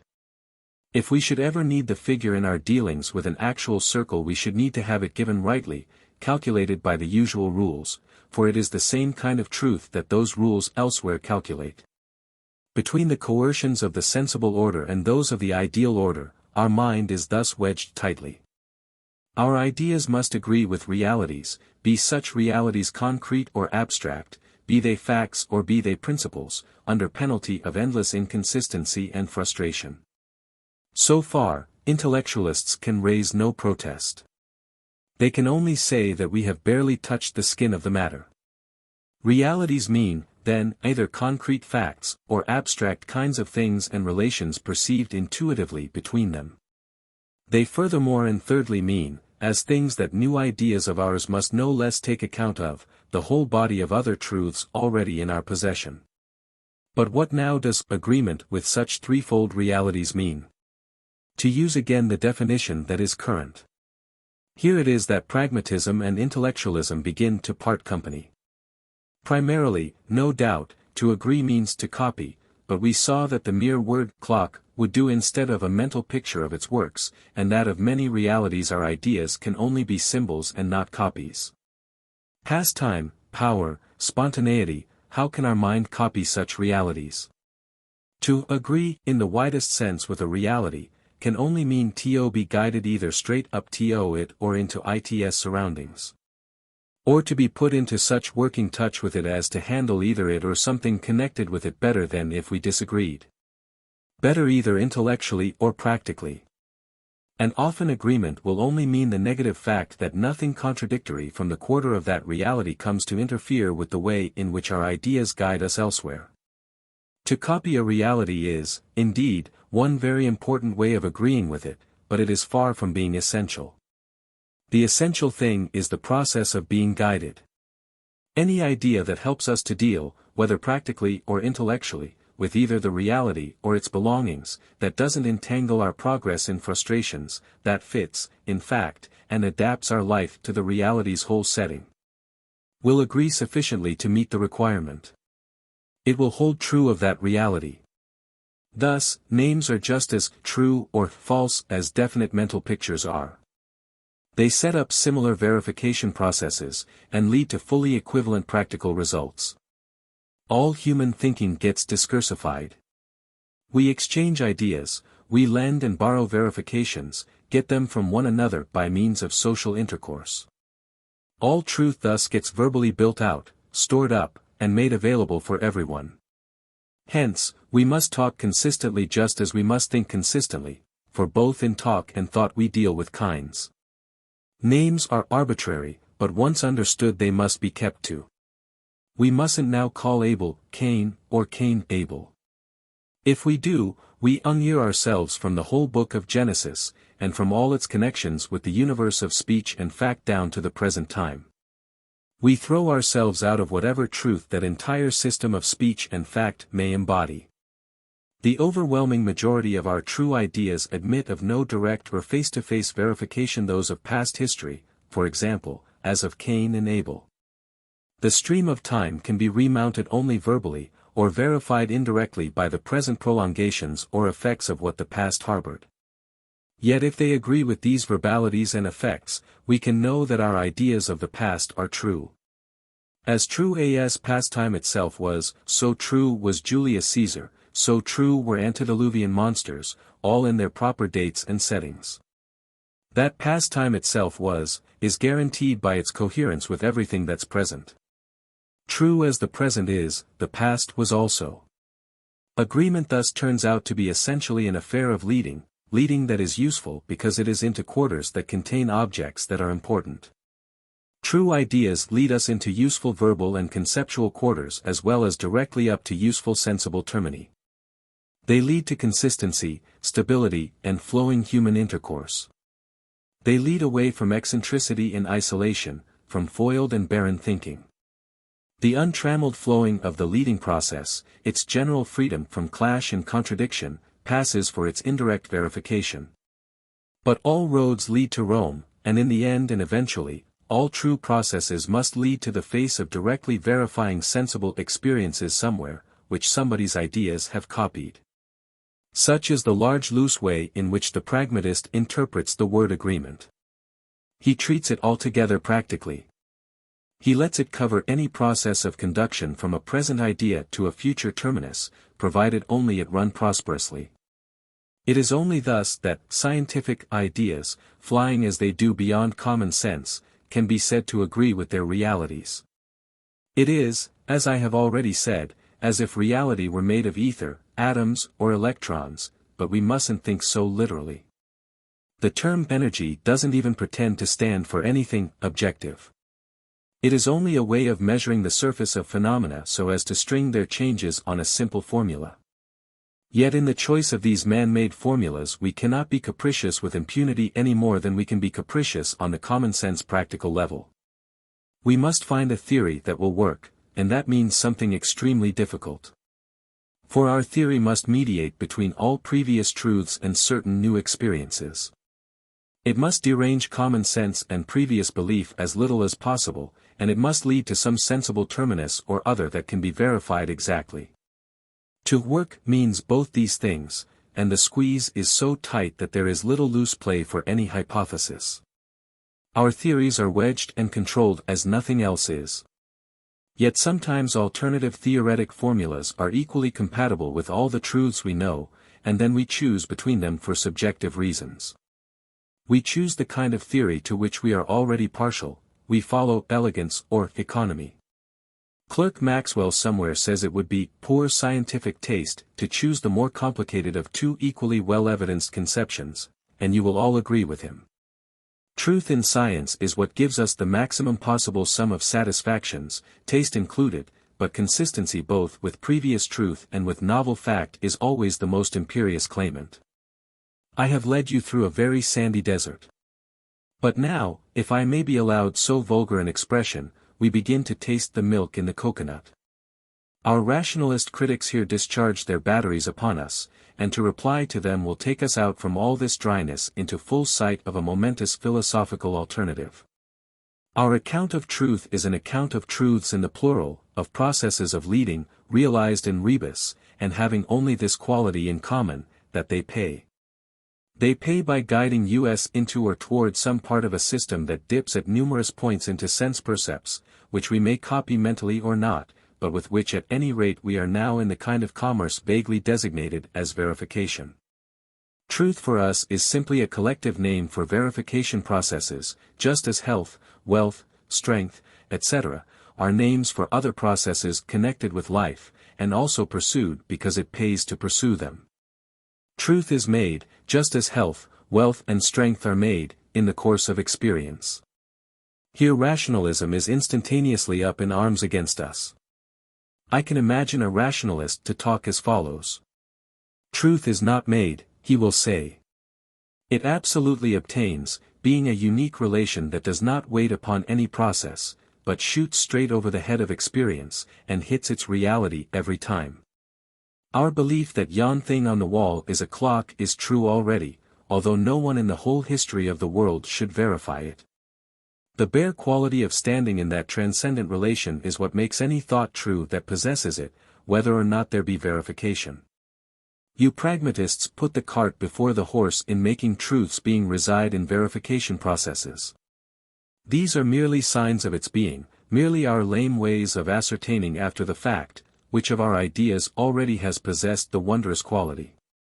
The quality itself is timeless, like all essences and natures. Thoughts partake of it directly, as they partake of falsity or of irrelevancy. It can't be analyzed away into pragmatic consequences. The whole plausibility of this rationalist tirade is due to the fact to which we have already paid so much attention. In our world, namely, abounding as it does in things of similar kinds and similarly associated, one verification serves for others of its kind, and one great use of knowing things is to be led not so much to them as to their associates. Especially to human talk about them. The quality of truth, obtaining ante-rem, pragmatically means, then, the fact that in such a world innumerable ideas work better by their indirect or possible than by their direct and actual verification. Truth ante-rem means only verifiability, then, or else it is a case of the stock rationalist trick of treating the name of a concrete phenomenal reality as an independent prior entity, and placing it behind the reality as its explanation. Professor Mach quotes somewhere an epigram of Lessing's. Sagt Hanschen schlau zu Wetterfritz, wie kommt es, Wetterfritzen, das grad die Reichsten in der Welt, das meist Geld besitzen. Hanschen schlau here treats the principle, wealth, as something distinct from the facts denoted by the man's being rich. It antedates them, the facts become only a sort of secondary coincidence with the rich man's essential nature. In the case of wealth, we all see the fallacy. We know that wealth is but a name for concrete processes that certain men's lives play a part in, and not a natural excellence found in Messrs. Rockefeller and Carnegie, but not in the rest of us. Like wealth, health also lives in rebus. It is a name for processes, as digestion, circulation, sleep, etc. that go on happily, though in this instance we are more inclined to think of it as a principle and to say the man digests and sleeps so well because he is so healthy.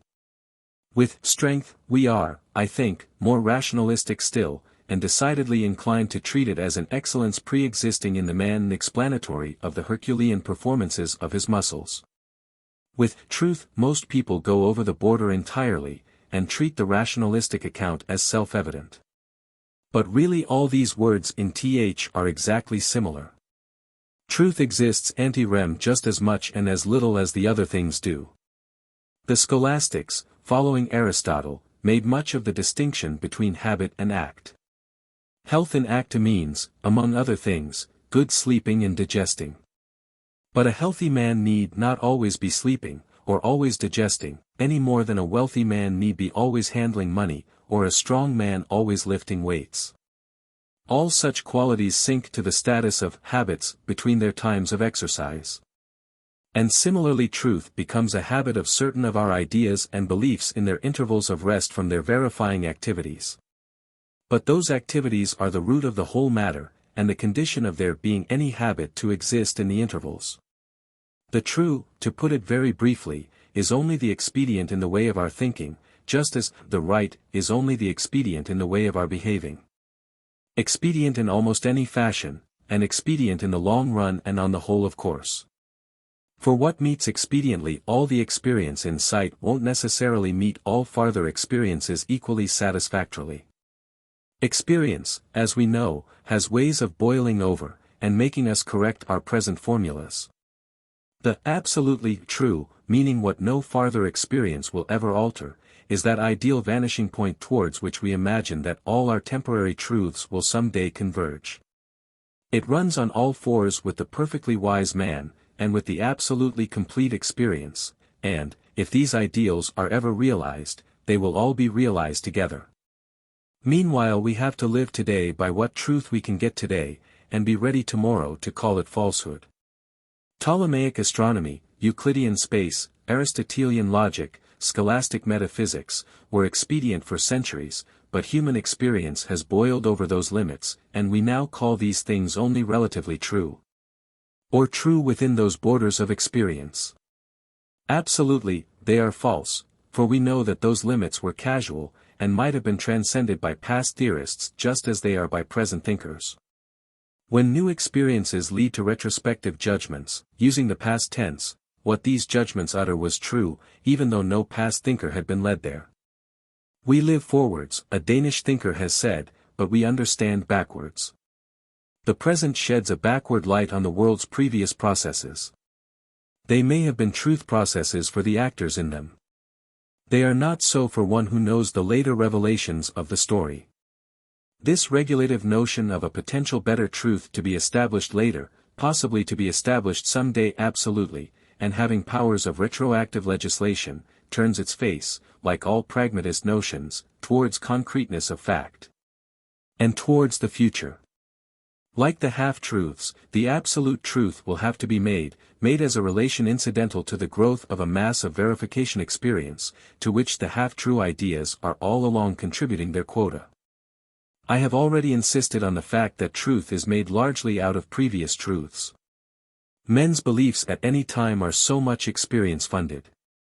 But the beliefs are themselves parts of the sum total of the world's experience, and become matter, therefore, for the next day's funding operations.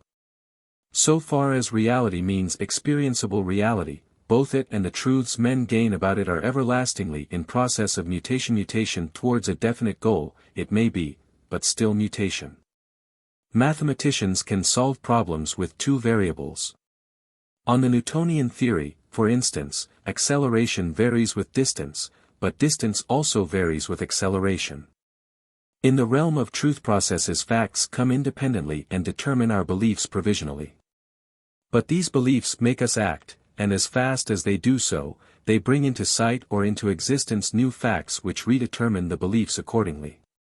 So the whole coil and ball of truth, as it rolls up, is the product of a double influence. Truths emerge from facts, but they dip forward into facts again and add to them, which facts again create or reveal new truth, the word is indifferent, and so on indefinitely. The facts themselves meanwhile are not true. They simply are. Truth is the function of the beliefs that start and terminate among them. The case is like a snowball's growth, due as it is to the distribution of the snow on the one hand, and to the successive pushes of the boys on the other, with these factors co-determining each other incessantly. The most fateful point of difference between being a rationalist and being a pragmatist is now fully in sight. Experience is in mutation, and our psychological ascertainments of truth are in mutation, so much rationalism will allow. But never that either reality itself or truth itself is mutable. Reality stands complete and ready-made from all eternity, rationalism insists, and the agreement of our ideas with it is that unique unanalyzable virtue in them of which she has already told us. As that intrinsic excellence, their truth has nothing to do with our experiences. It adds nothing to the content of experience. It makes no difference to reality itself, it is supervenient, inert, static, a reflection merely. It doesn't exist, it holds or obtains, it belongs to another dimension from that of either facts or fact relations, belongs, in short, to the epistemological dimension, and with that big word rationalism closes the discussion. Thus, just as pragmatism faces forward to the future, so does rationalism here again face backward to a past eternity. True to her inveterate habit, rationalism reverts to principles, and thinks that when an abstraction once is named, we own an oracular solution. The tremendous pregnancy in the way of consequences for life of this radical difference of outlook will only become apparent in my later lectures. I wish meanwhile to close this lecture by showing that rationalism's sublimity does not save it from inanity. When, namely, you ask rationalists, instead of accusing pragmatism of desecrating the notion of truth, to define it themselves by saying exactly what they understand by it, the only positive attempts I can think of are these two. 1.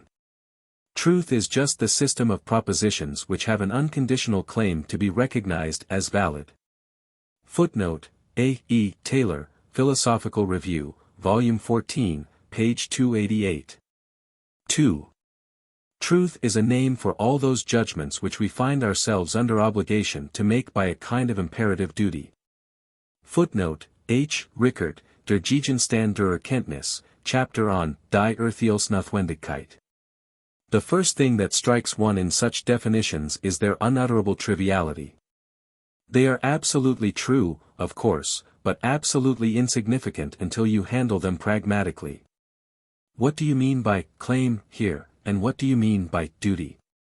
As summary names for the concrete reasons why thinking in true ways is overwhelmingly expedient and good for mortal men, it is all right to talk of claims on reality's part to be agreed with, and of obligations on our part to agree. We feel both the claims and the obligations, and we feel them for just those reasons. But the rationalists who talk of claim and obligation expressly say that they have nothing to do with our practical interests or personal reasons. Our reasons for agreeing are psychological facts, they say, relative to each thinker, and to the accidents of his life. They are his evidence merely, they are no part of the life of truth itself. That life transacts itself in a purely logical or epistemological, as distinguished from a psychological, dimension, and its claims antedate and exceed all personal motivations whatsoever. Though neither man nor God should ever ascertain truth, the word would still have to be defined as that which ought to be ascertained and recognized. There never was a more exquisite example of an idea abstracted from the concretes of experience and then used to oppose and negate what it was abstracted from. Philosophy and common life abound in similar instances. The sentimentalist fallacy is to shed tears over abstract justice and generosity, beauty, etc., and never to know these qualities when you meet them in the street, because there the circumstances make them vulgar. Thus I read in the privately printed biography of an eminently rationalistic mind, it was strange that with such admiration for beauty in the abstract, my brother had no enthusiasm for fine architecture, for beautiful painting, or for flowers. And in almost the last philosophic work I have read, I find such passages as the following: justice is ideal, solely ideal. Reason conceives that it ought to exist, but experience shows that it cannot. Truth, which ought to be, cannot be. Reason is deformed by experience. As soon as reason enters experience, it becomes contrary to reason. The rationalist's fallacy here is exactly like the sentimentalist's. Both extract a quality from the muddy particulars of experience, and find it so pure when extracted that they contrast it with each and all its muddy instances as an opposite and higher nature. All the while it is their nature. It is the nature of truths to be validated, verified. It pays for our ideas to be validated. Our obligation to seek truth is part of our general obligation to do what pays. The payments true ideas bring are the sole why of our duty to follow them. Identical whys exist in the case of wealth and health. Truth makes no other kind of claim and imposes no other kind of ought than health and wealth do. All these claims are conditional. The concrete benefits we gain are what we mean by calling the pursuit a duty. In the case of truth, untrue beliefs work as perniciously in the long run as true beliefs work beneficially. Talking abstractly, the quality true may thus be said to grow absolutely precious, and the quality untrue absolutely damnable. The one may be called good, the other bad, unconditionally. We ought to think the true, we ought to shun the false, imperatively. But if we treat all this abstraction literally and oppose it to its mother soil and experience, see what a preposterous position we work ourselves into. We cannot then take a step forward in our actual thinking. When shall I acknowledge this truth and when that? Shall the acknowledgement be loud, or silent? If sometimes loud, sometimes silent, which now? When may a truth go into cold storage in the encyclopedia? And when shall it come out for battle? Must I constantly be repeating the truth, twice, two or four, because of its eternal claim on recognition? Or is it sometimes irrelevant? Must my thoughts dwell night and day on my personal sins and blemishes, because I truly have them, or may I sink and ignore them in order to be a decent social unit, and not a mass of morbid melancholy and apology? It is quite evident that our obligation to acknowledge truth, so far from being unconditional, is tremendously conditioned. Truth with a big T, and in the singular, claims abstractly to be recognized, of course. But concrete truths in the plural need be recognized only when their recognition is expedient. A truth must always be preferred to a falsehood when both relate to the situation, but when neither does, truth is as little of a duty as falsehood. If you ask me what o'clock it is and I tell you that I live at 95, Irving Street, my answer may indeed be true, but you don't see why it is my duty to give it. A false address would be as much to the purpose. With this admission that there are conditions that limit the application of the abstract imperative, the pragmatistic treatment of truth sweeps back upon us in its fullness. Our duty to agree with reality is seen to be grounded in a perfect jungle of concrete expediencies. When Berkeley had explained what people meant by matter, people thought that he denied matter's existence. When Messrs. Schiller and Dewey now explain what people mean by truth, they are accused of denying its existence. These pragmatists destroy all objective standards, critics say, and put foolishness and wisdom on one level. A favorite formula for describing Mr. Schiller's doctrines and mine is that we are persons who think that by saying whatever you find it pleasant to say and calling it truth you fulfill every pragmatistic requirement. I leave it to you to judge whether this be not an impudent slander. Pent in, as the pragmatist more than anyone else sees himself to be, between the whole body of funded truths squeezed from the past and the coercions of the world of sense about him. Who so well as he feels the immense pressure of objective control under which our minds perform their operations? If anyone imagines that this law is lax, let him keep its commandment one day, says Emerson. We have heard much of late of the uses of the imagination in science. It is high time to urge the use of a little imagination in philosophy. The unwillingness of some of our critics to read any but the silliest of possible meanings into our statements is as discreditable to their imaginations as anything I know in recent philosophic history. Schiller says the true is that which works. Thereupon he is treated as one who limits verification to the lowest material utilities. Dewey says truth is what gives satisfaction. He is treated as one who believes in calling everything true which, if it were true, would be pleasant. Our critics certainly need more imagination of realities. I have honestly tried to stretch my own imagination and to read the best possible meaning into the rationalist conception, but I have to confess that it still completely baffles me. The notion of a reality calling on us to agree with it, and that for no reasons, but simply because its claim is unconditional or transcendent, is one that I can make neither head nor tail of. I try to imagine myself as the sole reality in the world, and then to imagine what more I would claim if I were allowed to. If you suggest the possibility of my claiming that a mind should come into being from out of the void inane and stand and copy me, I can indeed imagine what the copying might mean, but I can conjure up no motive. What good it would do me to be copied, or what good it would do that mind to copy me, if farther consequences are expressly and in principle ruled out as motives for the claim, as they are by our rationalist authorities, I cannot fathom. When the Irishman's admirers ran him along to the place of banquet in a sedan chair with no bottom, he said, "Faith, if it wasn't for the honor of the thing, I might as well have come on foot." So here, but for the honor of the thing, I might as well have remained uncopied. Copying is one genuine mode of knowing, which for some strange reason our contemporary transcendentalists seem to be tumbling over each other to repudiate. But when we get beyond copying, and fall back on unnamed forms of agreeing that are expressly denied to be either copyings or leadings or fittings, or any other processes pragmatically definable, the what of the agreement claimed becomes as unintelligible as the why of it. Neither content nor motive can be imagined for it. It is an absolutely meaningless abstraction. Footnote: I am not forgetting that Professor Rickert long ago gave up the whole notion of truth being founded on agreement with reality. Reality, according to him, is whatever agrees with truth, and truth is founded solely on our primal duty. This fantastic flight, together with Mr. Joachim's candid confession of failure in his book The Nature of Truth, seems to me to mark the bankruptcy of rationalism when dealing with this subject. Rickert deals with part of the pragmatistic position under the head of what he calls relativismus. I cannot discuss his text here. Suffice it to say that his argumentation in that chapter is so feeble as to seem almost incredible in so generally able a writer. Surely in this field of truth it is the pragmatists and not the rationalists who are the more genuine defenders of the universe's rationality. Lecture 7. Pragmatism and Humanism.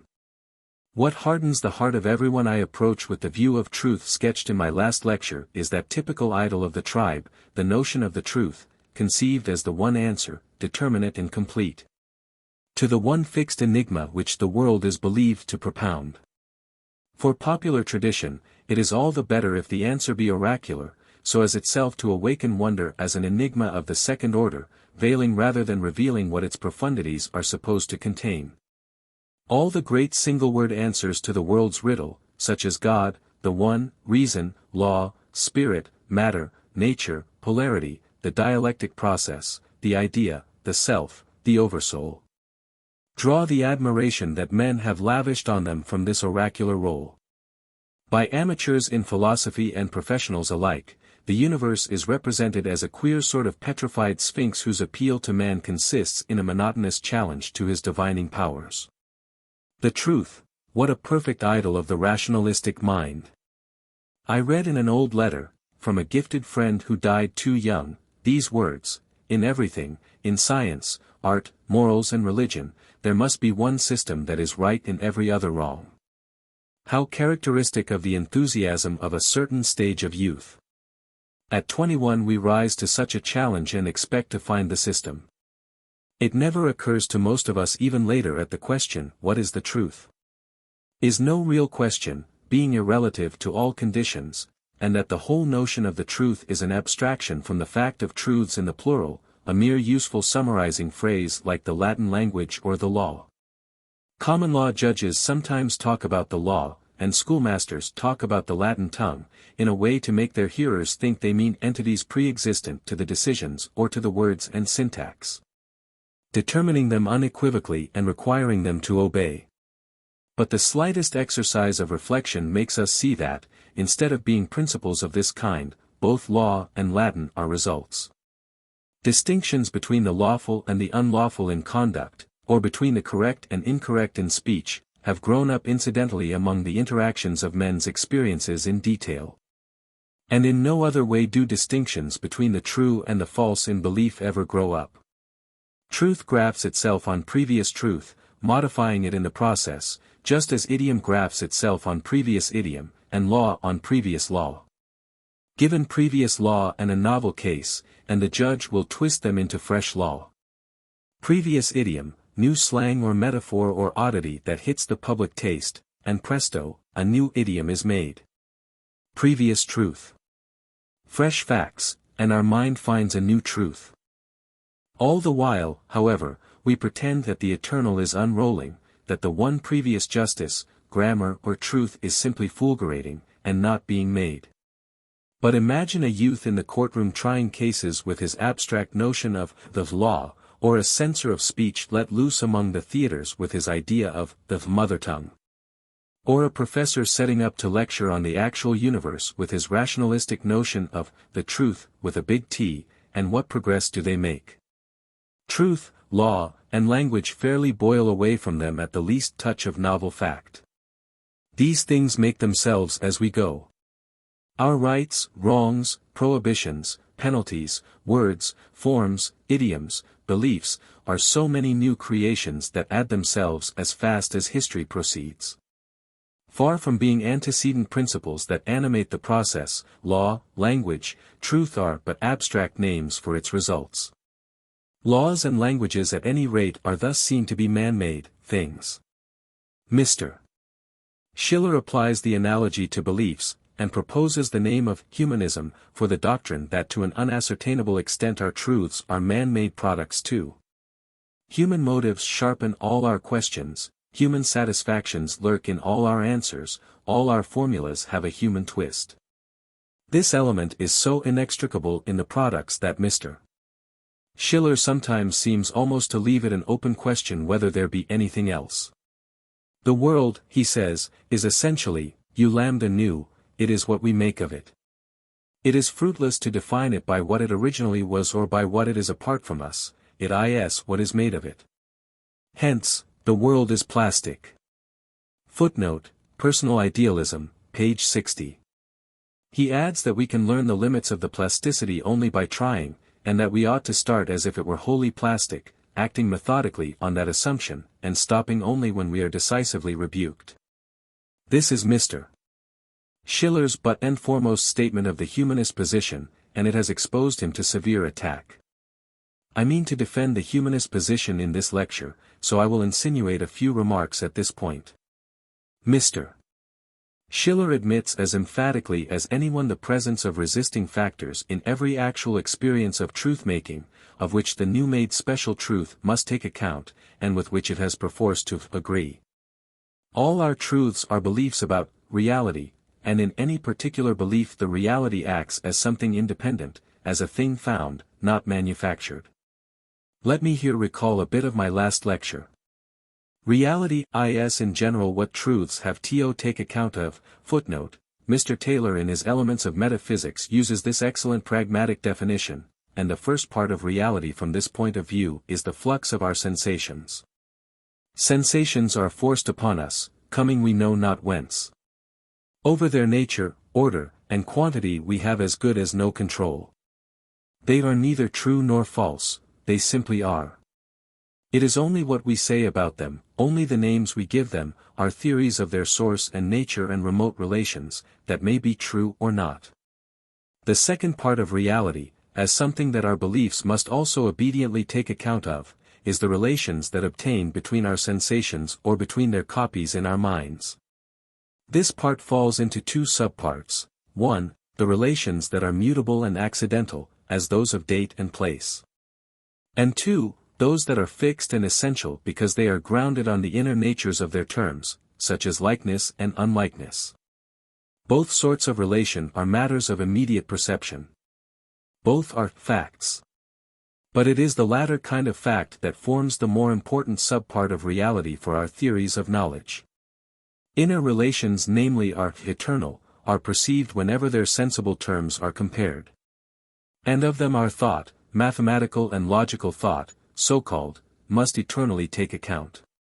The third part of reality, additional to these perceptions, though largely based upon them, is the previous truths of which every new inquiry takes account. This third part is a much less obdurately resisting factor, it often ends by giving way.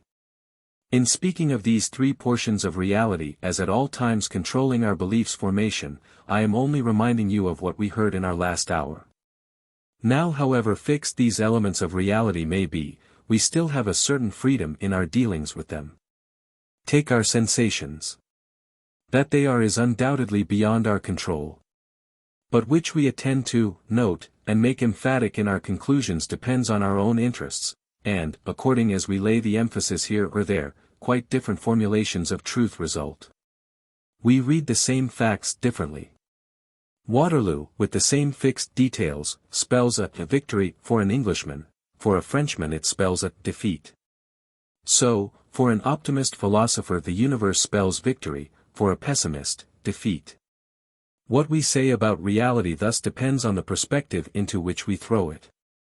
The that of it is its own, but the what depends on the which, and the which depends on us.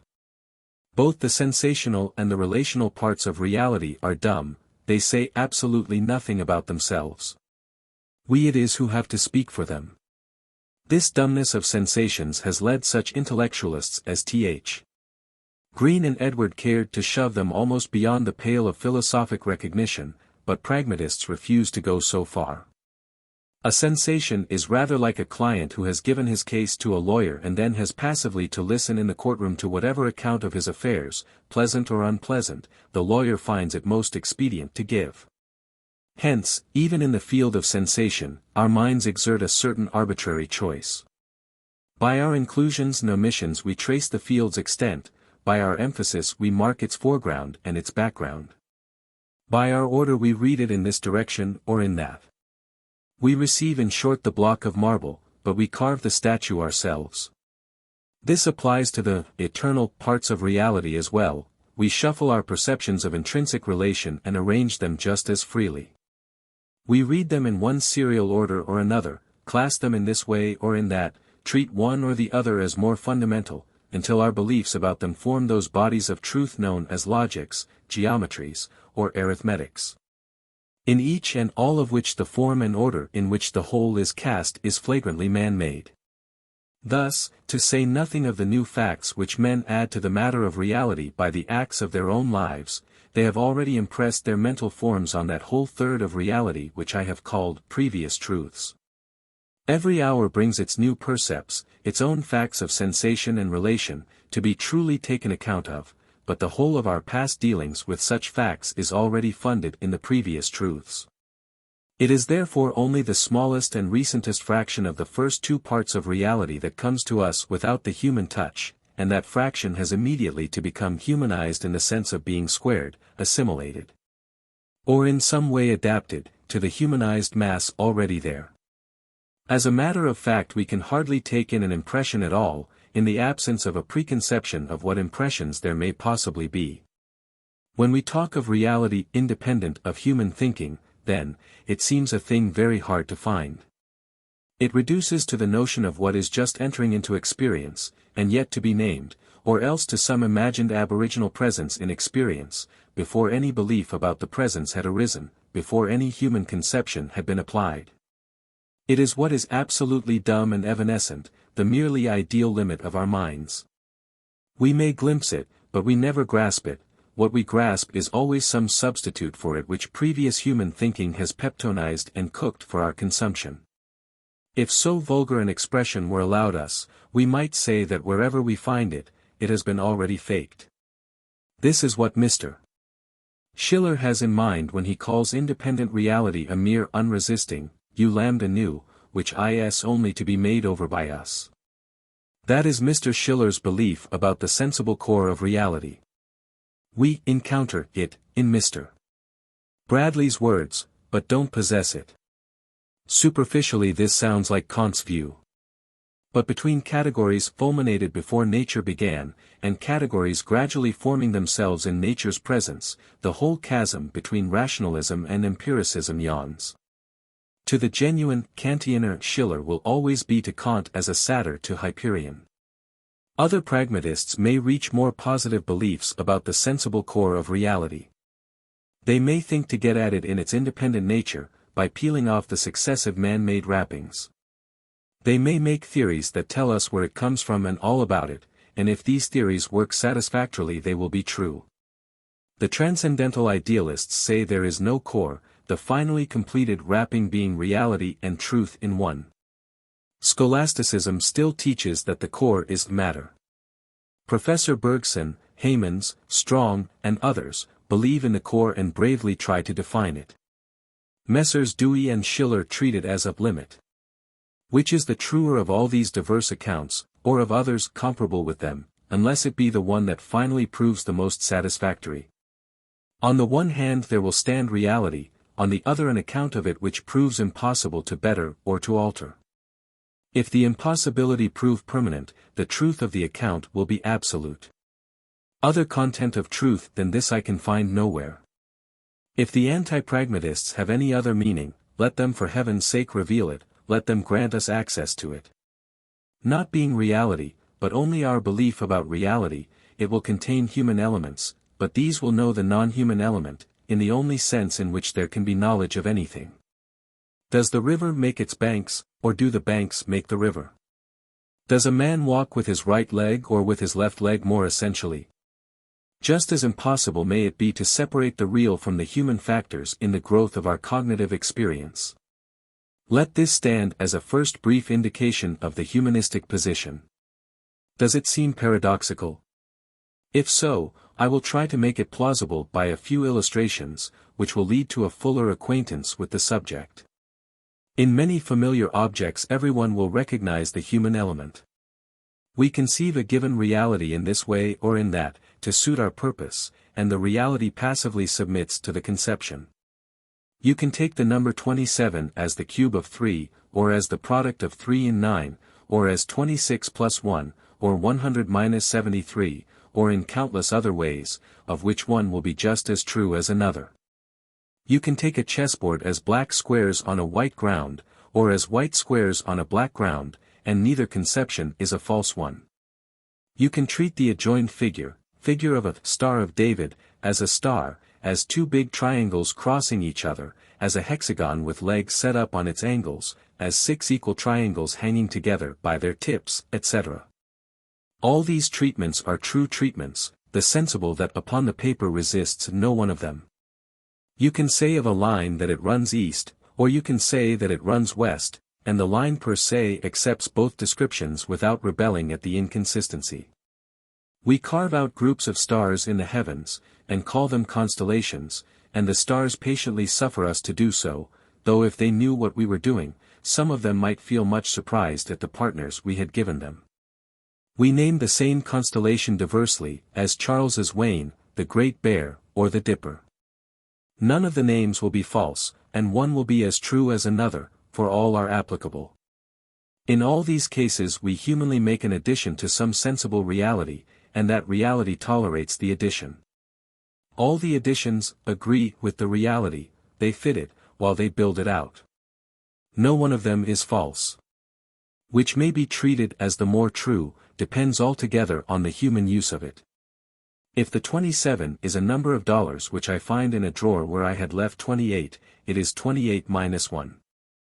If it is the number of inches in a shelf which I wish to insert into a cupboard 26 inches wide, it is 26 plus 1. If I wish to ennoble the heavens by the constellations I see there, Charles's Wain would be more true than Dipper. My friend Frederick Myers was humorously indignant that that prodigious star group should remind us Americans of nothing but a culinary utensil. What shall we call a thing anyhow? It seems quite arbitrary, for we carve out everything, just as we carve out constellations, to suit our human purposes. For me, this whole audience is one thing, which grows now restless, now attentive. I have no use at present for its individual units, so I don't consider them. So of an army, of a nation. But in your own eyes, ladies and gentlemen, to call you audience, is an accidental way of taking you. The permanently real things for you are your individual persons.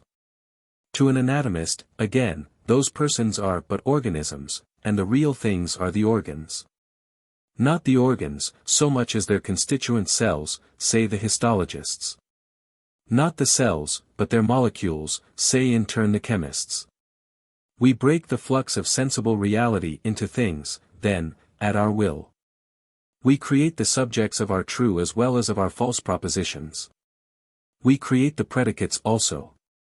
Many of the predicates of things express only the relations of the things to us and to our feelings.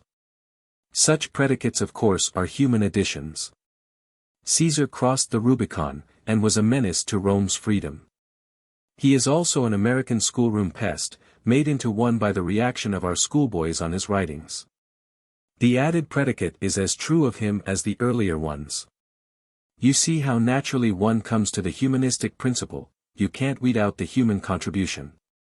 Our nouns and adjectives are all humanized heirlooms, and in the theories we build them into, the inner order and arrangement is wholly dictated by human considerations, intellectual consistency being one of them. Mathematics and logic themselves are fermenting with human rearrangements, physics, astronomy, and biology follow massive cues of preference. We plunge forward into the field of fresh experience with the beliefs our ancestors and we have made already, these determine what we notice determines what we do again determines what we experience. So from one thing to another, although the stubborn fact remains that there is a sensible flux, what is true of it seems from first to last to be largely a matter of our own creation. We build the flux out inevitably. The great question is, does it, with our additions, rise or fall in value? Are the additions worthy or unworthy? Suppose a universe composed of 7 stars, and nothing else but 3 human witnesses and their critic. One witness names the stars, Great Bear, one calls them Charles's Wain, one calls them the Dipper. Which human addition has made the best universe of the given stellar material? If Frederick Myers were the critic, he would have no hesitation in turning down the American witness. Lotze has in several places made a deep suggestion. We naively assume, he says, a relation between reality in our minds which may be just the opposite of the true one. Reality, we naturally think, stands ready-made and complete, and our intellects supervene with the one simple duty of describing it as it is already. But may not our descriptions, Lotze asks, be themselves important additions to reality? And may not previous reality itself be there, far less for the purpose of reappearing unaltered in our knowledge, than for the very purpose of stimulating our minds to such additions as shall enhance the universe's total value? Die Erholung der Vorgefunden Daseins is a phrase used by Professor Eucken somewhere, which reminds one of this suggestion by the great Lotze. It is identically our pragmatistic conception. In our cognitive as well as in our active life we are creative. We add, both to the subject and to the predicate part of reality. The world stands really malleable, waiting to receive its final touches at our hands. Like the kingdom of heaven, it suffers human violence willingly. Man engenders truths upon it. No one can deny that such a role would add both to our dignity and to our responsibility as thinkers. To some of us it proves a most inspiring notion. Ciner Papini, the leader of Italian pragmatism, grows fairly dithyrambic over the view that it opens, of man's divinely creative functions. The import of the difference between pragmatism and rationalism is now in sight throughout its whole extent.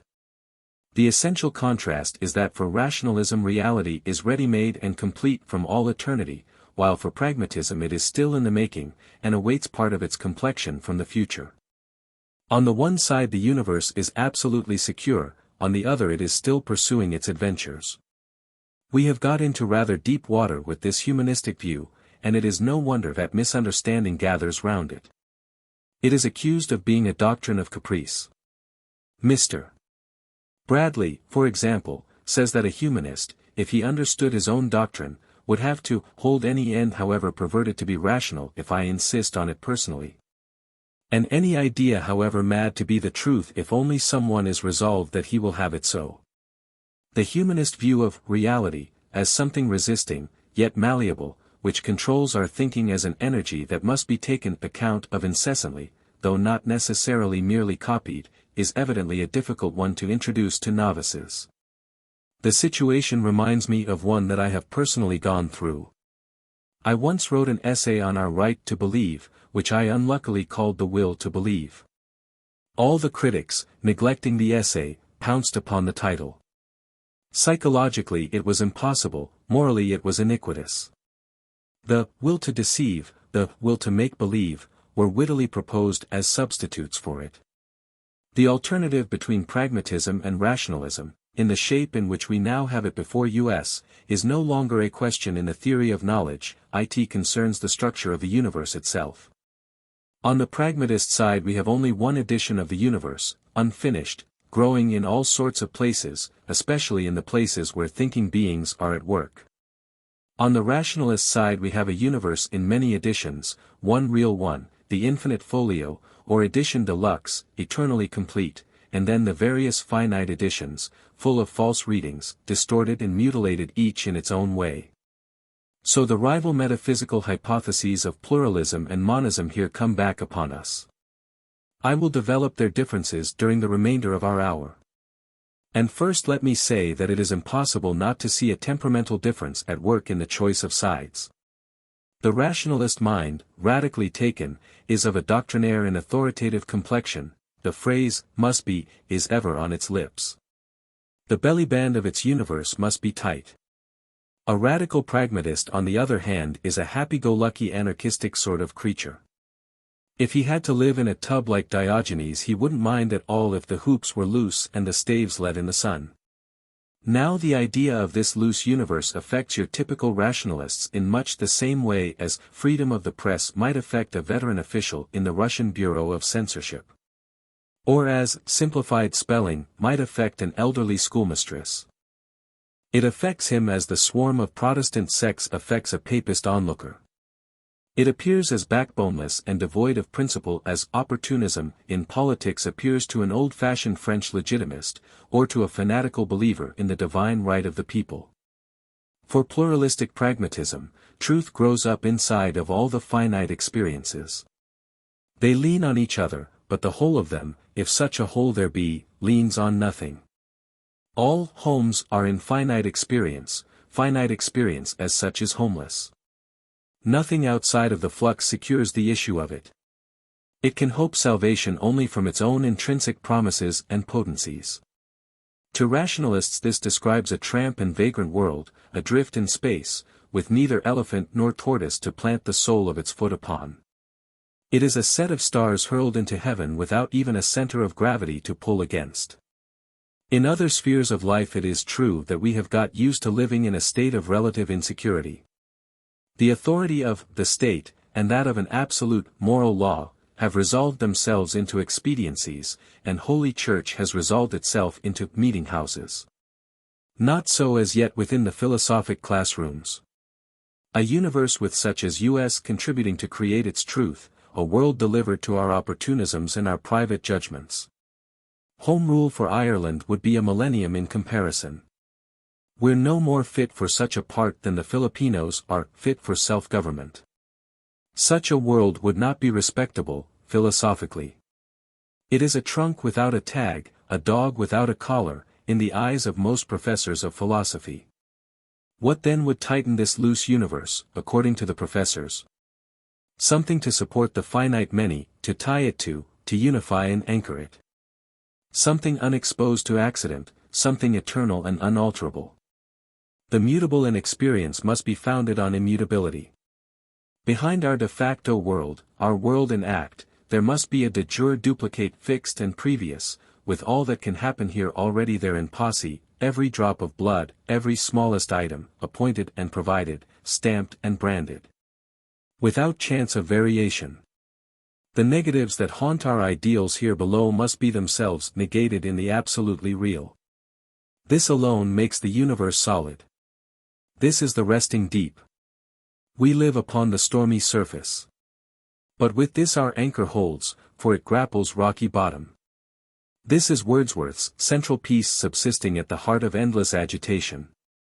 This is Vivekananda's mystical one of which I read to you. This is reality with the big R, reality that makes the timeless claim, reality to which defeat can't happen. This is what the men of principles, and in general all the men whom I called tender-minded in my first lecture, think themselves obliged to postulate. And this, exactly this, is what the tough-minded of that lecture find themselves moved to call a piece of perverse abstraction worship. The tough-minded are the men whose alpha and omega are facts. Behind the bare phenomenal facts, as my tough-minded old friend Chauncey Wright, the great Harvard empiricist of my youth, used to say, there is nothing. When a rationalist insists that behind the facts there is the ground of the facts, the possibility of the facts. The tougher empiricists accuse him of taking the mere name and nature of a fact and clapping it behind the fact as a duplicate entity to make it possible. That such sham grounds are often invoked is notorious. At a surgical operation I heard a bystander ask a doctor why the patient breathed so deeply. Because ether is a respiratory stimulant, the doctor answered. Ah! Said the questioner, as if relieved by the explanation. But this is like saying that cyanide of potassium kills because it is a poison, or that it is so cold tonight because it is winter, or that we have 5 fingers because we are pentadactyls. These are but names for the facts, taken from the facts, and then treated as previous and explanatory. The tender-minded notion of an absolute reality is, according to the radically tough-minded, framed on just this pattern. It is but our summarizing name for the whole spread out and strung along mass of phenomena, treated as if it were a different entity, both one and previous. You see how differently people take things. The world we live in exists diffused and distributed, in the form of an indefinitely numerous lot of eachs, coherent in all sorts of ways and degrees, and the tough-minded are perfectly willing to keep them at that valuation. They can stand that kind of world, their temper being well adapted to its insecurity. Not so the tender-minded party. They must back the world we find ourselves born into by another and a better world in which the eachs form an all and the all a one that logically presupposes, co-implicates, and secures each without exception. Must we as pragmatists be radically tough-minded? Or can we treat the absolute addition of the world as a legitimate hypothesis?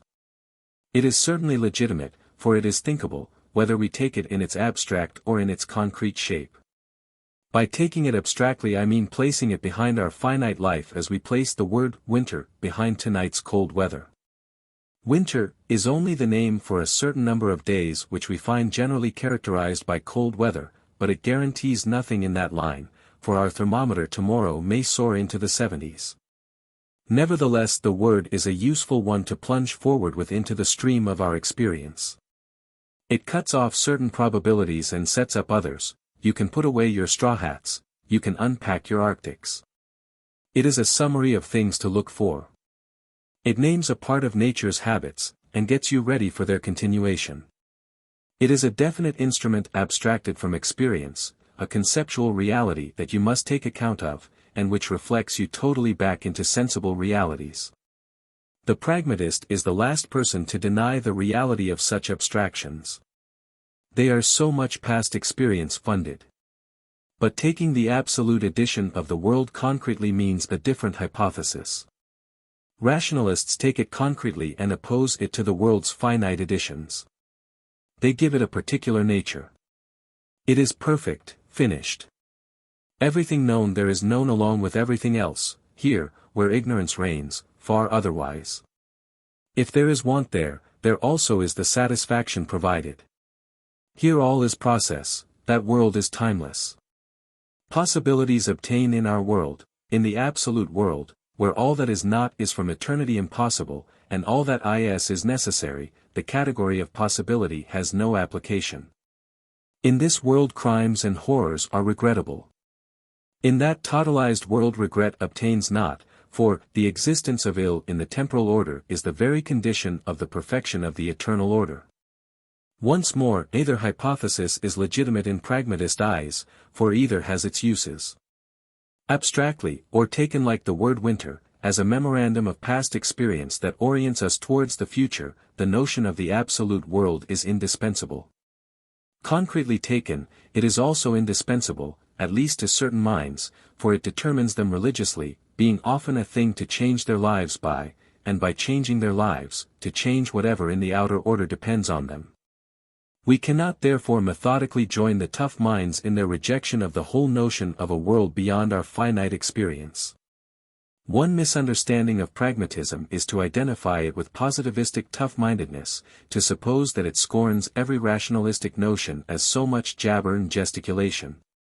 That it loves intellectual anarchy as such and prefers a sort of wolf world absolutely unpent and wild and without a master or a collar to any philosophic classroom product whatsoever.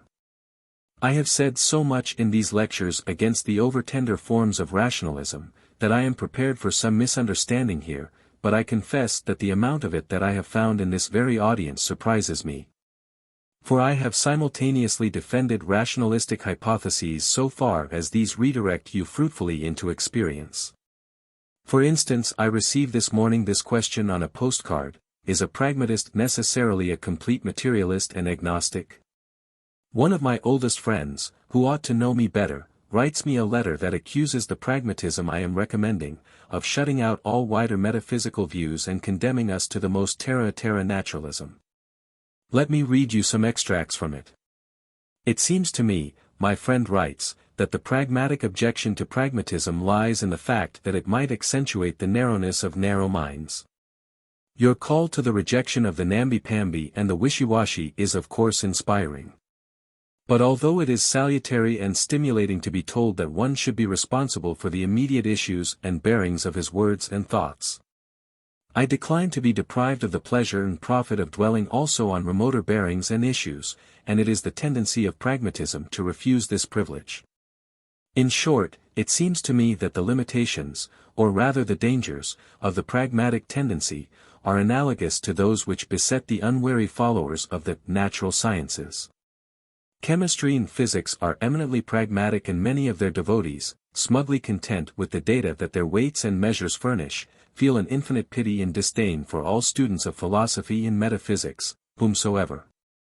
And of course everything can be expressed, after a fashion, and theoretically, in terms of chemistry and physics, that is, everything except the vital principle of the whole, and that, they say, there is no pragmatic use in trying to express. It has no bearings, for them. I for my part refuse to be persuaded that we cannot look beyond the obvious pluralism of the naturalist and the pragmatist to a logical unity in which they take no interest. How is such a conception of the pragmatism I am advocating possible, after my first and second lectures? I have all along been offering it expressly as a mediator between tough-mindedness and tender-mindedness. If the notion of a world ante-rem, whether taken abstractly like the word winter, or concretely as the hypothesis of an absolute, can be shown to have any consequences whatever for our life, it has a meaning. If the meaning works, it will have some truth that ought to be held to through all possible reformulations, for pragmatism. The absolutistic hypothesis, that perfection is eternal, aboriginal, and most real, has a perfectly definite meaning, and it works religiously. To examine how, will be the subject of my next and final lecture. Lecture 8. Pragmatism and Religion. At the close of the last lecture I reminded you of the first one, in which I had opposed tough-mindedness to tender-mindedness and recommended pragmatism as their mediator. Tough-mindedness positively rejects tender-mindedness's hypothesis of an eternal perfect edition of the universe coexisting with our finite experience. On pragmatic principles we cannot reject any hypothesis if consequences useful to life flow from it. Universal conceptions, as things to take account of, may be as real for pragmatism as particular sensations are. They have indeed no meaning and no reality if they have no use. But if they have any use they have that amount of meaning. And the meaning will be true if the use squares well with life's other uses.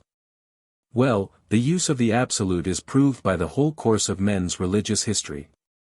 The eternal arms are then beneath. Remember Vivekananda's use of the Atman. It is indeed not a scientific use, for we can make no particular deductions from it. It is emotional and spiritual altogether.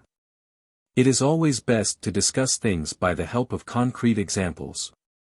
Let me read therefore some of those verses entitled, To You, by Walt Whitman, you of course meaning the reader or hearer of the poem whosoever he or she may be.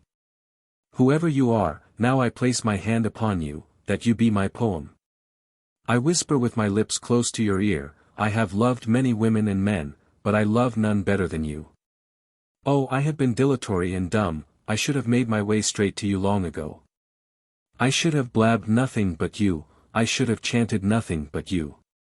I will leave all, and come and make the hymns of you, none have understood you, but I understand you, none have done justice to you, you have not done justice to yourself. None but have found you imperfect, I only find no imperfection in you. Oh, I could sing such grandeurs and glories about you. You have not known what you are, you have slumbered upon yourself all your life. What you have done returns already in mockeries. But the mockeries are not you, underneath them, and within them, I see you lurk, I pursue you where none else has pursued you. Silence, the desk, the flippant expression, the night, the accustomed routine, if these conceal you from others, or from yourself, they do not conceal you from me. The shaved face, the unsteady eye, the impure complexion, if these balk others, they do not balk me, the pert apparel, the deformed attitude, drunkenness, greed, premature death, all these I part aside. There is no endowment in man or woman that is not tallied in you, there is no virtue, no beauty, in man or woman, but as good is in you, no pluck, no endurance in others, but as good is in you. No pleasure waiting for others, but an equal pleasure waits for you. Whoever you are. Claim your own at any hazard. These shows of the East and West are tame, compared to you. These immense meadows, these interminable rivers, you are immense and interminable as they, you are he or she who is master or mistress over them, master or mistress in your own right over nature, elements, pain, passion, dissolution. The hopples fall from your ankles, you find an unfailing sufficiency, old or young, male or female, rude, low, rejected by the rest, whatever you are promulges itself, through birth, life, death, burial, the means are provided, nothing is scant. Through angers, losses, ambition, ignorance, ennui, what you are picks its way. Verily a fine and moving poem, in any case, but there are two ways of taking it, both useful. One is the monistic way, the mystical way of pure cosmic emotion. The glories and grandeurs, they are yours absolutely, even in the midst of your defacements. Whatever may happen to you, whatever you may appear to be, inwardly you are safe. Look back, lie back, on your true principle of being. This is the famous way of quietism, of indifferentism. Its enemies compare it to a spiritual opium. Yet pragmatism must respect this way, for it has massive historic vindication. But pragmatism sees another way to be respected also, the pluralistic way of interpreting the poem. The you so glorified, to which the hymn is sung, may mean your better possibilities phenomenally taken, or the specific redemptive effects even of your failures, upon yourself or others. It may mean your loyalty to the possibilities of others whom you admire and love so, that you are willing to accept your own poor life, for it is that glory's partner. You can at least appreciate, applaud, furnish the audience, of so brave a total world. Forget the low in yourself, then, think only of the high. Identify your life therewith. Then, through angers, losses, ignorance, ennui, whatever you thus make yourself, whatever you thus most deeply are, picks its way. In either way of taking the poem, it encourages fidelity to ourselves. Both ways satisfy. Both sanctify the human flux. Both paint the portrait of the you on a gold background. But the background of the first way is the static one, while in the second way it means possibles in the plural, genuine possibles, and it has all the restlessness of that conception. Noble enough is either way of reading the poem. But plainly the pluralistic way agrees with the pragmatic temper best, for it immediately suggests an infinitely larger number of the details of future experience to our mind. It sets definite activities in us at work. Although this second way seems prosaic and earthborn in comparison with the first way, yet no one can accuse it of tough-mindedness in any brutal sense of the term. Yet if, as pragmatists, you should positively set up the second way against the first way, you would very likely be misunderstood. You would be accused of denying nobler conceptions, and of being an ally of tough-mindedness in the worst sense. You remember the letter from a member of this audience from which I read some extracts at our previous meeting. Let me read you an additional extract now. It shows a vagueness in realizing the alternatives before us which I think is very widespread. I believe, writes my friend and correspondent, in pluralism. I believe that in our search for truth we leap from one floating cake of ice to another, on an infinite sea, and that by each of our acts we make new truths possible and old ones impossible. I believe that each man is responsible for making the universe better, and that if he does not do this it will be in so far left undone. Yet at the same time I am willing to endure that my children should be incurably sick and suffering, as they are not, and I myself stupid and yet with brains enough to see my stupidity, only on one condition, namely, that through the construction, in imagination and by reasoning, of a rational unity of all things, I can conceive my acts and my thoughts and my troubles as supplemented, by all the other phenomena of the world. And as forming, when thus supplemented, a scheme which I approve and adopt as my own. And for my part one refuse to be persuaded that we cannot look beyond the obvious pluralism of the naturalist and pragmatist to a logical unity in which they take no interest or stock. Such a fine expression of personal faith warms the heart of the hearer. But how much does it clear his philosophic head? Does the writer consistently favor the monistic, or the pluralistic, interpretation of the world's poem? His troubles become atoned for when thus supplemented, he says, supplemented, that is, by all the remedies that the other phenomena may supply. Obviously here the writer faces forward into the particulars of experience, which he interprets in a pluralistic melioristic way. But he believes himself to face backward. He speaks of what he calls the rational unity of things, when all the while he really means their possible empirical unification. He supposes at the same time that the pragmatist, because he criticizes rationalism's abstract one, is cut off from the consolation of believing in the saving possibilities of the concrete many. He fails in short to distinguish between taking the world's perfection as a necessary principle, and taking it only as a possible terminus ad quem. I regard the writer of this letter as a genuine pragmatist, but as a pragmatist sans le savoir. He appears to me as one of that numerous class of philosophic amateurs whom I spoke of in my first lecture, as wishing to have all the good things going, without being too careful as to how they agree or disagree. Rational unity of all things is so inspiring a formula, that he brandishes it offhand, and abstractly accuses pluralism of conflicting with it, for the bare names do conflict. Although concretely he means by it just the pragmatistically unified and ameliorated world. Most of us remain in this essential vagueness, and it is well that we should. But in the interest of clear-headedness it is well that some of us should go farther, so I will try now to focus a little more discriminatingly on this particular religious point. Is then this you of yous, this absolutely real world, this unity that yields the moral inspiration and has the religious value, to be taken monistically or pluralistically? Is it ante rem or in rebus? Is it a principle or an end, an absolute or an ultimate, a first or a last? Does it make you look forward or lie back? It is certainly worth while not to clump the two things together, for if discriminated, they have decidedly diverse meanings for life. Please observe that the whole dilemma revolves pragmatically about the notion of the world's possibilities. Intellectually, rationalism invokes its absolute principle of unity as a ground of possibility for the many facts. Emotionally, it sees it as a container and limiter of possibilities, a guarantee that the upshot shall be good. Taken in this way, the absolute makes all good things certain, and all bad things impossible, in the eternal, namely, and may be said to transmute the entire category of possibility into categories more secure.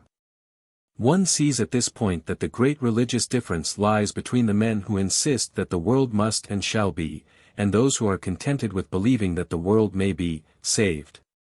The whole clash of rationalistic and empiricist religion is thus over the validity of possibility. It is necessary therefore to begin by focusing upon that word. What may the word possible definitely mean? To unreflecting men the possible means a sort of third estate of being, less real than existence, more real than non-existence, a twilight realm, a hybrid status, a limbo into which and out of which realities ever and anon are made to pass. Such a conception is of course too vague and nondescript to satisfy us. Here, as elsewhere, the only way to extract a term's meaning is to use the pragmatic method on it. When you say that a thing is possible, what difference does it make? It makes at least this difference that if anyone calls it impossible you can contradict him, if anyone calls it actual you can contradict him, and if anyone calls it necessary you can contradict him too. But these privileges of contradiction don't amount to much. When you say a thing is possible, does not that make some farther difference in terms of actual fact? It makes at least this negative difference that if the statement be true, it follows that there is nothing extant capable of preventing the possible thing. The absence of real grounds of interference may thus be said to make things not impossible, possible therefore in the bare or abstract sense. But most possibles are not bare, they are concretely grounded, or well grounded, as we say. What does this mean pragmatically? It means, not only that there are no preventive conditions present, but that some of the conditions of production of the possible thing actually are here. Thus a concretely possible chicken means, 1. That the idea of chicken contains no essential self-contradiction, 2. That no boys, skunks or other enemies are about, and, 3. That at least an actual egg exists. Possible chicken means actual egg, plus actual sitting hen, or incubator, or what not. As the actual conditions approach completeness the chicken becomes a better and better grounded possibility. When the conditions are entirely complete, it ceases to be a possibility, and turns into an actual fact. Let us apply this notion to the salvation of the world. What does it pragmatically mean to say that this is possible? It means that some of the conditions of the world's deliverance do actually exist. The more of them there are existent, the fewer preventing conditions you can find, the better grounded is the salvation's possibility, the more probable does the fact of the deliverance become. So much for our preliminary look at possibility. Now it would contradict the very spirit of life to say that our minds must be indifferent and neutral in questions like that of the world's salvation. Anyone who pretends to be neutral writes himself down here as a fool and a sham. We all do wish to minimize the insecurity of the universe. We are and ought to be unhappy when we regard it as exposed to every enemy and open to every life-destroying draft. Nevertheless, there are unhappy men who think the salvation of the world impossible. Theirs is the doctrine known as pessimism. Optimism in turn would be the doctrine that thinks the world's salvation inevitable. Midway between the two there stands what may be called the doctrine of meliorism, though it has hitherto figured less as a doctrine than as an attitude in human affairs. Optimism has always been the regnant doctrine in European philosophy. Pessimism was only recently introduced by Schopenhauer and counts few systematic defenders as yet. Meliorism treats salvation as neither inevitable nor impossible. It treats it as a possibility, which becomes more and more of a probability the more numerous the actual conditions of salvation become. It is clear that pragmatism must incline towards meliorism.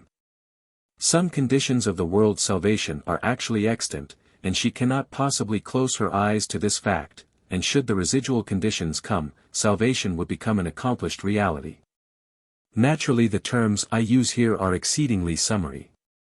You may interpret the word salvation in any way you like, and make it as diffuse and distributive, or as climacteric and integral a phenomenon as you please.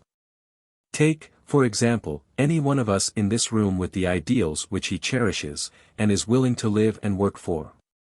Every such ideal realized will be one moment in the world's salvation. But these particular ideals are not bare abstract possibilities. They are grounded, they are live possibilities, for we are their live champions and pledges, and if the complementary conditions come and add themselves, our ideals will become actual things. What now are the complementary conditions? They are first such a mixture of things as will in the fullness of time give us a chance, a gap that we can spring into, and, finally, our ACT.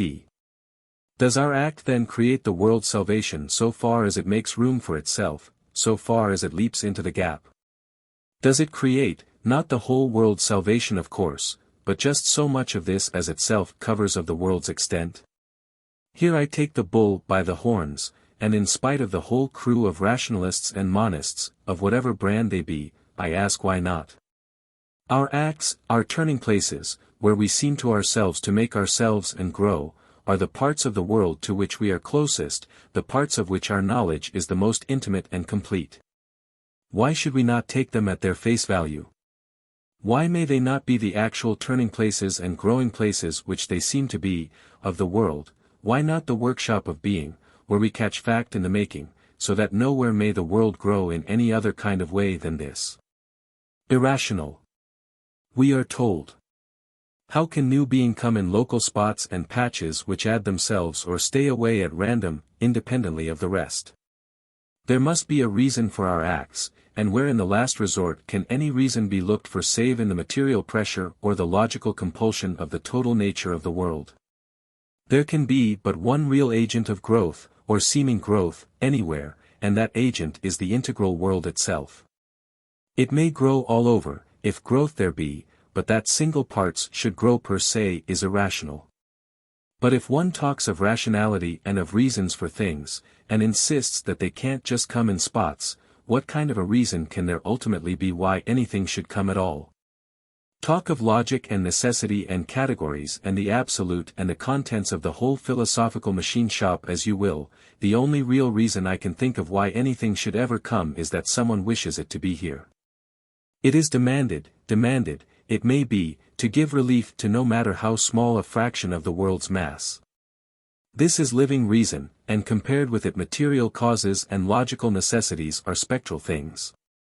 In short, the only fully rational world would be the world of wishing caps, the world of telepathy, where every desire is fulfilled instanter, without having to consider or placate surrounding or intermediate powers. This is the Absolute's own world.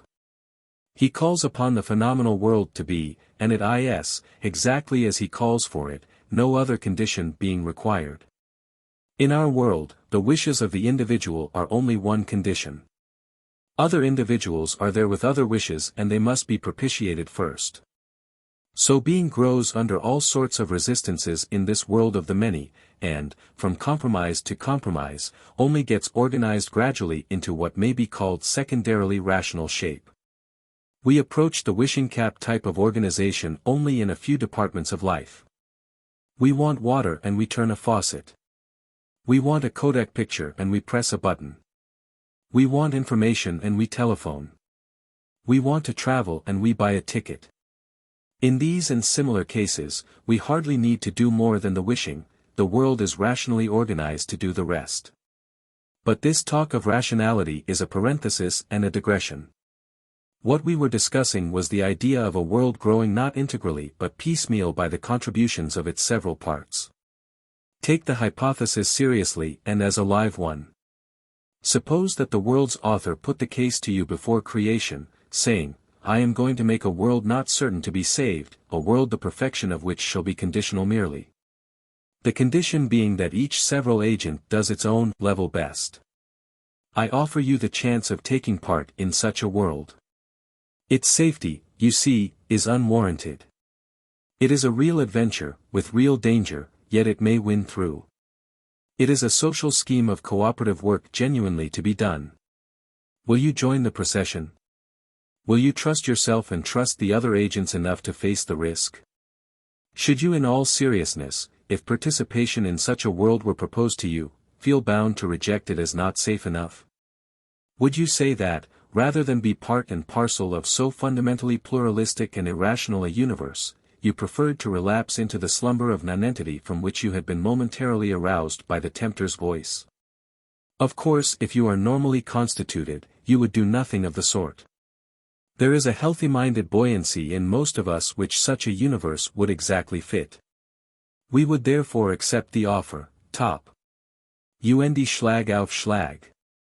It would be just like the world we practically live in, and loyalty to our old nurse nature would forbid us to say no. The world proposed would seem rational to us in the most living way.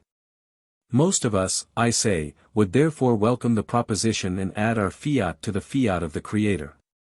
Yet perhaps some would not.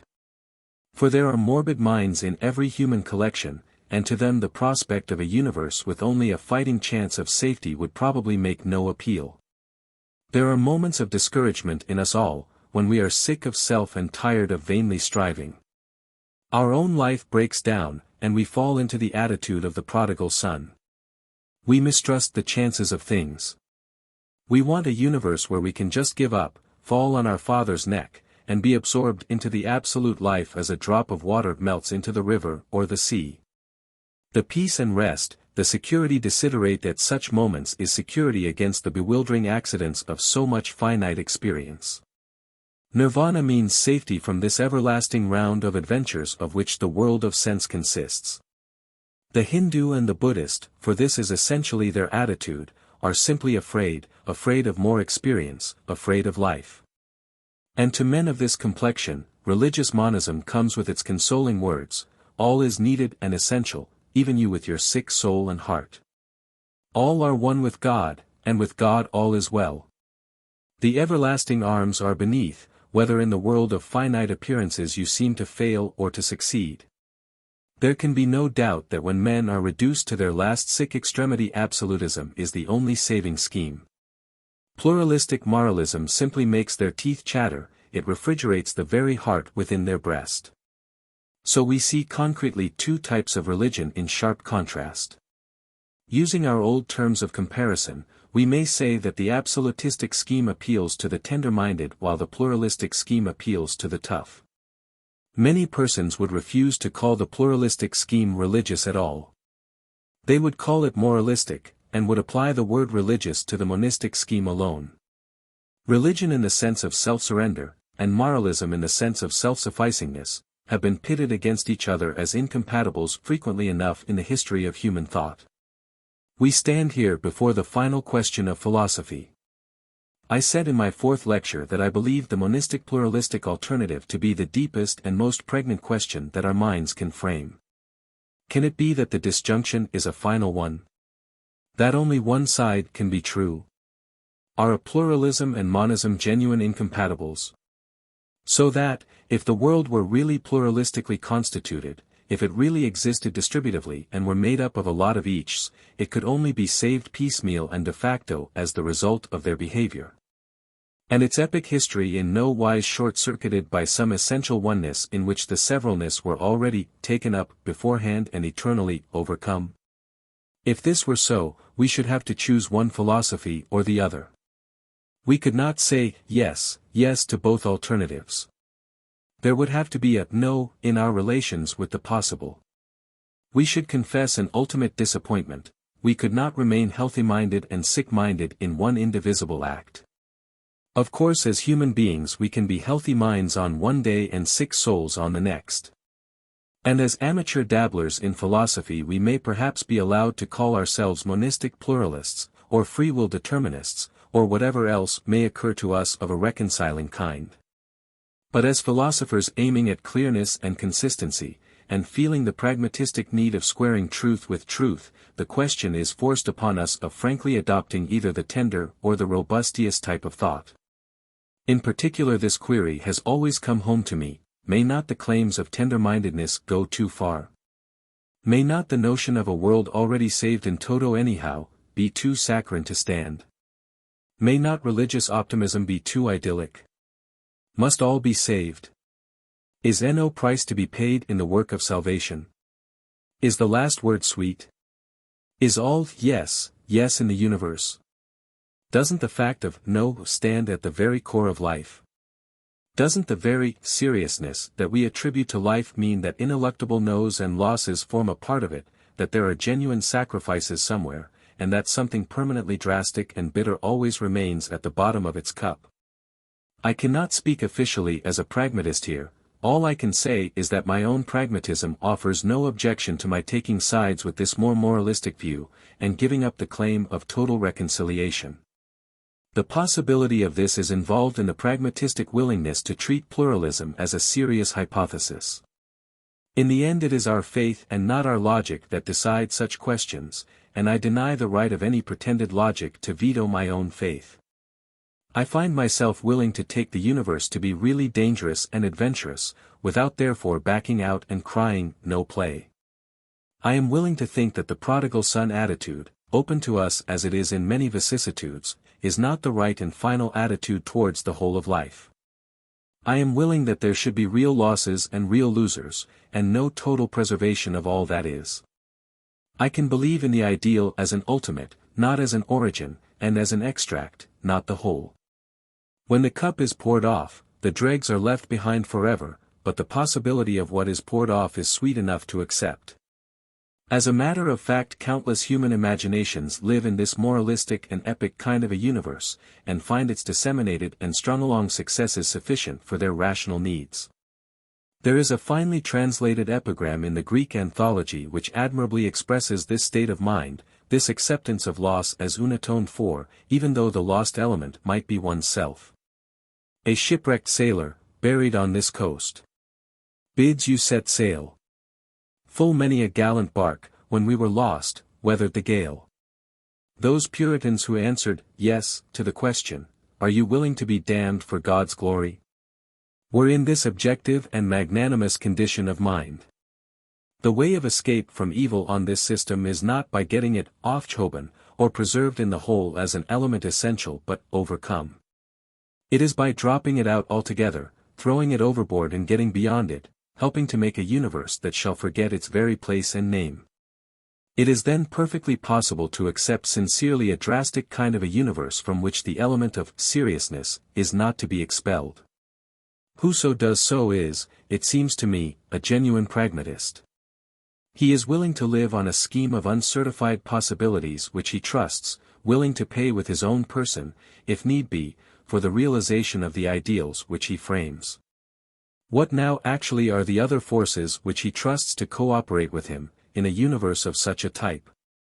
They are at least his fellow men, in the stage of being which our actual universe has reached.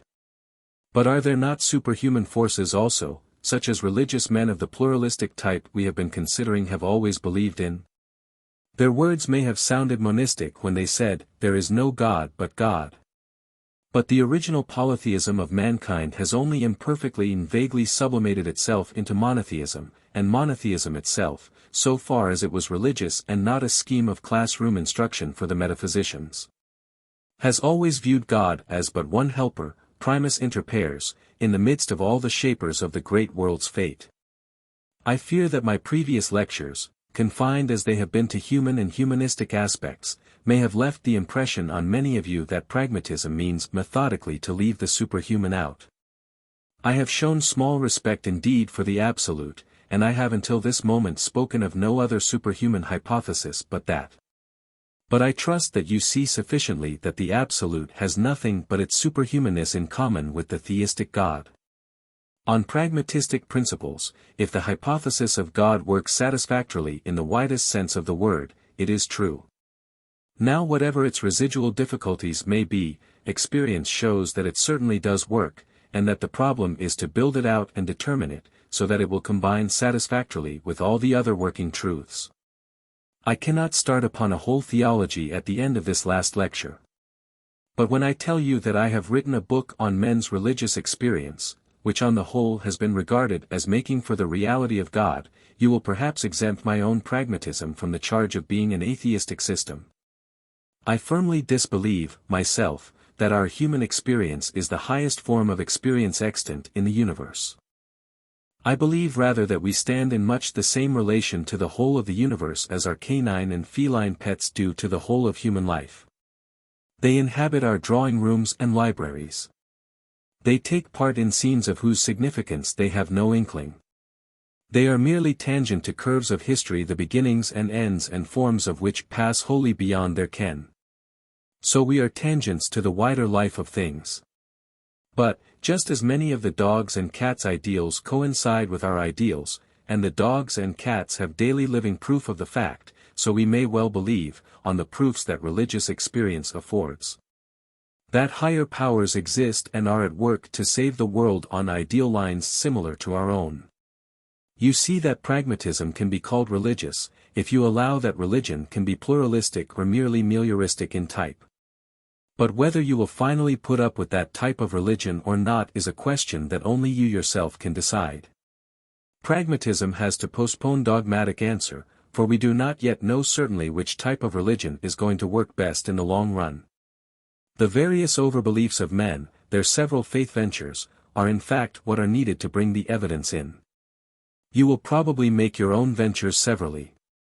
If radically tough, the hurly-burly of the sensible facts of nature will be enough for you, and you will need no religion at all. If radically tender, you will take up with the more monistic form of religion, the pluralistic form, with its reliance on possibilities that are not necessities, will not seem to afford you security enough.